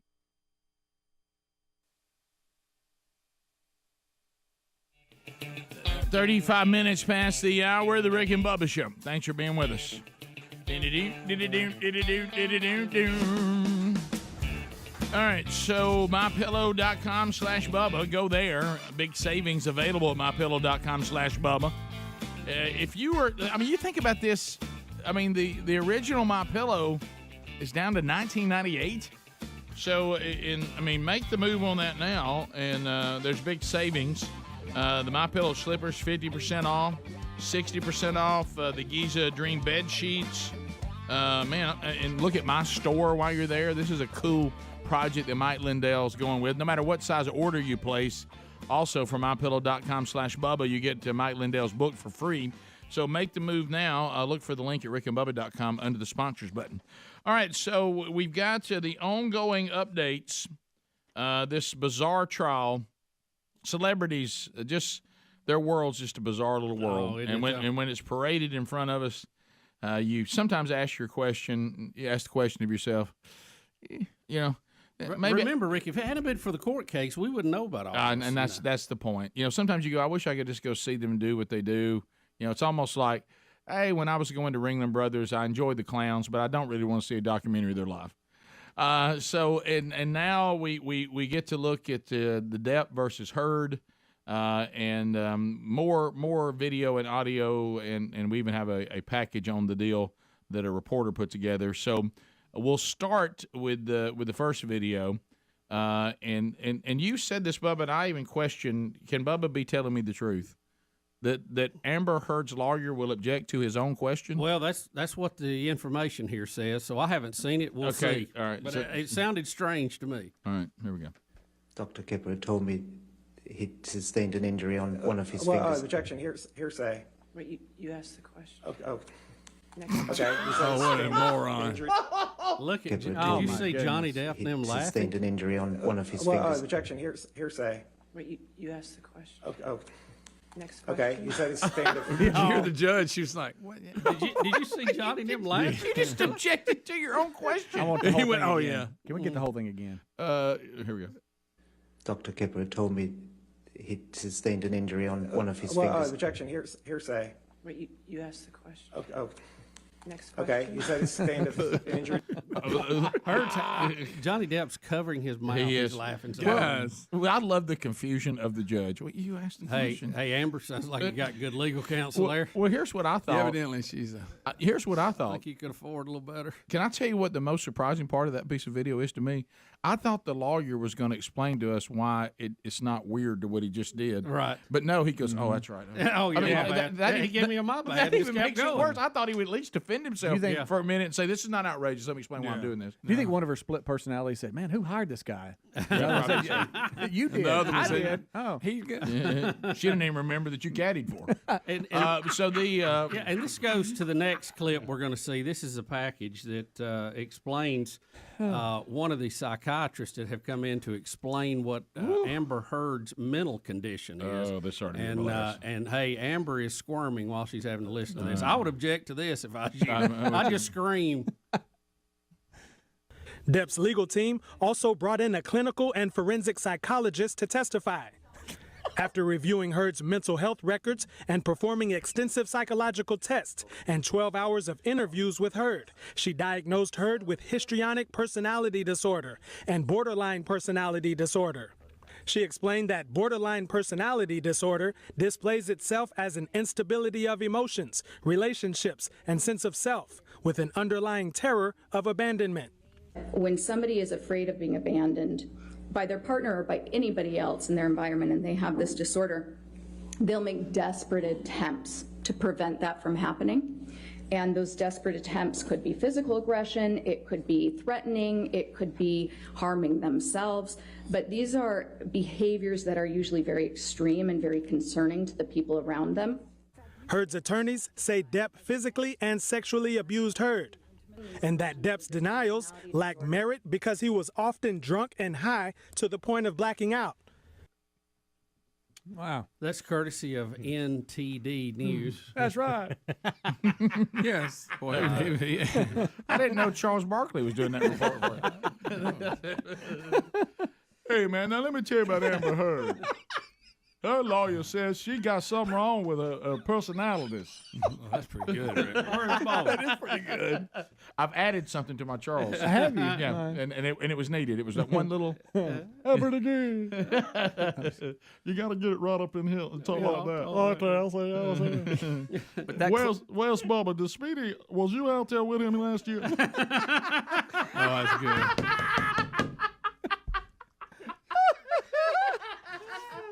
I mean, Bubba at times played good, other times terrible.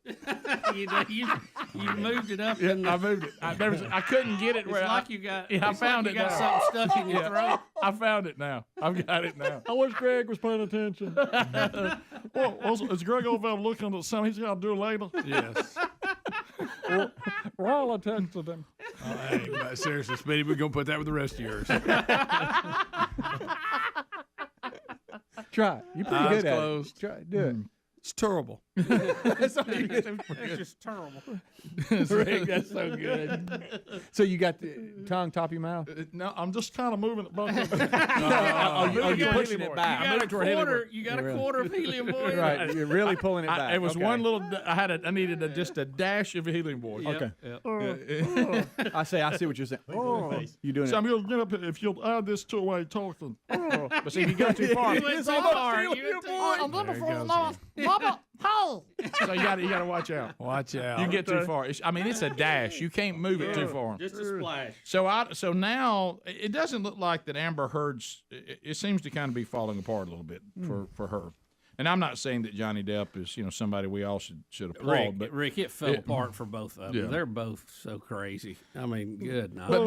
But this stuff hurts when you have to live this kind of stuff because now you really can't even watch the pirate movies the same. Right. You're thinking to yourself, that guy's really weird. Right. Yeah. Well, he'll have some little funny comment. And you'll think, and then you think, man, he's really strange. Well, listen, after all of this, though, I mean, who in their right mind's going to go, yeah, I'd like to date that person? You know? Well, there's no winner in this, but no matter how it comes out. You're right, but remember, we do have people that marry serial killers that are on death row. Yes, they do. Yeah, but look, Hey, you got to at an alarming rate. Yeah. A lot of them. That alarming rate. Well, you can't out crazy your fine, and boy, this is going to be tough. Yeah, I think this has happened. I think it's some of them. Oh gosh! But I was not prepared for what the lawyer to object to himself. And then say, "Oh, my bad." And then you hear the person Hearsay. And then when you hear that was me. By the way, I don't know the difference between a psychiatrist and a psychologist. Do y'all? No. One of them prescribes drugs, one doesn't, or something like that. Is that correct? I may be totally whatever. I know the difference between an optometrist and an ophthalmologist. Do you? What, boy, Greg? What are they, Greg? Don't the ophthalmologists do like surgeries? Or do I have it backwards? No, I think you're right. No, I think you're right. And the optometrist does the exams and glasses and things, right? I think. Sorry. I may be completely wrong. I can't even say it. Sorry, students. What does Charles Barkley think about it? That's right, Greg. I mean, last time I was with Bubba, I needed to go see my ophthalmologist because I couldn't find his ball.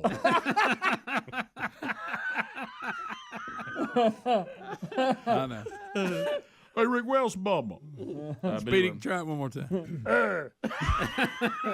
I've noticed it when Speedy wants to start a new trial, he just starts with a noise. And see if he gets it right. Speedy, you did such a good job out there with Bubba last year. I remember. Well, you're trying to swallow your tongue. I don't think so. That's terrible. I do remember this, Speedy. Charles had a friend of his caddy for him that had never caddied before. That's right. He didn't even know the game. That was. I'm not sure. He dogged him the whole round. Where's my caddy? I don't know why in the world I brought you. I didn't know you was going to caddy so bad. Speedy, get my club too. All of a sudden, he's got a Kermit to it as well. Kermit's Charles Kermit Barkley. Rick, you got him, Rick. No, you do too, buddy. Yeah, you don't you dare come. What if Charles and Gary were having a conversation? What if Gary was Charles's caddy? Speedy said the last three things he said, all three sounded different. None of them didn't sound like the same person. I'm trying to find it. Hi, Kermit the Frog here. And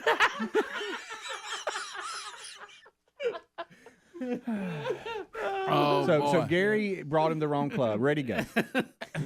Hey, Gary, go over and get me. If you could just. Rick got him country. I can't do those. He's lost tough. Those two can't do that. Speedy messed him Hey, up. what about Amber Heard? Amber Heard. Bubba, where's he at? Amber Heard. And Gary, Jeff Bowens was go doing get me a play-by-play of the whole thing. Hey, you want me to get you your putter? Oh my gosh, that's so good. I had a Gary incident yesterday. Really? Yeah, I'll share it. Rick, we come back. We got another little video I want to look at it for all the dog lovers out there.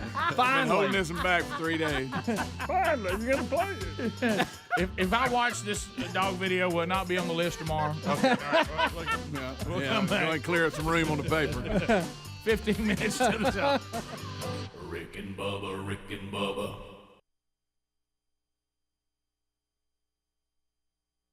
That we should not coddle terrorists who are trying to wage war on America. It's only going to make us less safe.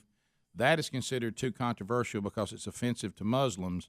But you can call the sitting president a white supremacist, and you'll just be told that you shouldn't have done that. Yeah, that's pretty much where we are. All right. Just want to be sure I got it right. Rick, also some breaking news this morning. Selena Gomez has announced that she's had a kidney transplant in her battle against lupus. Oh, no. All right, we'll be back 16 minutes past the hour. The number's 866-WE-BE-BIG. Hopefully that'll help her, though. Our website's rickandbubba.com, up and running again, and more of the Rick and Bubba Show coming up. All right, now April Lewis is here. We were talking about this because when I went to the break talking about John Travolta in a NASCAR movie, Greg reminding us of the very uncomfortable movie about him being a power company. Life on the line, Rick. Life on the line, a power company employee, and you said that movie is Yeah, I mean, difficult. it's typical Hollywood. It's not. I mean, Is it at the difficult? end- of course, at the end, it's ridiculous, but it wasn't horrible, I guess. So I want to clarify: Hokey. is John Travolta playing Bobby Allison?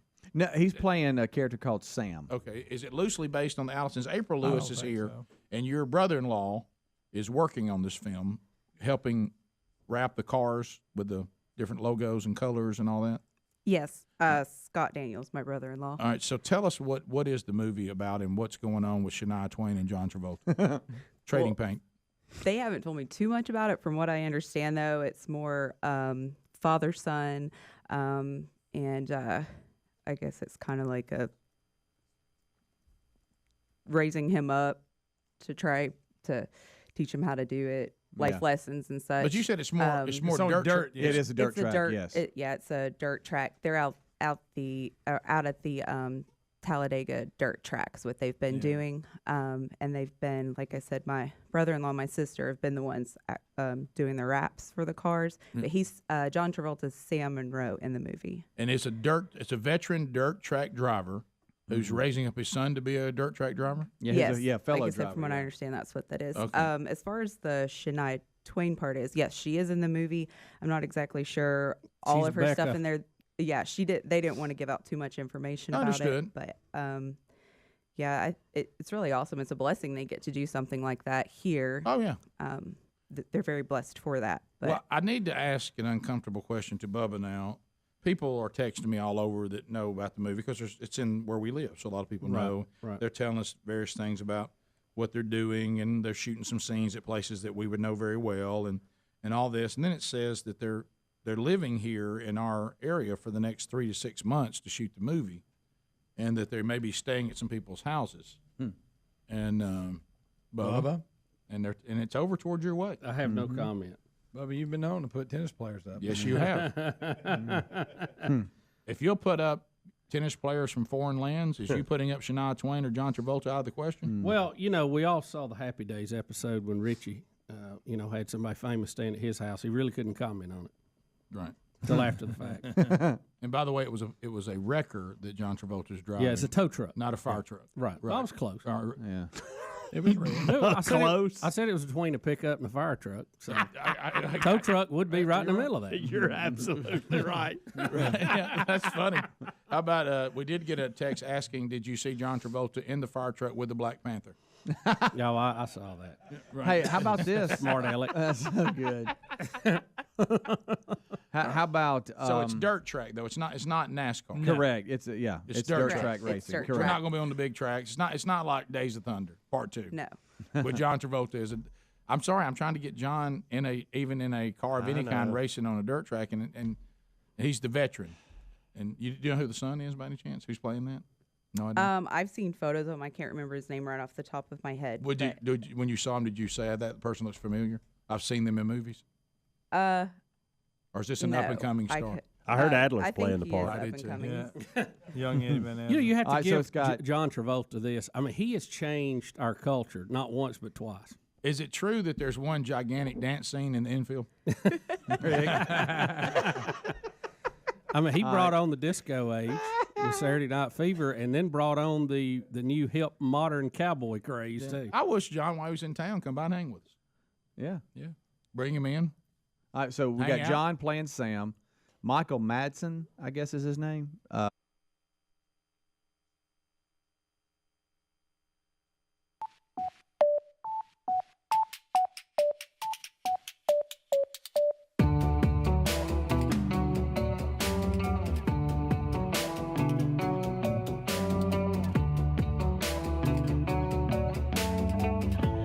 It is 9 minutes to the top of the hour, the Rick and Bubba Show. Thanks for being with us. Hey. All right, so Adler has been wanting us to watch this dog video for now the third show in a row. And we keep passing it over.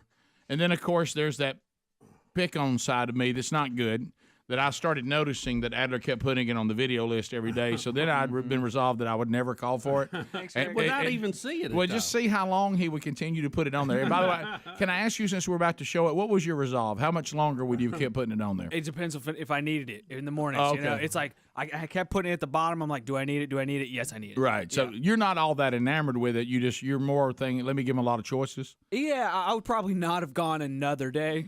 I would have just cut No it. way? Not on the list. No, not another day. Right. Yeah. So no, but I understand this is a cool video, and it has nothing to do with meat. But when I saw it, now you know pet stores are not going to pull me out immediately, but to see this, and then when there's a backhoe involved, so that gives us some interest. Yeah. So you got you an irrigation channel, and it's in Ecuador. I got a question, Adler, because I want to make sure. How did they know that this dog was coming down here? It had a tracking collar on it. Okay. All right. And That's fascinating. They actually, that's fascinating. They were looking for the dog, and they saw it moving at an extreme rate where this creek is.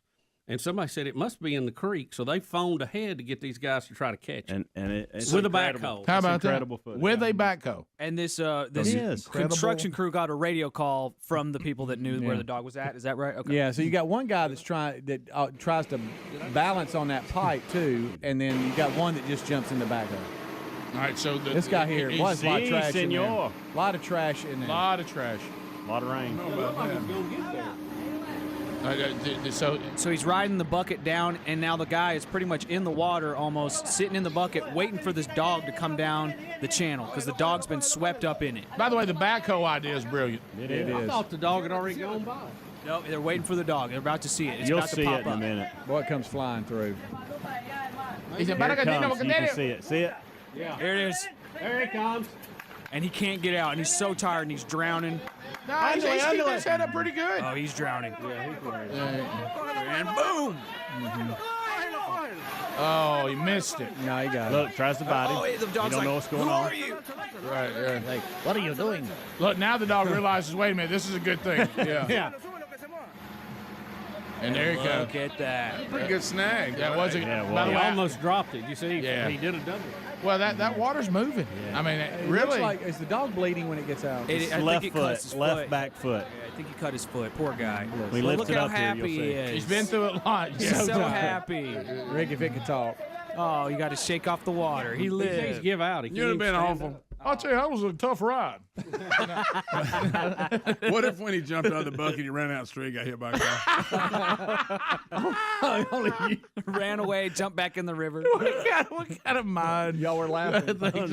Oh, we got him! Oh! Well, you remember that time when the people rescued that? Was it a seal? And everybody got all fired up, and they released it. Now, pow! Like a killer whale guy. Yeah. They were watching it swim. Oh, no. And they all went, oh! Yeah, it was one of those in the Valdez oil spill or something. They cleaned it up, and they had a big ceremony to release Oh, it. yeah. And the killer whale was waiting on it. I mean, it didn't get 20 yards, and that thing crunched it like an appetizer. But this didn't happen here, Greg. No. No, this You dog just playing actually the what made it, if, I the think. what if game. I just said that'd be all right. Let's see it again, Adam. Okay. I'm telling you, the water's moving so fast. The fact the guy could get the dog in. I don't. Yeah, seriously. Here it comes. Is that how you say dog? Yeah, yes. Burgess boys, would either one of y'all do this? No way. Yeah, I didn't think so. I think I might. I wouldn't do it for my own dog. What if it was Mr. Buddy? Oh, yeah, Greg? definitely. I'd definitely try to get him or Marty. I wouldn't do it for my own dog. Much less someone else's. Well, too late. But it really did try to bite him for a second. It's like, Yeah. what? Yeah, He's scared. Think about Well, it. he had him by the fur. You know, he was pulling because he don't have a collar. That's his natural reaction. Oh, he's so happy. Yeah. A lot of trash in that irrigation channel. Yeah. So much garbage. Including live dogs. Yeah. He's like, woo. Well, he didn't have his legs under him, does he? No. And that guy just walks off like, yep, just another day. Well, he's got to get back to work. Or if the guy operating the backhoe messed up, just Greg. Why do you always got a picture right here, swoop.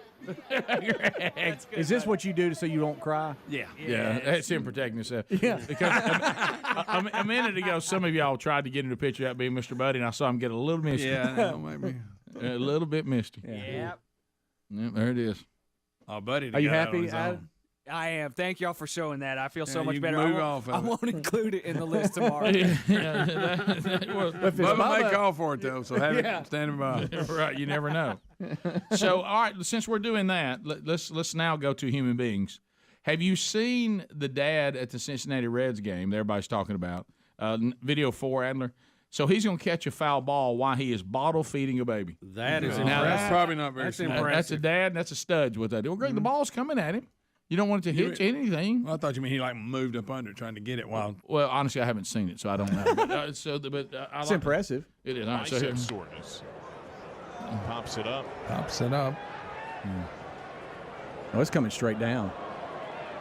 Oh, it bounced. Okay. Does it help that it hit? The bounce. Does the bounce? But the fact he's bottle feeding a baby and caught it, no matter when the bounce is good. No spillage. Baby in perfect bliss and a souvenir. And here we go. All right, boom, right there. That wasn't bounce. He caught it straight up. No, it bounced first in the stadium and then bounced up to. Yeah, watch on the first video when you go back to the beginning. Watch it hits. It's still good, but what it actually hits. Right. They're behind the third base dugout, It hits. so it's coming straight down. See it up in the air? Yeah. It bounced off a seat over and came over to him. Bubba's not impressed since that bounce. No, It does make it easy. While feeding the baby. Well, he's got the full Holds the bottle, baby strap no deal on there. spillage. The Baby papoose. in perfect bliss and a souvenir. Courtesy of Bally Sports here. Of course, if he misses it and it cracks the baby, everybody's going to say, well, he should have turned around and protected the baby. Yeah, well, he did. That's He- the best noticed way you- he could. The last two stories you've gone negative. The last two It's stories. unbelievable. My goodness. Wow, Greg. What if at this point the baby threw up from drinking the milk? Greg, don't be like that. I will tell you this. Greg, get a picture of the grandkids out. Well, I'm a little bit surprised. I think there was so much protection of the dog story, it hardened him for the baby story. Yeah. You know, I mean, What if the baby was upside down in that strap he had on? Because he's trying to catch a stinking foul ball? Well, look, his wife's next to him. He would have heard about that the rest of his life. Right now, he's got a happy picture. Oh, yeah. But he messes that up. He better be He's going to hear about that forever. He's the king. Yeah. Yeah, what happened to your baby's face? Well, let me tell you what happened. He was trying to catch a foul ball. I mean, instead of covering the baby up, but the fact that the bounce made it not as defiant. How about that baby hadn't missed a Nah. No. Well, look, let's face it. We know how that is. A foul ball could bounce around. We're eating lunch. We wouldn't look at it. We wouldn't drop a burrito. You see the baby's eyes? Hey. It's like looking around like, what in the world? Let's say it.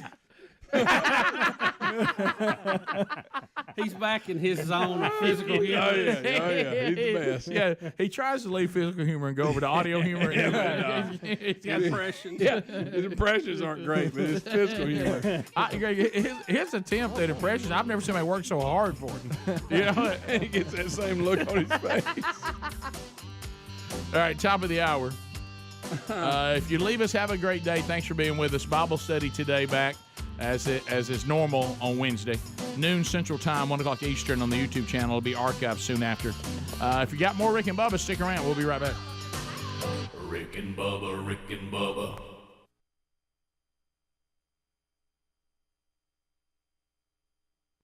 An actor, it doesn't say who he's playing. Barry Corbin is playing Sheriff Buck Taylor. Shania Twain's playing Becca. Toby Sebastian's playing Cam. Kevin Dunn's in it. He's playing Stumpy. And the list goes on and on. But I mean, why is Greg Burgess not in this movie? Greg, this has got you written all over. Hey, Taft or Tangled Web, you should be in this. You know, they must not have seen Tangled Web. You know who he needs to be? You know who he needs to be? A young red farmer. He'd be perfect. Oh, or yeah. Jimbo, or you can play Jimbo Fisher. Yeah, either one. There you go. Either Look, one. there's Coach Fisher. What's the Seminoles doing here? Well, I'm a dirt track fan. I love it. So we have a birthday celebration on the program today. We say happy 50th birthday to your friend Scott Dawson. Scott Dawson. Gov. Hey, I'm 50. I get picked. Hey, I'm 50. Well, I'm dreading when I get 50. Hi, Greg. How did that happen? I mean, you blink, you go to bed 30 and wake up 50. Yeah, hey, look, 50 comes on quick. Yeah. 30 seemed like it took a while. After 30, the 40 and the 50 came fast. Boom, boom. Yeah. The 40s were so good. Got my back. 18,250 days. That's how long I've been alive. That's a lot. Wow. That's a lot. Yeah, you think you'd accomplish more, wouldn't you? Absolutely. So when you look at it that way. Yeah. How many of those days did we I was feeling waste? good about myself. Thanks, Bubba. Well, I mean, I say that for all of them. Yeah, how many of those do we look and go, not many of those But really first produce 6 much. years, you just play in the dirt. I mean, you don't know what's going on. So Grabbing your pants. you're 50 today, big celebration. You've decided to run for governor, which, again, we don't know why. Yeah. But you're doing it, and we stand with you. You know, we stand with Scott. Yeah, stand with Scott. As a matter of fact, we have P.J. Flake is coming up with some ideas for you. But One campaign man. Well, we want to talk about some of the funny things that you have for some reason. Any time you've tried to be with this show, it always ends up with something happening. You're just one of those people. Things just happen to. Absolutely. So we were very honored and to have. Someone to give the show, which includes the audience, because the audience really is what all these awards are for, about putting us on the list about as far as our business and everything being influential in our state. And we've talked about it before, Yellowhammer News. And so Bubba and I were talking to somebody from Yellowhammer who said, hey, we're going to do an awards thing with that. We'd love for y'all to be there because we're going to do the 50 influential thing and all that. It'd be great if y'all were there since y'all are the one that we knew. And we both had to say we couldn't be there because we were going to someone's 50th birthday party. Yes. Well, you said it first. Yeah. And I knew Betty had said something that we had to do. I didn't know what it was, so I went and checked with her, and she told me, because you didn't even say whose it was. Well, you said, I got to go to somebody's birthday That's party. key. That's key. Don't miss that because that's key to this story. That's key. Yeah. And Betty told me that it was you. Right. And I immediately, when it's a 50, I always go, is it a surprise? She says, no. I said, are you sure? Yeah. She texts back to your wife, showed me, said, no, Scott knows about it. Well, and there's a reason for that. Yeah, and there's a reason Scott knew about it, and which we're going to tell today. The reason why Tara was able to say Scott knows about it is because the person with Yellowhammer wanted Scott to be there tonight as well. Yeah. He's running for governor. We'd love to have you there. And tell us what happened. I get this phone call, BJ. I mean, he's a good friend, and he's the like, guy with Yellowhammer. Yeah, and he's the one that's kind of heading up the event tonight. And he was like, this was, oh my gosh, I can't remember what it was now. And he was like, oh man, Rick and Bubba, they've hurt me. They've just hurt me. And I was like, what is going on now? And he's like, no, I'm just sad. He said, I was asking them about coming to the event. We were going to do it all big for them, and they can't come and. Because somebody's birthday and they're going to throw him a party. And I was like, well, what day is that? And he said it was September 14th. And I went, oh, BJ, I'm turning 50 on September 14th. I was going to come to your event, but I don't think I can come now because I think my wife is throwing me a birthday party. So thank you for telling me that the surprise birthday party is going on. So after that, it became come to Scott's party because he already knows about it. Thanks, they're such a scoop. I mean, they're on the front edge. Well, this doggone banquet. Always looking for the story. This banquet kind of blew the whole thing up, didn't it? Because I was trying to be, hey, just somebody. And then I didn't even know that Bubba had been contacted because you never know who's been contacted, who had. And then Bubba's like, hey, that's you talking about saying, yeah, we're both in a bind that night. And so we were like, wanting to know if it, at that time, Tara was saying, well, no, he knows. We didn't know he knew because BJ told you. Yeah. Because you thought you were going to the banquet tonight. Yeah. Well, we had plans. We'd already had our tickets. And then Tara was walking along with me. I don't know how she was going to swing it, but thanks to BJ, we don't have to worry about that anymore. Yeah. So that's it. So we will not be at the banquet, but we will be at the party. Yeah. Well, so the gathering.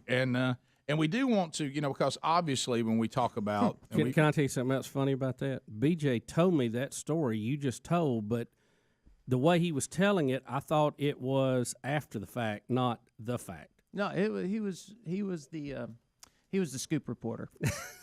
He had to scoop. Hey, surprise birthday parties are hard to They pull are off. very hard. You remember when my wife tried to pull off one for me? I think it was my 40th, when I was still 39. Remember Correct. that? Yeah, that was really good. Yeah, that was good. You never saw that one coming. You don't. You really don't. Very few people look for a surprise 40th birthday party right before their 39th birthday. Hey, I'm 50. You also, the thing that we talked about a lot, the one that's 50, that's a tough one, is you can no longer say you're middle aged. Oh, don't think you're going to see 100. That's tough. Wow, Rick.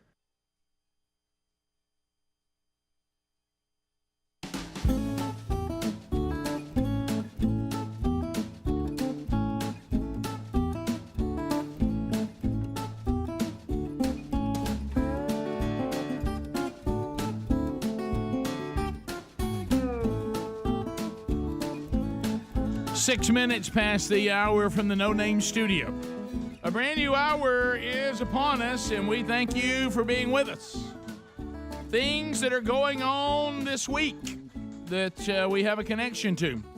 I'll be going to beautiful Morris, Alabama, Enon Baptist Church. They're doing the men's discipleship strategy from themanchurch.com, and I'll be speaking at their next Man Church as the men of Morris, Alabama and Enon Baptist Church go through the curriculum. It's time for another Man Church. That's the high challenge part of our discipleship strategy. Then they'll go back into high equipping, back into the curriculum. So looking forward to being there coming up this Sunday night. Make plans to be with us, men of the community. Would you like for your team to be Team of the Week for the USFL? Get some VIP privileges. Go to the contest button at rickandbubba.com. Click there. You'll see how to register your team. And also don't forget, you can also go vote for Fix Mama's Mouth at the contest button at rickandbubba.com. The 3 finalists are there. Bubba, welcome back for another hour. Rick, glad to be here. Thank all of you for joining us. So yesterday, it was kind of a hit or miss weather day here in Sweet Home, Alabama. Started out, a little rainy, but then I kept looking. The afternoon had the potential to really clear up and be kind of cooler, so we were starting to get a little uncomfortably warm. That's going to get a lot worse in the summer. But a little bit of break, we dropped back to a little cooler yesterday afternoon, and it turned out to be a gorgeous day. So I'm kind of working this week. Sherry and I are talking about taking Mom and Dad to the farm, and anytime you think about going, you go, I kind of need to, go down there. Sherry was out of town, and I thought I'm going to head down to the farm. And actually, and Bubba, I know you were one of the first people to bring this to my attention. And do you remember? Yeah, he does. He'll remember this. Is that so many times we really do have a heart here for pastors. Pastors have. It has to be a call. First of all, if it's not a call in your life, I would not suggest. You're going to be miserable. I would suggest you not go down that road. And you've got the full-time vocational pastors, you've got the bivocational pastors, and the thing that Bubba, you were the one who brought it up first time I heard it, and I've applied that. It's one thing to hear something, then go, hey, I'm not doing anything about it, and that is that they never hear good news. I mean, no one ever calls the pastor and says, hey, just want to let you know, I'm just really committed to following Jesus. My sanctification process is on fire. I'm being a tremendous husband. I'm being a tremendous father. My kids are flourishing. My wife is just, loving the fact that our family is operating under the setup that God designed. And my tithe this month, I think I'm going to go from net to gross. And I just wanted to call and thank you and thank the church and just want to let you know that all the hard work that you're putting in and the church is putting in is being used by God to impact my life. And I'm listening and I'm actually doing it. Now, how many of those calls do pastors get? I bet they could count them on one finger, Rick. So any time they get a text or time they get a call, it's always bad. Yeah, it's families coming apart, work problem, money problem. And they know that. I mean, they know that but it still doesn't mean it doesn't take on them. So anytime we can try to serve them a little bit, we try to. So my pastor and I had been talking about. And I admit I'd become that guy. I said, "Hey, one day, I know you like to fish. I'd like to take you fishing." And of course, it never happens.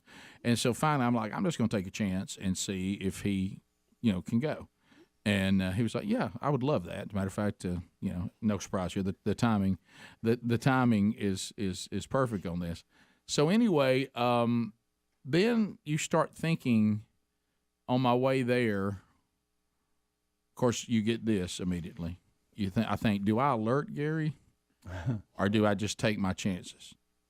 And I voted. You're gonna see him either way. But I vote not to take my chances. Right. Okay. Yeah.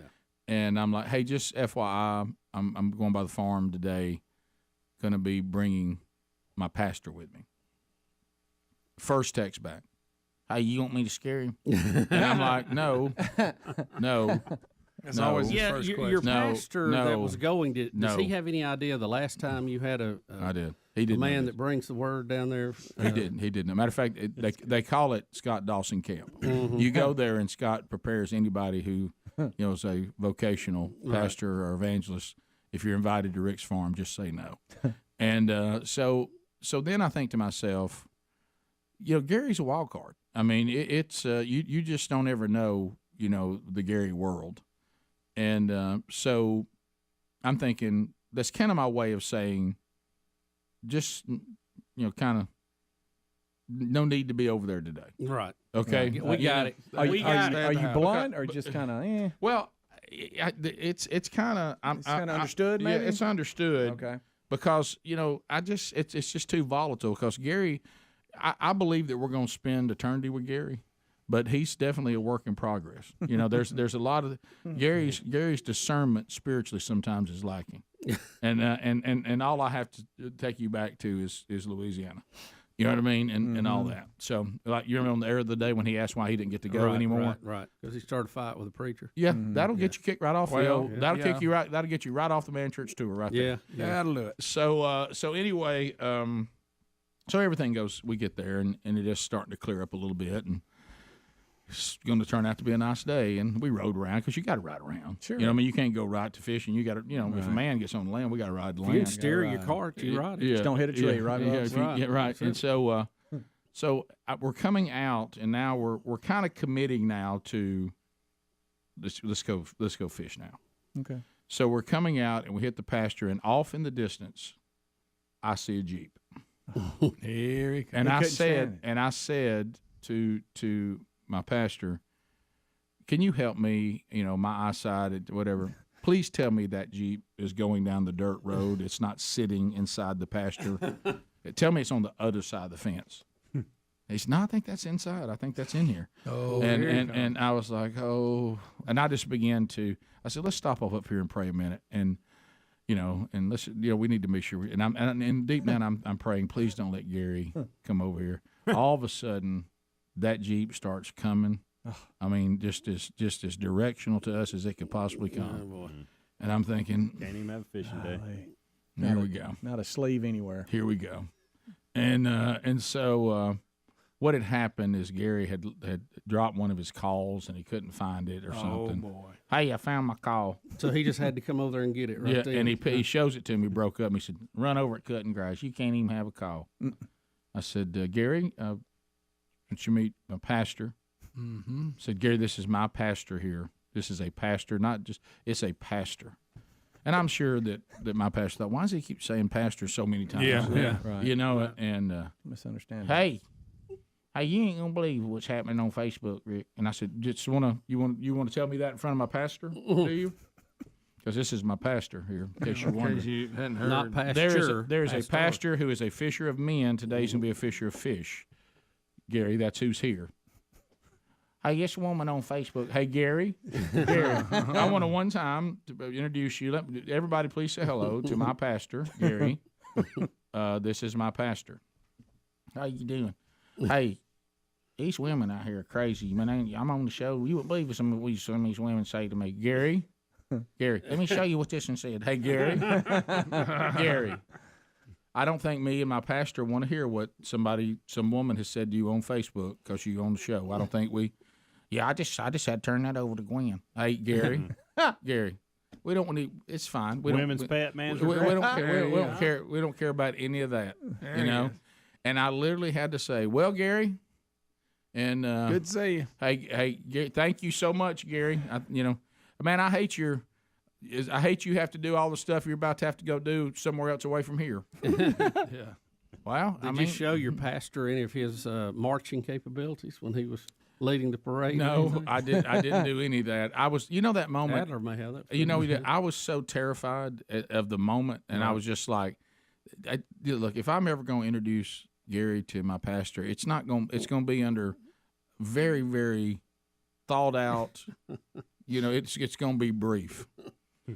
And then you know how you can feel Gary is setting up one of his stories? Yeah. Like he's about to say something. Here we go. Waiting on the punchline. Hey, did I tell you about me going to the doctor the other day? Hey, Gary. Gary. Those never end good. No, Gary. Hey, did you hear about them two guys talking over the lumber? Hey, Gary. Did you hear the one about the farmer had a daughter? Right. No. Hey, it's nice to meet you. Hey, you ever heard this? A man comes into a bar, he's got a parrot on his shoulder. And I'm like, hey, Gary. No, we're not. Gary, thank you. Thank you so much. Thank you for coming. Hey, you want to go over and get a cold drink for your pastor out of my cooler? We're not getting don't open the cooler. Whatever you do. There's going to be a fake snake in it. Do not do that. Or something will jump out. Hey, did you show him in tracks? Something like Bigfoot's around here. Hey, Gary, we're not doing any of this today. Okay, so finally, I just well, we got to go. We're gonna go get the rods. Hey, well, I guess I'll go. Yeah, I think that's best, Gary. Thanks, Gary. Yep, that's what me and my pastor was just talking about. And so he rolls off, and I look, and he was like, you get a picture of Gary in your mind. He goes, and I said, well, how was what you imagined? Pretty much what I thought. Yeah. Go straight down the line. Rick and Bubba.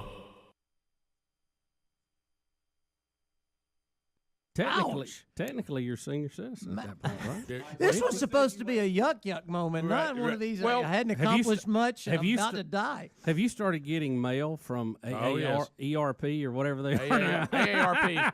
The first time I got that, let me tell you when you know you're getting old. I deal ERP with antennas. I'm sorry. When you start getting your AARP card, which both of us were sent after we turned 50, and when all of a sudden you get sent the colonoscopy kit. Oh, yeah. In the mail. You're getting old now. When people just send you a kit to get your colon checked. Those things will come. It's not good. Nobody treats you. 50's different. Do you agree? 50's different. It's a different game. 40 was not that big a deal. I didn't feel that. You start having a few more aches and pains. 50 is like somebody took out a piece of the highway, and you hit it wide open. And be careful on this kind of stuff because we don't realize how much older we've gotten. You really look goofy now if you say to a person that says younger than your own children, "Oh, you don't have to call me sir." When you were 30, people looked at you and said, "Well, okay, good point." Maybe even late 30s, early 40s. When you're 50 or older and you tell somebody you don't have to call me sir, they look at you like you're an idiot. It's hard for me to use. How about this? No, I probably should. It's hard for me to say Mr. Bussey was my dad. Right. It just doesn't. It doesn't. Oh my gosh. Yeah, so it's a different game. You have. Y'all have come out of the gate on me today. I know. One more. Welcome to the party, Bubba Scott. said you wasted half your life, and Rick says you're close to death. Well, I will say this with zero hesitation: you have lived longer prior to this day than you're going to live after. Thank you, Rick. Wow, Rick. Good gracious. Appreciate you. And if you do, you won't know it. So get your act together. His son's Make 'em standing count. right there, right? So get your act together. Hunter's over there going already planning the funeral. He's already thought about that. You think he don't think about that? I know. Especially if you're trying to run for governor. This may kill you. It's close. Hey, this is a blast, dude. Okay, you got 30 seconds. We were in Troy for the state GOP thing, and they gave me the wrong address, of course.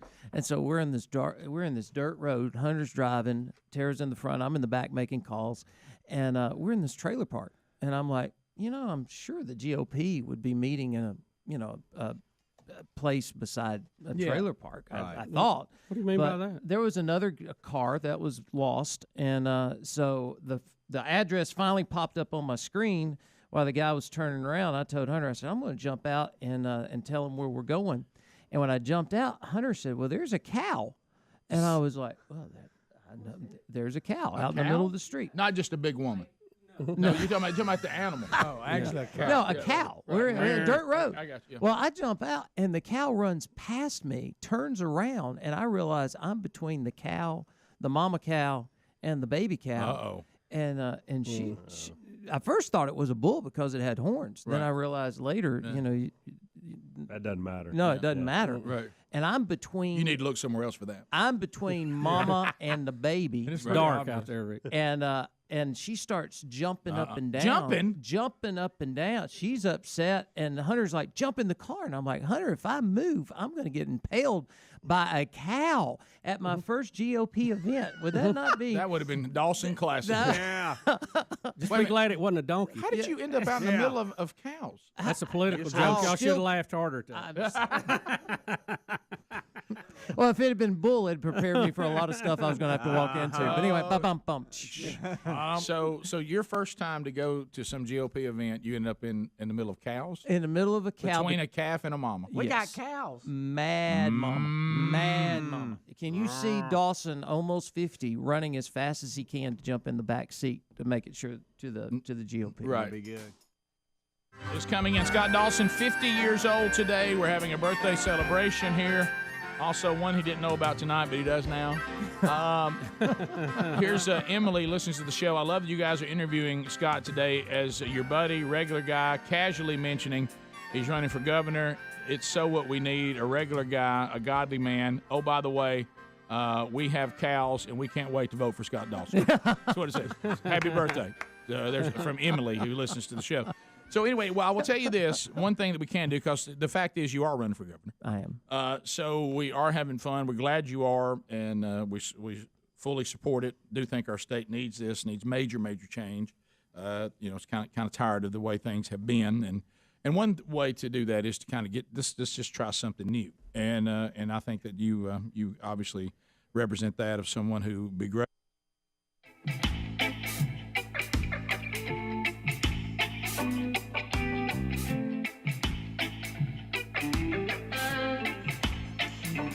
"22 minutes past the hour.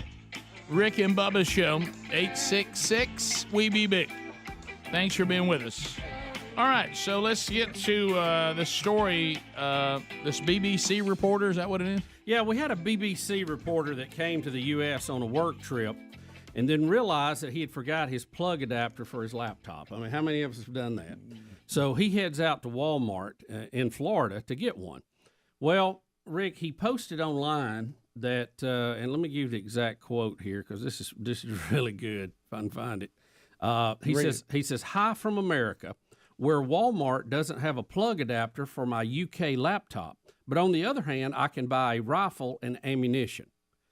Well, he has a picture of BB guns. Oh, my goodness. And to make it even worse, look on the top shelf. It's a Red Ryder BB gun that was featured in the movie about Christmas, about not shooting your eye out. Oh, you yeah. remember that? Yeah. What was that, Christmas Story? The Christmas Story, yeah. And then everybody jumped on this guy. I hope they did with 2 feet. Please give me some good comments, it is Bubba. great. One of them says, "No wonder you guys lost the war." That's a great one. That's good. Twice, by the way. Yeah, that's So he thinks he's going to give some big speech about Walmart, and he's putting BB guns and about up. America, how violent it is. There's guns everywhere, you know. Of course, really, he just went to the wrong section of the store. Right. That's all. He He could have actually found some real ones if he'd But wanted. what's funny is when you're trying to make the point. Oh yeah, I'm you, sure. You don't know. How about the Red Ryder should have been a tip? You know, Yeah. this may be a toy. You know so little about guns because they won't let you have them. You don't even know what a BB gun is. Rick, people have posted videos of little toy tanks like the kids ride That's in funny. and told him to watch out for that. There's This was a good one, too. One guy replied to him, and he says, first, those are BB guns. Second, our guns are the reasons we don't bow to a queen. That was all good. By the way, let me say this. Thunder Tank. good. Hey, Thunder Tank, that's a pretty cool toy. Pretty cool. I'm gonna get that Look looking at that it. thing. You know, Listen, Rick, this is good. Oh, gosh. She said, "The last time a British snob marched into America and tried to control our economy, we grabbed real rifles and ammunitions and kicked their butts." I'll paraphrase that. American boys that grew up shooting these BB guns went on to save the UK's butt in 2 world wars. Remember that adapter next time, Redcoat. Redcoat. That's the way they're getting on. I mean, they are wearing him out. The replies may be funnier than the initial thing. That was great. That reporter's going to be devastated when he finds out that they sell grenades at the dollar store, you know?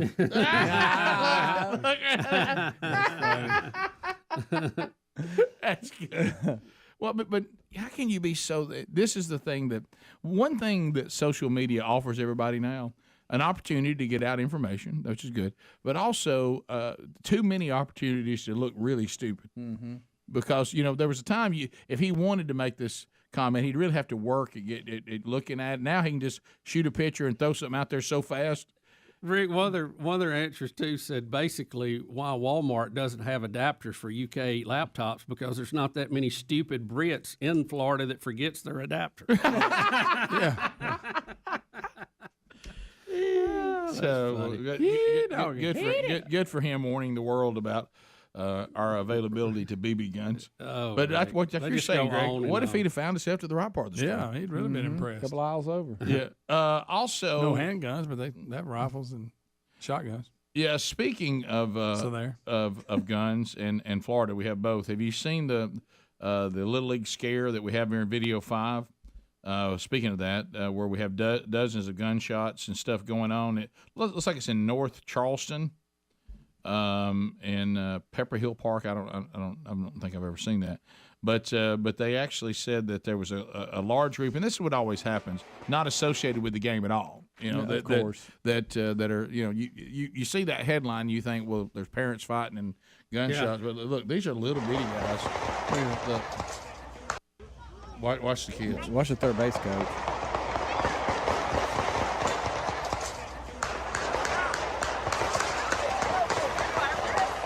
Look at the batter. My goodness. Get down, son. The batter didn't follow the rules to get down, did he? That's a lot of shots. Yeah, it is. And this was people fist fighting on the lot nearby. And still going. Wow.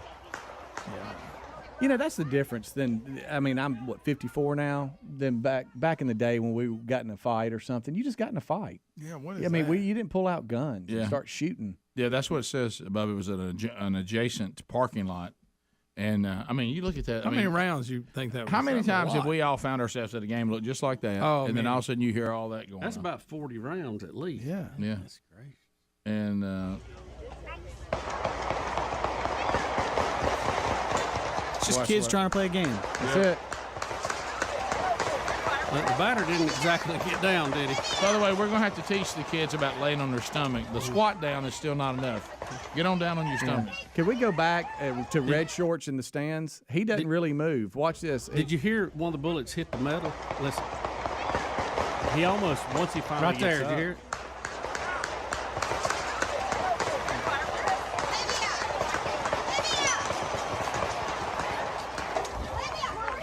Red Shorts is finally on the move. I got it. Mm-hmm.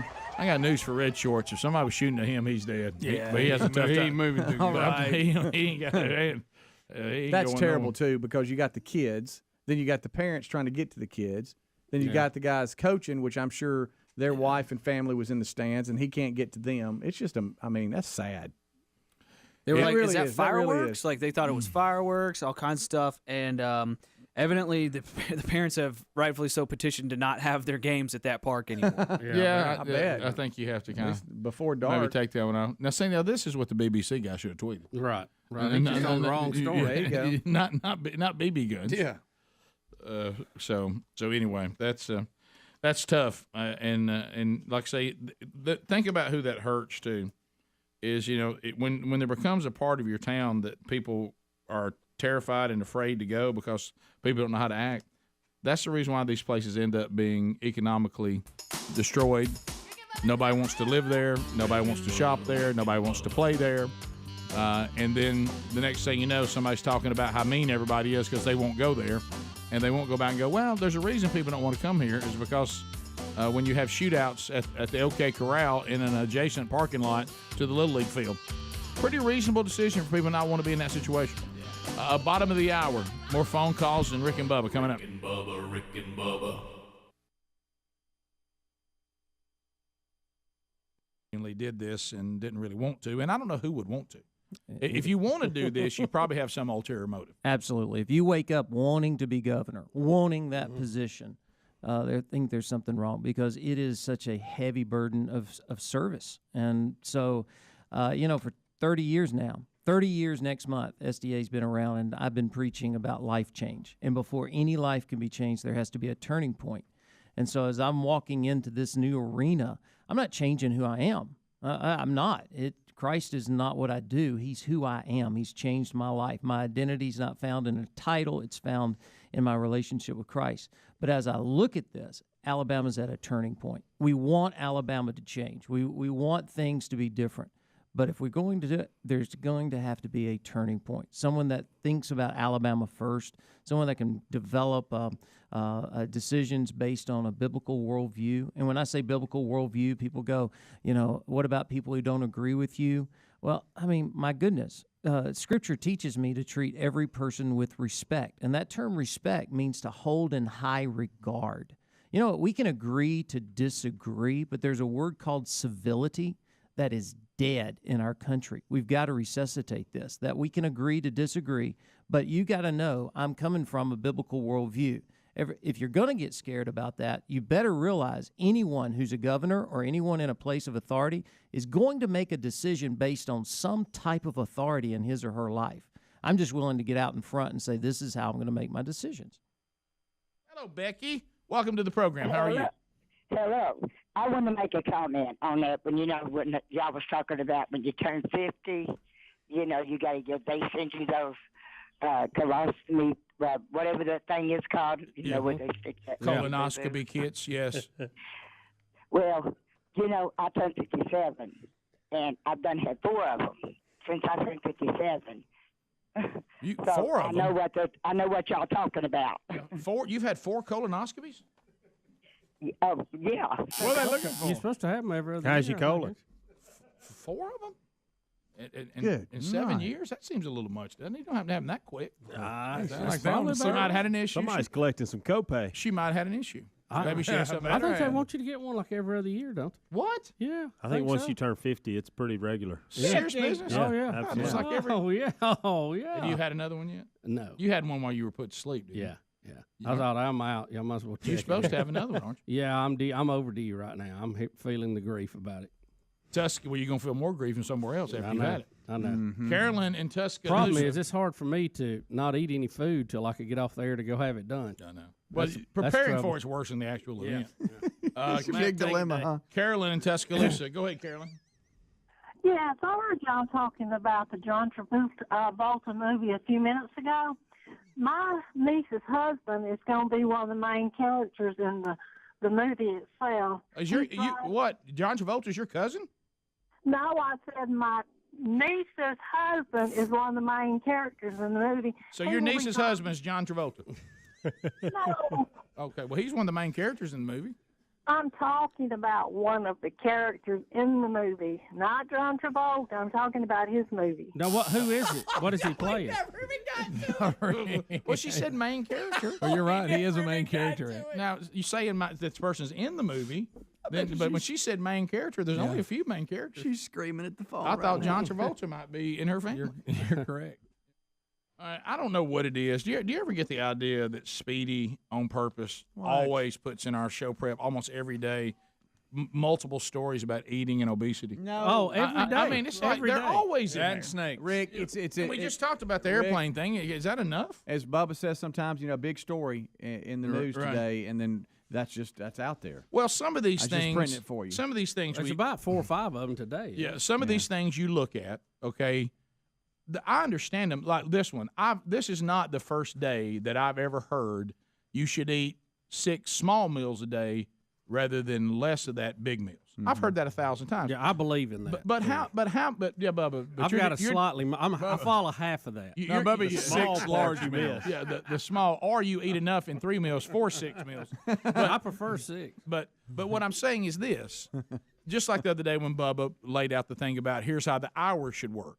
Well, if you get up at the time that we get up, you're done with all your eating by 11 o'clock every day. Right. So that it doesn't work in the real world. Look, would everybody like to eat 6 small meals a day? Who can do that? I mean, who can make that work in your life? It's a lot of work. It is. You got to take your lunch around. You got to have a cooler. You got to have. I mean, it's a big nightmare. It's a lot of work. And most of the times, you look at see, that's where I think a lot of people make a mistake.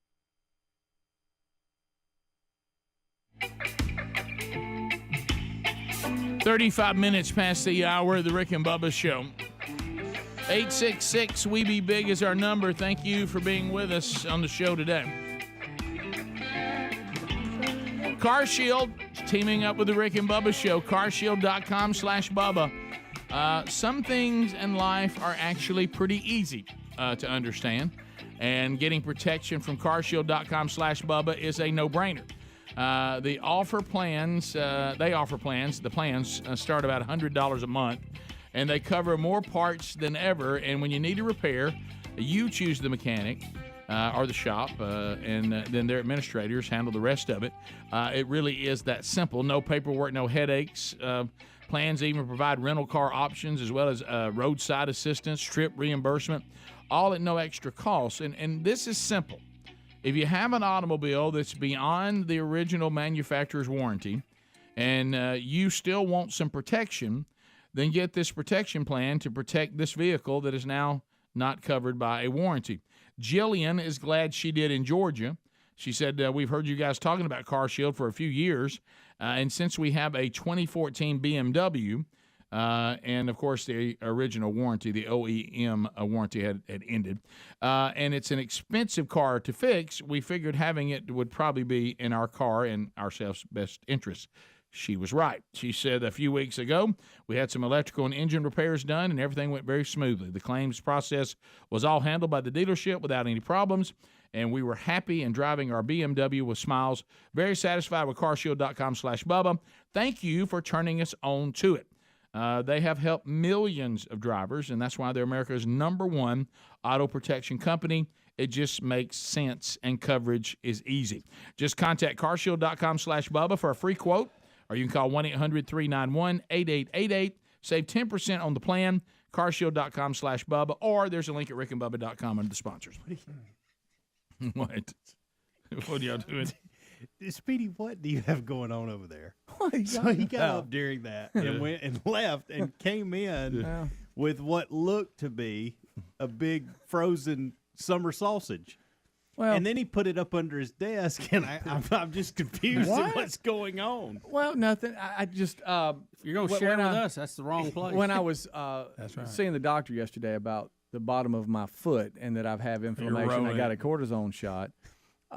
He said what I need to do is freeze a water bottle and then put it under your foot and kind of just go back and forth, and it helps with that inflammation and all that. And so I put a water bottle in the freezer early, but it's not quite frozen. But I noticed we had sausage frozen in there. gosh. And it's been in there forever. I mean, I think everybody took home what they were going to take Thaw home. it out and eat it. And so I've just got some sausage under my foot. You're rolling your foot on sausage.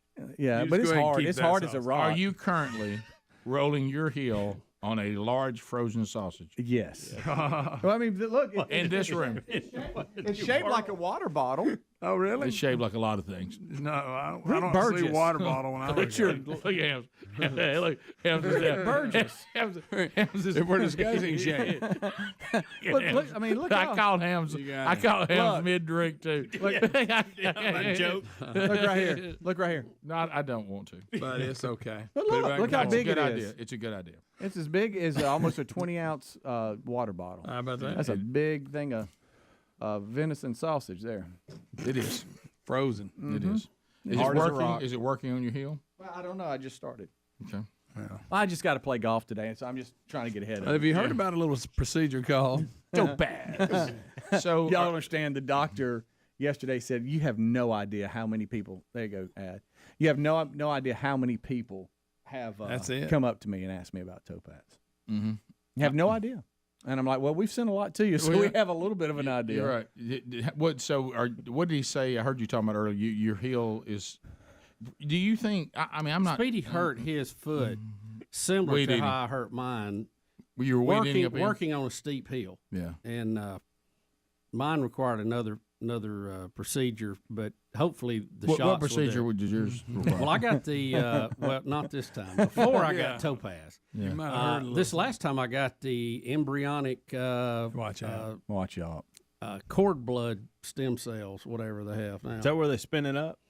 Is it no, that's you're talking about PRP. Are you No, saying that's superior to do pass?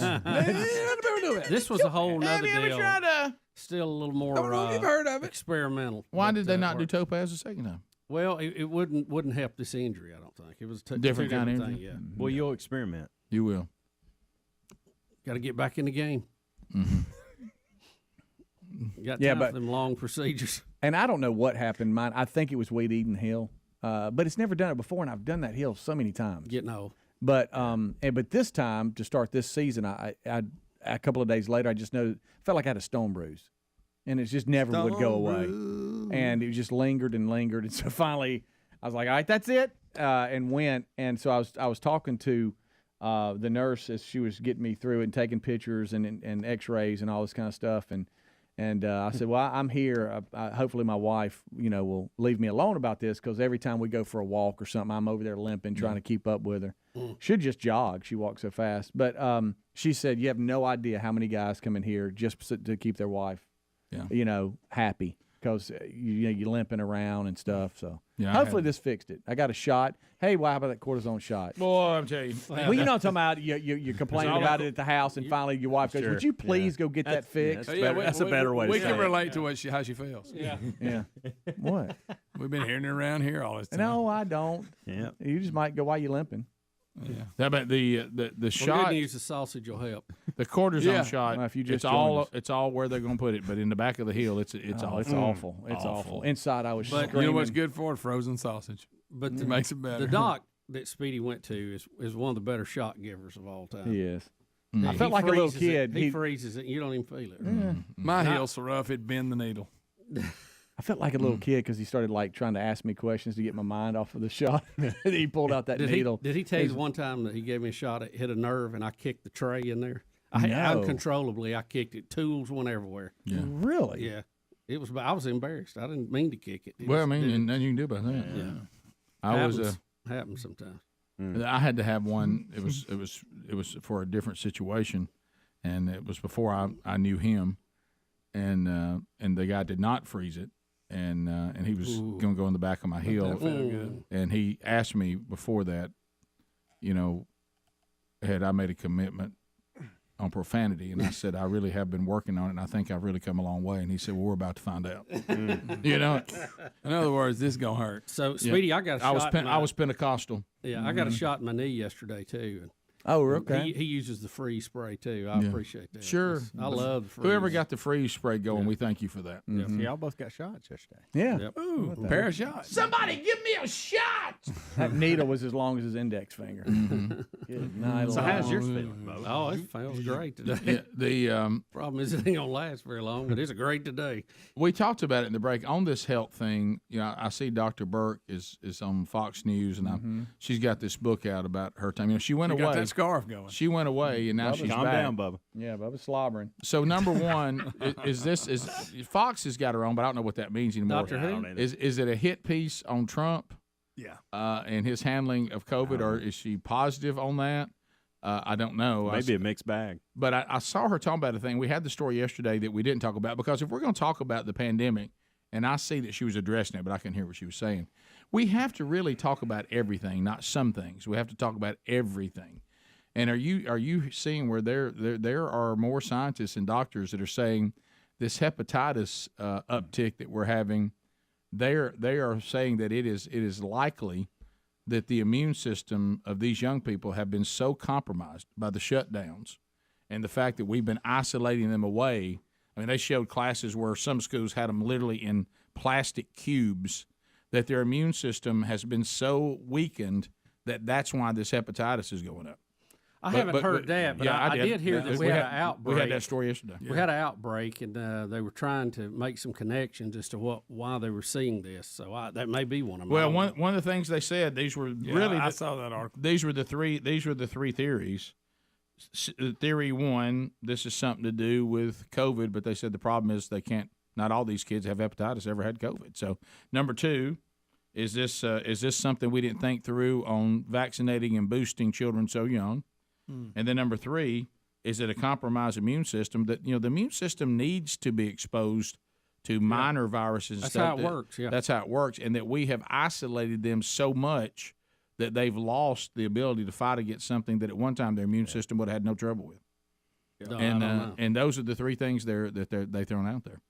Well, they think it is tied to the pandemic, but they're just not sure which one of those three is the most likely, or maybe a combination of all three of them. So we got to think all this through, and everything that we're doing, because the immune system does a pretty good job on its own, and you got to be real careful that you don't overreact to one thing, and you've compromised in its ability to fight things that now there's a bad byproduct of all that, especially the shutdowns. Can we just say the shutdowns? I don't know why we won't just admit that was not the way to go. Yeah. Well, and everybody who's done it that way, and the ignoring, even though for some reason Dr. Sag disagreed with us the other day, and ignoring natural immunity when he said we didn't ignore it. I was kind of like tilting my head. Yeah, we kind of did. That's because we started telling everybody to get vaccinated when we had a shortage in the beginning. Right. Even if you've already had it, and we should not have done that. We should have said, if you haven't had it, go get a vaccine. But those of you who've already had it, there really isn't a need for you to do that. And we wouldn't have had the rush on them and all that. And I know we caught up and then had plenty, but in the beginning we didn't. We did pretend in the beginning that natural immunity wasn't helping you, and it was. Rick, we did ignore it in the beginning. At least the official official word was on that. Well, when we have people like Fauci years ago talking about the flu, said the best defense against the flu is to have had it and have antibodies. I mean, he said that out of his own mouth. So, but back to the shutdowns. We didn't know what we were dealing with. At the time when they did it, I think that was probably the only option they had. Did they go on too long? Absolutely. Yes, and that's my point. When we knew it wasn't working, and some of them are still holding on to it. Won't let it go. Mm-hmm. If it had a 25% death rate, yes. It had 1% or less, not justified. We'll be back. Rick and Bubba, Rick and Bubba.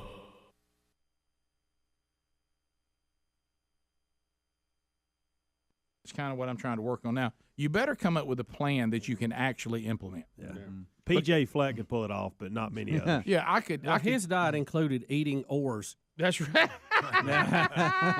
So there's the one about we should eat 6 small meals a day. I just thought y'all would I've want heard that one 1,000 times. Yeah, I mean. And then here's another one. Drinking 700 milliliters of water before lunch, never drink coffee after 2, and snack on pecans. Doctor reveals the perfect day on a plate and what you need to cut out of your diet right now. All right, how many? I knew y'all were What gonna is say something what about is the pecans. milliliters to ounces? I need to know. I don't know. Because See, I drink hate when they all use you right metric here. stuff. I hate metric Well, stuff. you know what a 2 liter looks like, and that's slightly I got less it. than I'm half, looking it up. right? You know what Of a I say, 2 liter Bubba? drink. And it's just 23 ounces. Everybody knows I that. know That's easy money. I know you're just a big glass of water. I know you're with me. I think America was too good for the metric system. I'm glad we rejected it. This is 20 ounces, Bubba. That's it? Yep. You know, Rick, I have mixed emotion about it. About metric? You know, I don't like doing whatever the rest of the world's doing just because they're doing it. I'm anti that, big on that. Now, I will say this. The English system that we have all grown accustomed to is a little odd in the way that they have 12 of this, 6 of that, 9 of that. You know what I mean? It's all over the road. So, you know, I appreciated the uniformity of the metric system.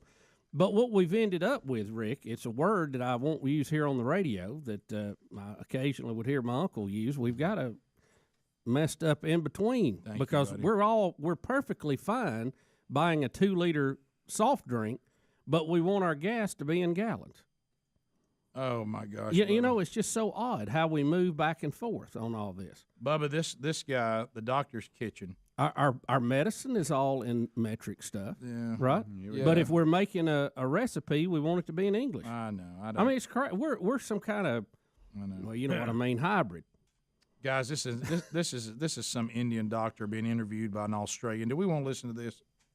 I mean, he says that in the doctor's kitchen, and I can't even pronounce this guy's name. He's from London, but he lives in Sydney now. You got a big old pumpkin there. Yeah, he's holding. And like when I think about this, Bubba, do I see you eating butternut curry? do I see you going dark chocolate with that no milk chocolate? A lot of work, guys. Do I see you eating a chocolate cheesecake that is plant-based?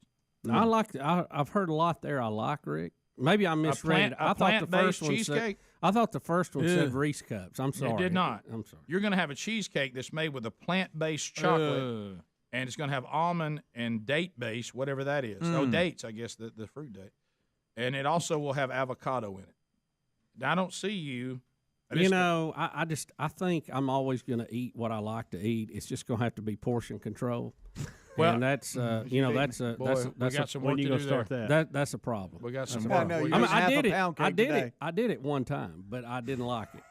Did it It work? was a glorious Yeah, I day. lost about 40 plus pounds. The summer of Bubba. Well, I'm telling you, that 4 hours was awesome. It was a SOB, that's for sure. was. Summer of Bubba. He Well, says, you know what? You can do it though. That proves that you can I know. do it. I know. I can you do can it. do it. You can do it. You can. You can. And You it's- can do it. You can do it. You can. You can. And it was very close to what I was joking, and Greg loved the dog bowl. Oh, yeah, and dog you've seen bowl people on TV push this, where you have a little bowl and you eat Here it is. anything you can cram in it. Here it is, But Bubba. it's about as big as a thimble. Yeah. You ain't cramming a lot in it. Yeah. Hey, look, for lunch, anything you want to eat that you can cram in that, you can have. You know, All right, Bubba, here he goes. Here he says things we need to stop right now. Okay. Number one, forget to drink water first thing in the morning. You should drink Yeah, water I right agree. away. Oh, yeah. I agree. What? I do that. And I do that. Having the same breakfast the beer. for weeks on end, change it up a little bit. Oh. We all we're need to listen to dead that. on that. No, I like the same old thing. Stop having coffee after 2 p.m. He's out of his mind. What is he? I don't. That one I can do. I don't do that. I can do that. I don't go after 2 p.m. He says if will. you're sensitive to caffeine, that you need to stop this. I ain't sensitive. Caffeine doesn't really affect me. I go to sleep without it. Doesn't keep me awake. Doesn't do it. Stop eating high sugar processed foods instead of swapping them. You need to be eating dark chocolate and berries. Oh boy. I don't like dark chocolate, but I'll Stop, eat a berry. stop eating after 8 p.m. Oh yeah, I can do that. I'm gonna tell you that's a tough one for me. Well, during the week it's not. 'Cause We're I'm on asleep. senior That bowl of cereal, man. Goodness gracious. Ooh, you Hard talking to about a turn little down. cereal? Yeah. He also says, Bubba, now he's winning us over. Stop forgetting to eat a little snack between meals. There you go. Well, he didn't Mine- find what that snack Well, was. it's gonna probably be- some granola some kind of- crunched up Yeah, something. some date fart or something like Rick, that. he also said he also said remove these from your diet, the refined carbohydrates, sugars, and hidden sugars, all white sugar, all juice, soft drink, white rice, white pasta, bread, both whole, See, I think that's wholemeal wrong. and white. Here we go, 8 minutes to the top of the hour, wrapping the hour up. So I asked Helmsy, he said yes. So what if technology existed and there's an opportunity for you to actually see, of course, I thought this is what pictures were for, but sometimes these people go back before they were ever the ability to have pictures. But starting soon, based on this video we're about to watch, like right now, if the Lord tarries and I go on in, and I would like for my great grandchildren to actually meet me, I could I guess go to this technology and I would create a hologram of myself, and they could look up and they say, "This is your great grandfather," and also I go, "Well, hey, nice to meet y'all. I'm Rick, your great grandfather," and I could give them some sort of greeting. It's quite spectacular. So At here it 8i, is. we capture real people in 3D, then we take that data and create a hologram, which is placed in immersive virtual reality experiences. So you're going to use the goggles to see it. The book is a really unique medium to tell someone's life story because you can really reflect on life, look at turning points, and go really, really deep on that story. What makes VR so unique is that you can immerse yourself with someone, be close to them physically, hear their voice. So we believe that combining these two is really, really powerful. I'm gonna let the video roll here, but y'all can see what they're doing and maybe explain it a little bit better to the audience. Here's another thing too, and I'm hearing this again, and it's really bothering my wife and I. I told you my son, who's in this, won't even watch stuff anymore. Can we teach people how to properly mix background music and dialogue and audio? I don't know who you new people are that think we want to struggle to hear the person talking. You've got the music too loud. You've got the sound effects too loud. Mix this better. We need to hear the dialogue. If you can identify the music, it's too loud. Thank you. Yes. You need to struggle to hear the music, not what the guy says. Yes, it's supposed to come under there like a little blanket. It's not supposed to be up there at the same level. It's not should be competing with because our brains, when they're at the same audio level, it's trying to pick which one we're going to listen to. And I don't know why. Yeah, look at this really cool video I put together. I can't understand what the people are saying, son. And so I want you to know that my son's out there trying to change this. He is so mad about this as a videographer and a creator of documentary and content. He said this drives him nuts. On that topic of this, a lot of people will leave a letter for their kids or grandkids if they think to do it. A lot of people just never get around to it. Never gets around. But some people will leave a letter for them. You have pictures. I've seen a few people leave a video for people now. When they think about it, or maybe they know they have a terminal disease, they got time, so they sit down, they video a message to loved ones or whatever, which I think is real cool. But to be able to do it in the VR and then people be able to see it in one of these VR masks, that would be, it'd be kind of cool, I think. So help me with this, and maybe I'm just thinking it through. Is this better than my great grandfather had access to video and he just shot me a video and I watch it? Well, it would be, it would be close, but the fact that you can take that VR and move around him as he's talking and, see more what he looked like, it'd probably just be an enhanced experience. Better experience, yeah. But not way down the road from just video. I think video would be better than a letter, I think.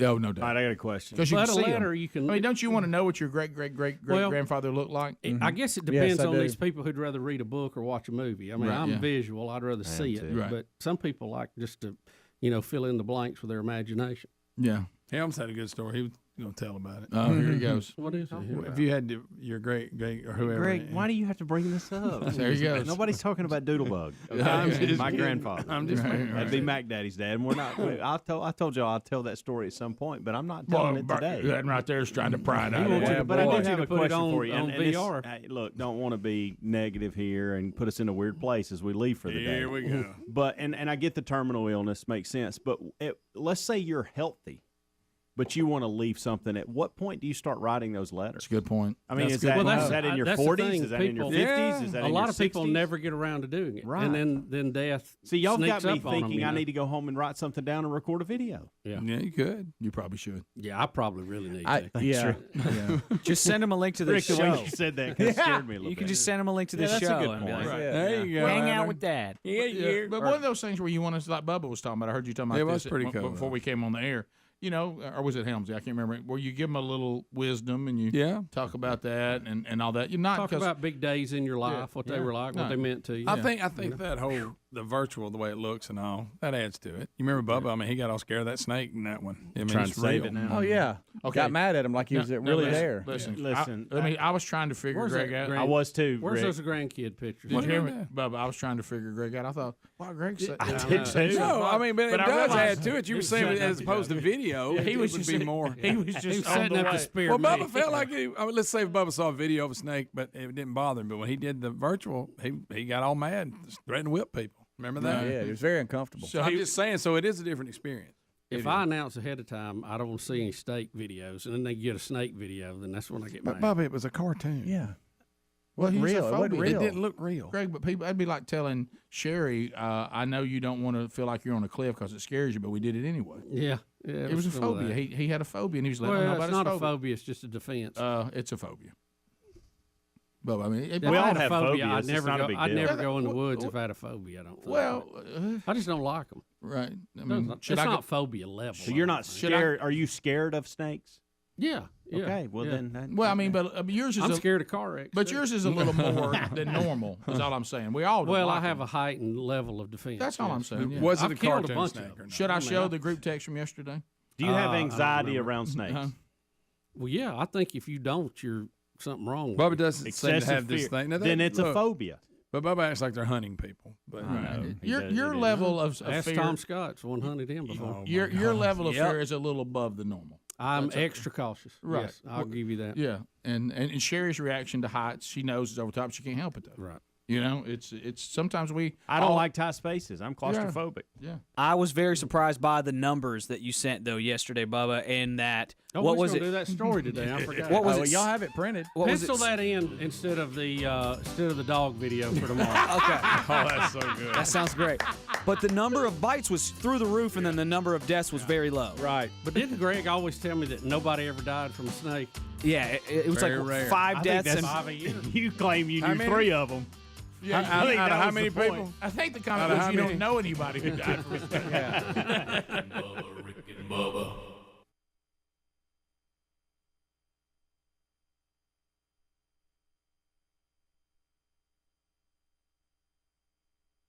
Hey, thanks for watching Rick and Bubba live on YouTube. We're here live at 5 with a kickoff hour, bright and early, Monday through Friday. Don't forget to subscribe and click the bell for notifications on our YouTube channel. And catch a commercial-free Best of Hour on Blaze TV every day. Rick and Bubba, it's must-see TV. Or radio. Well, yeah.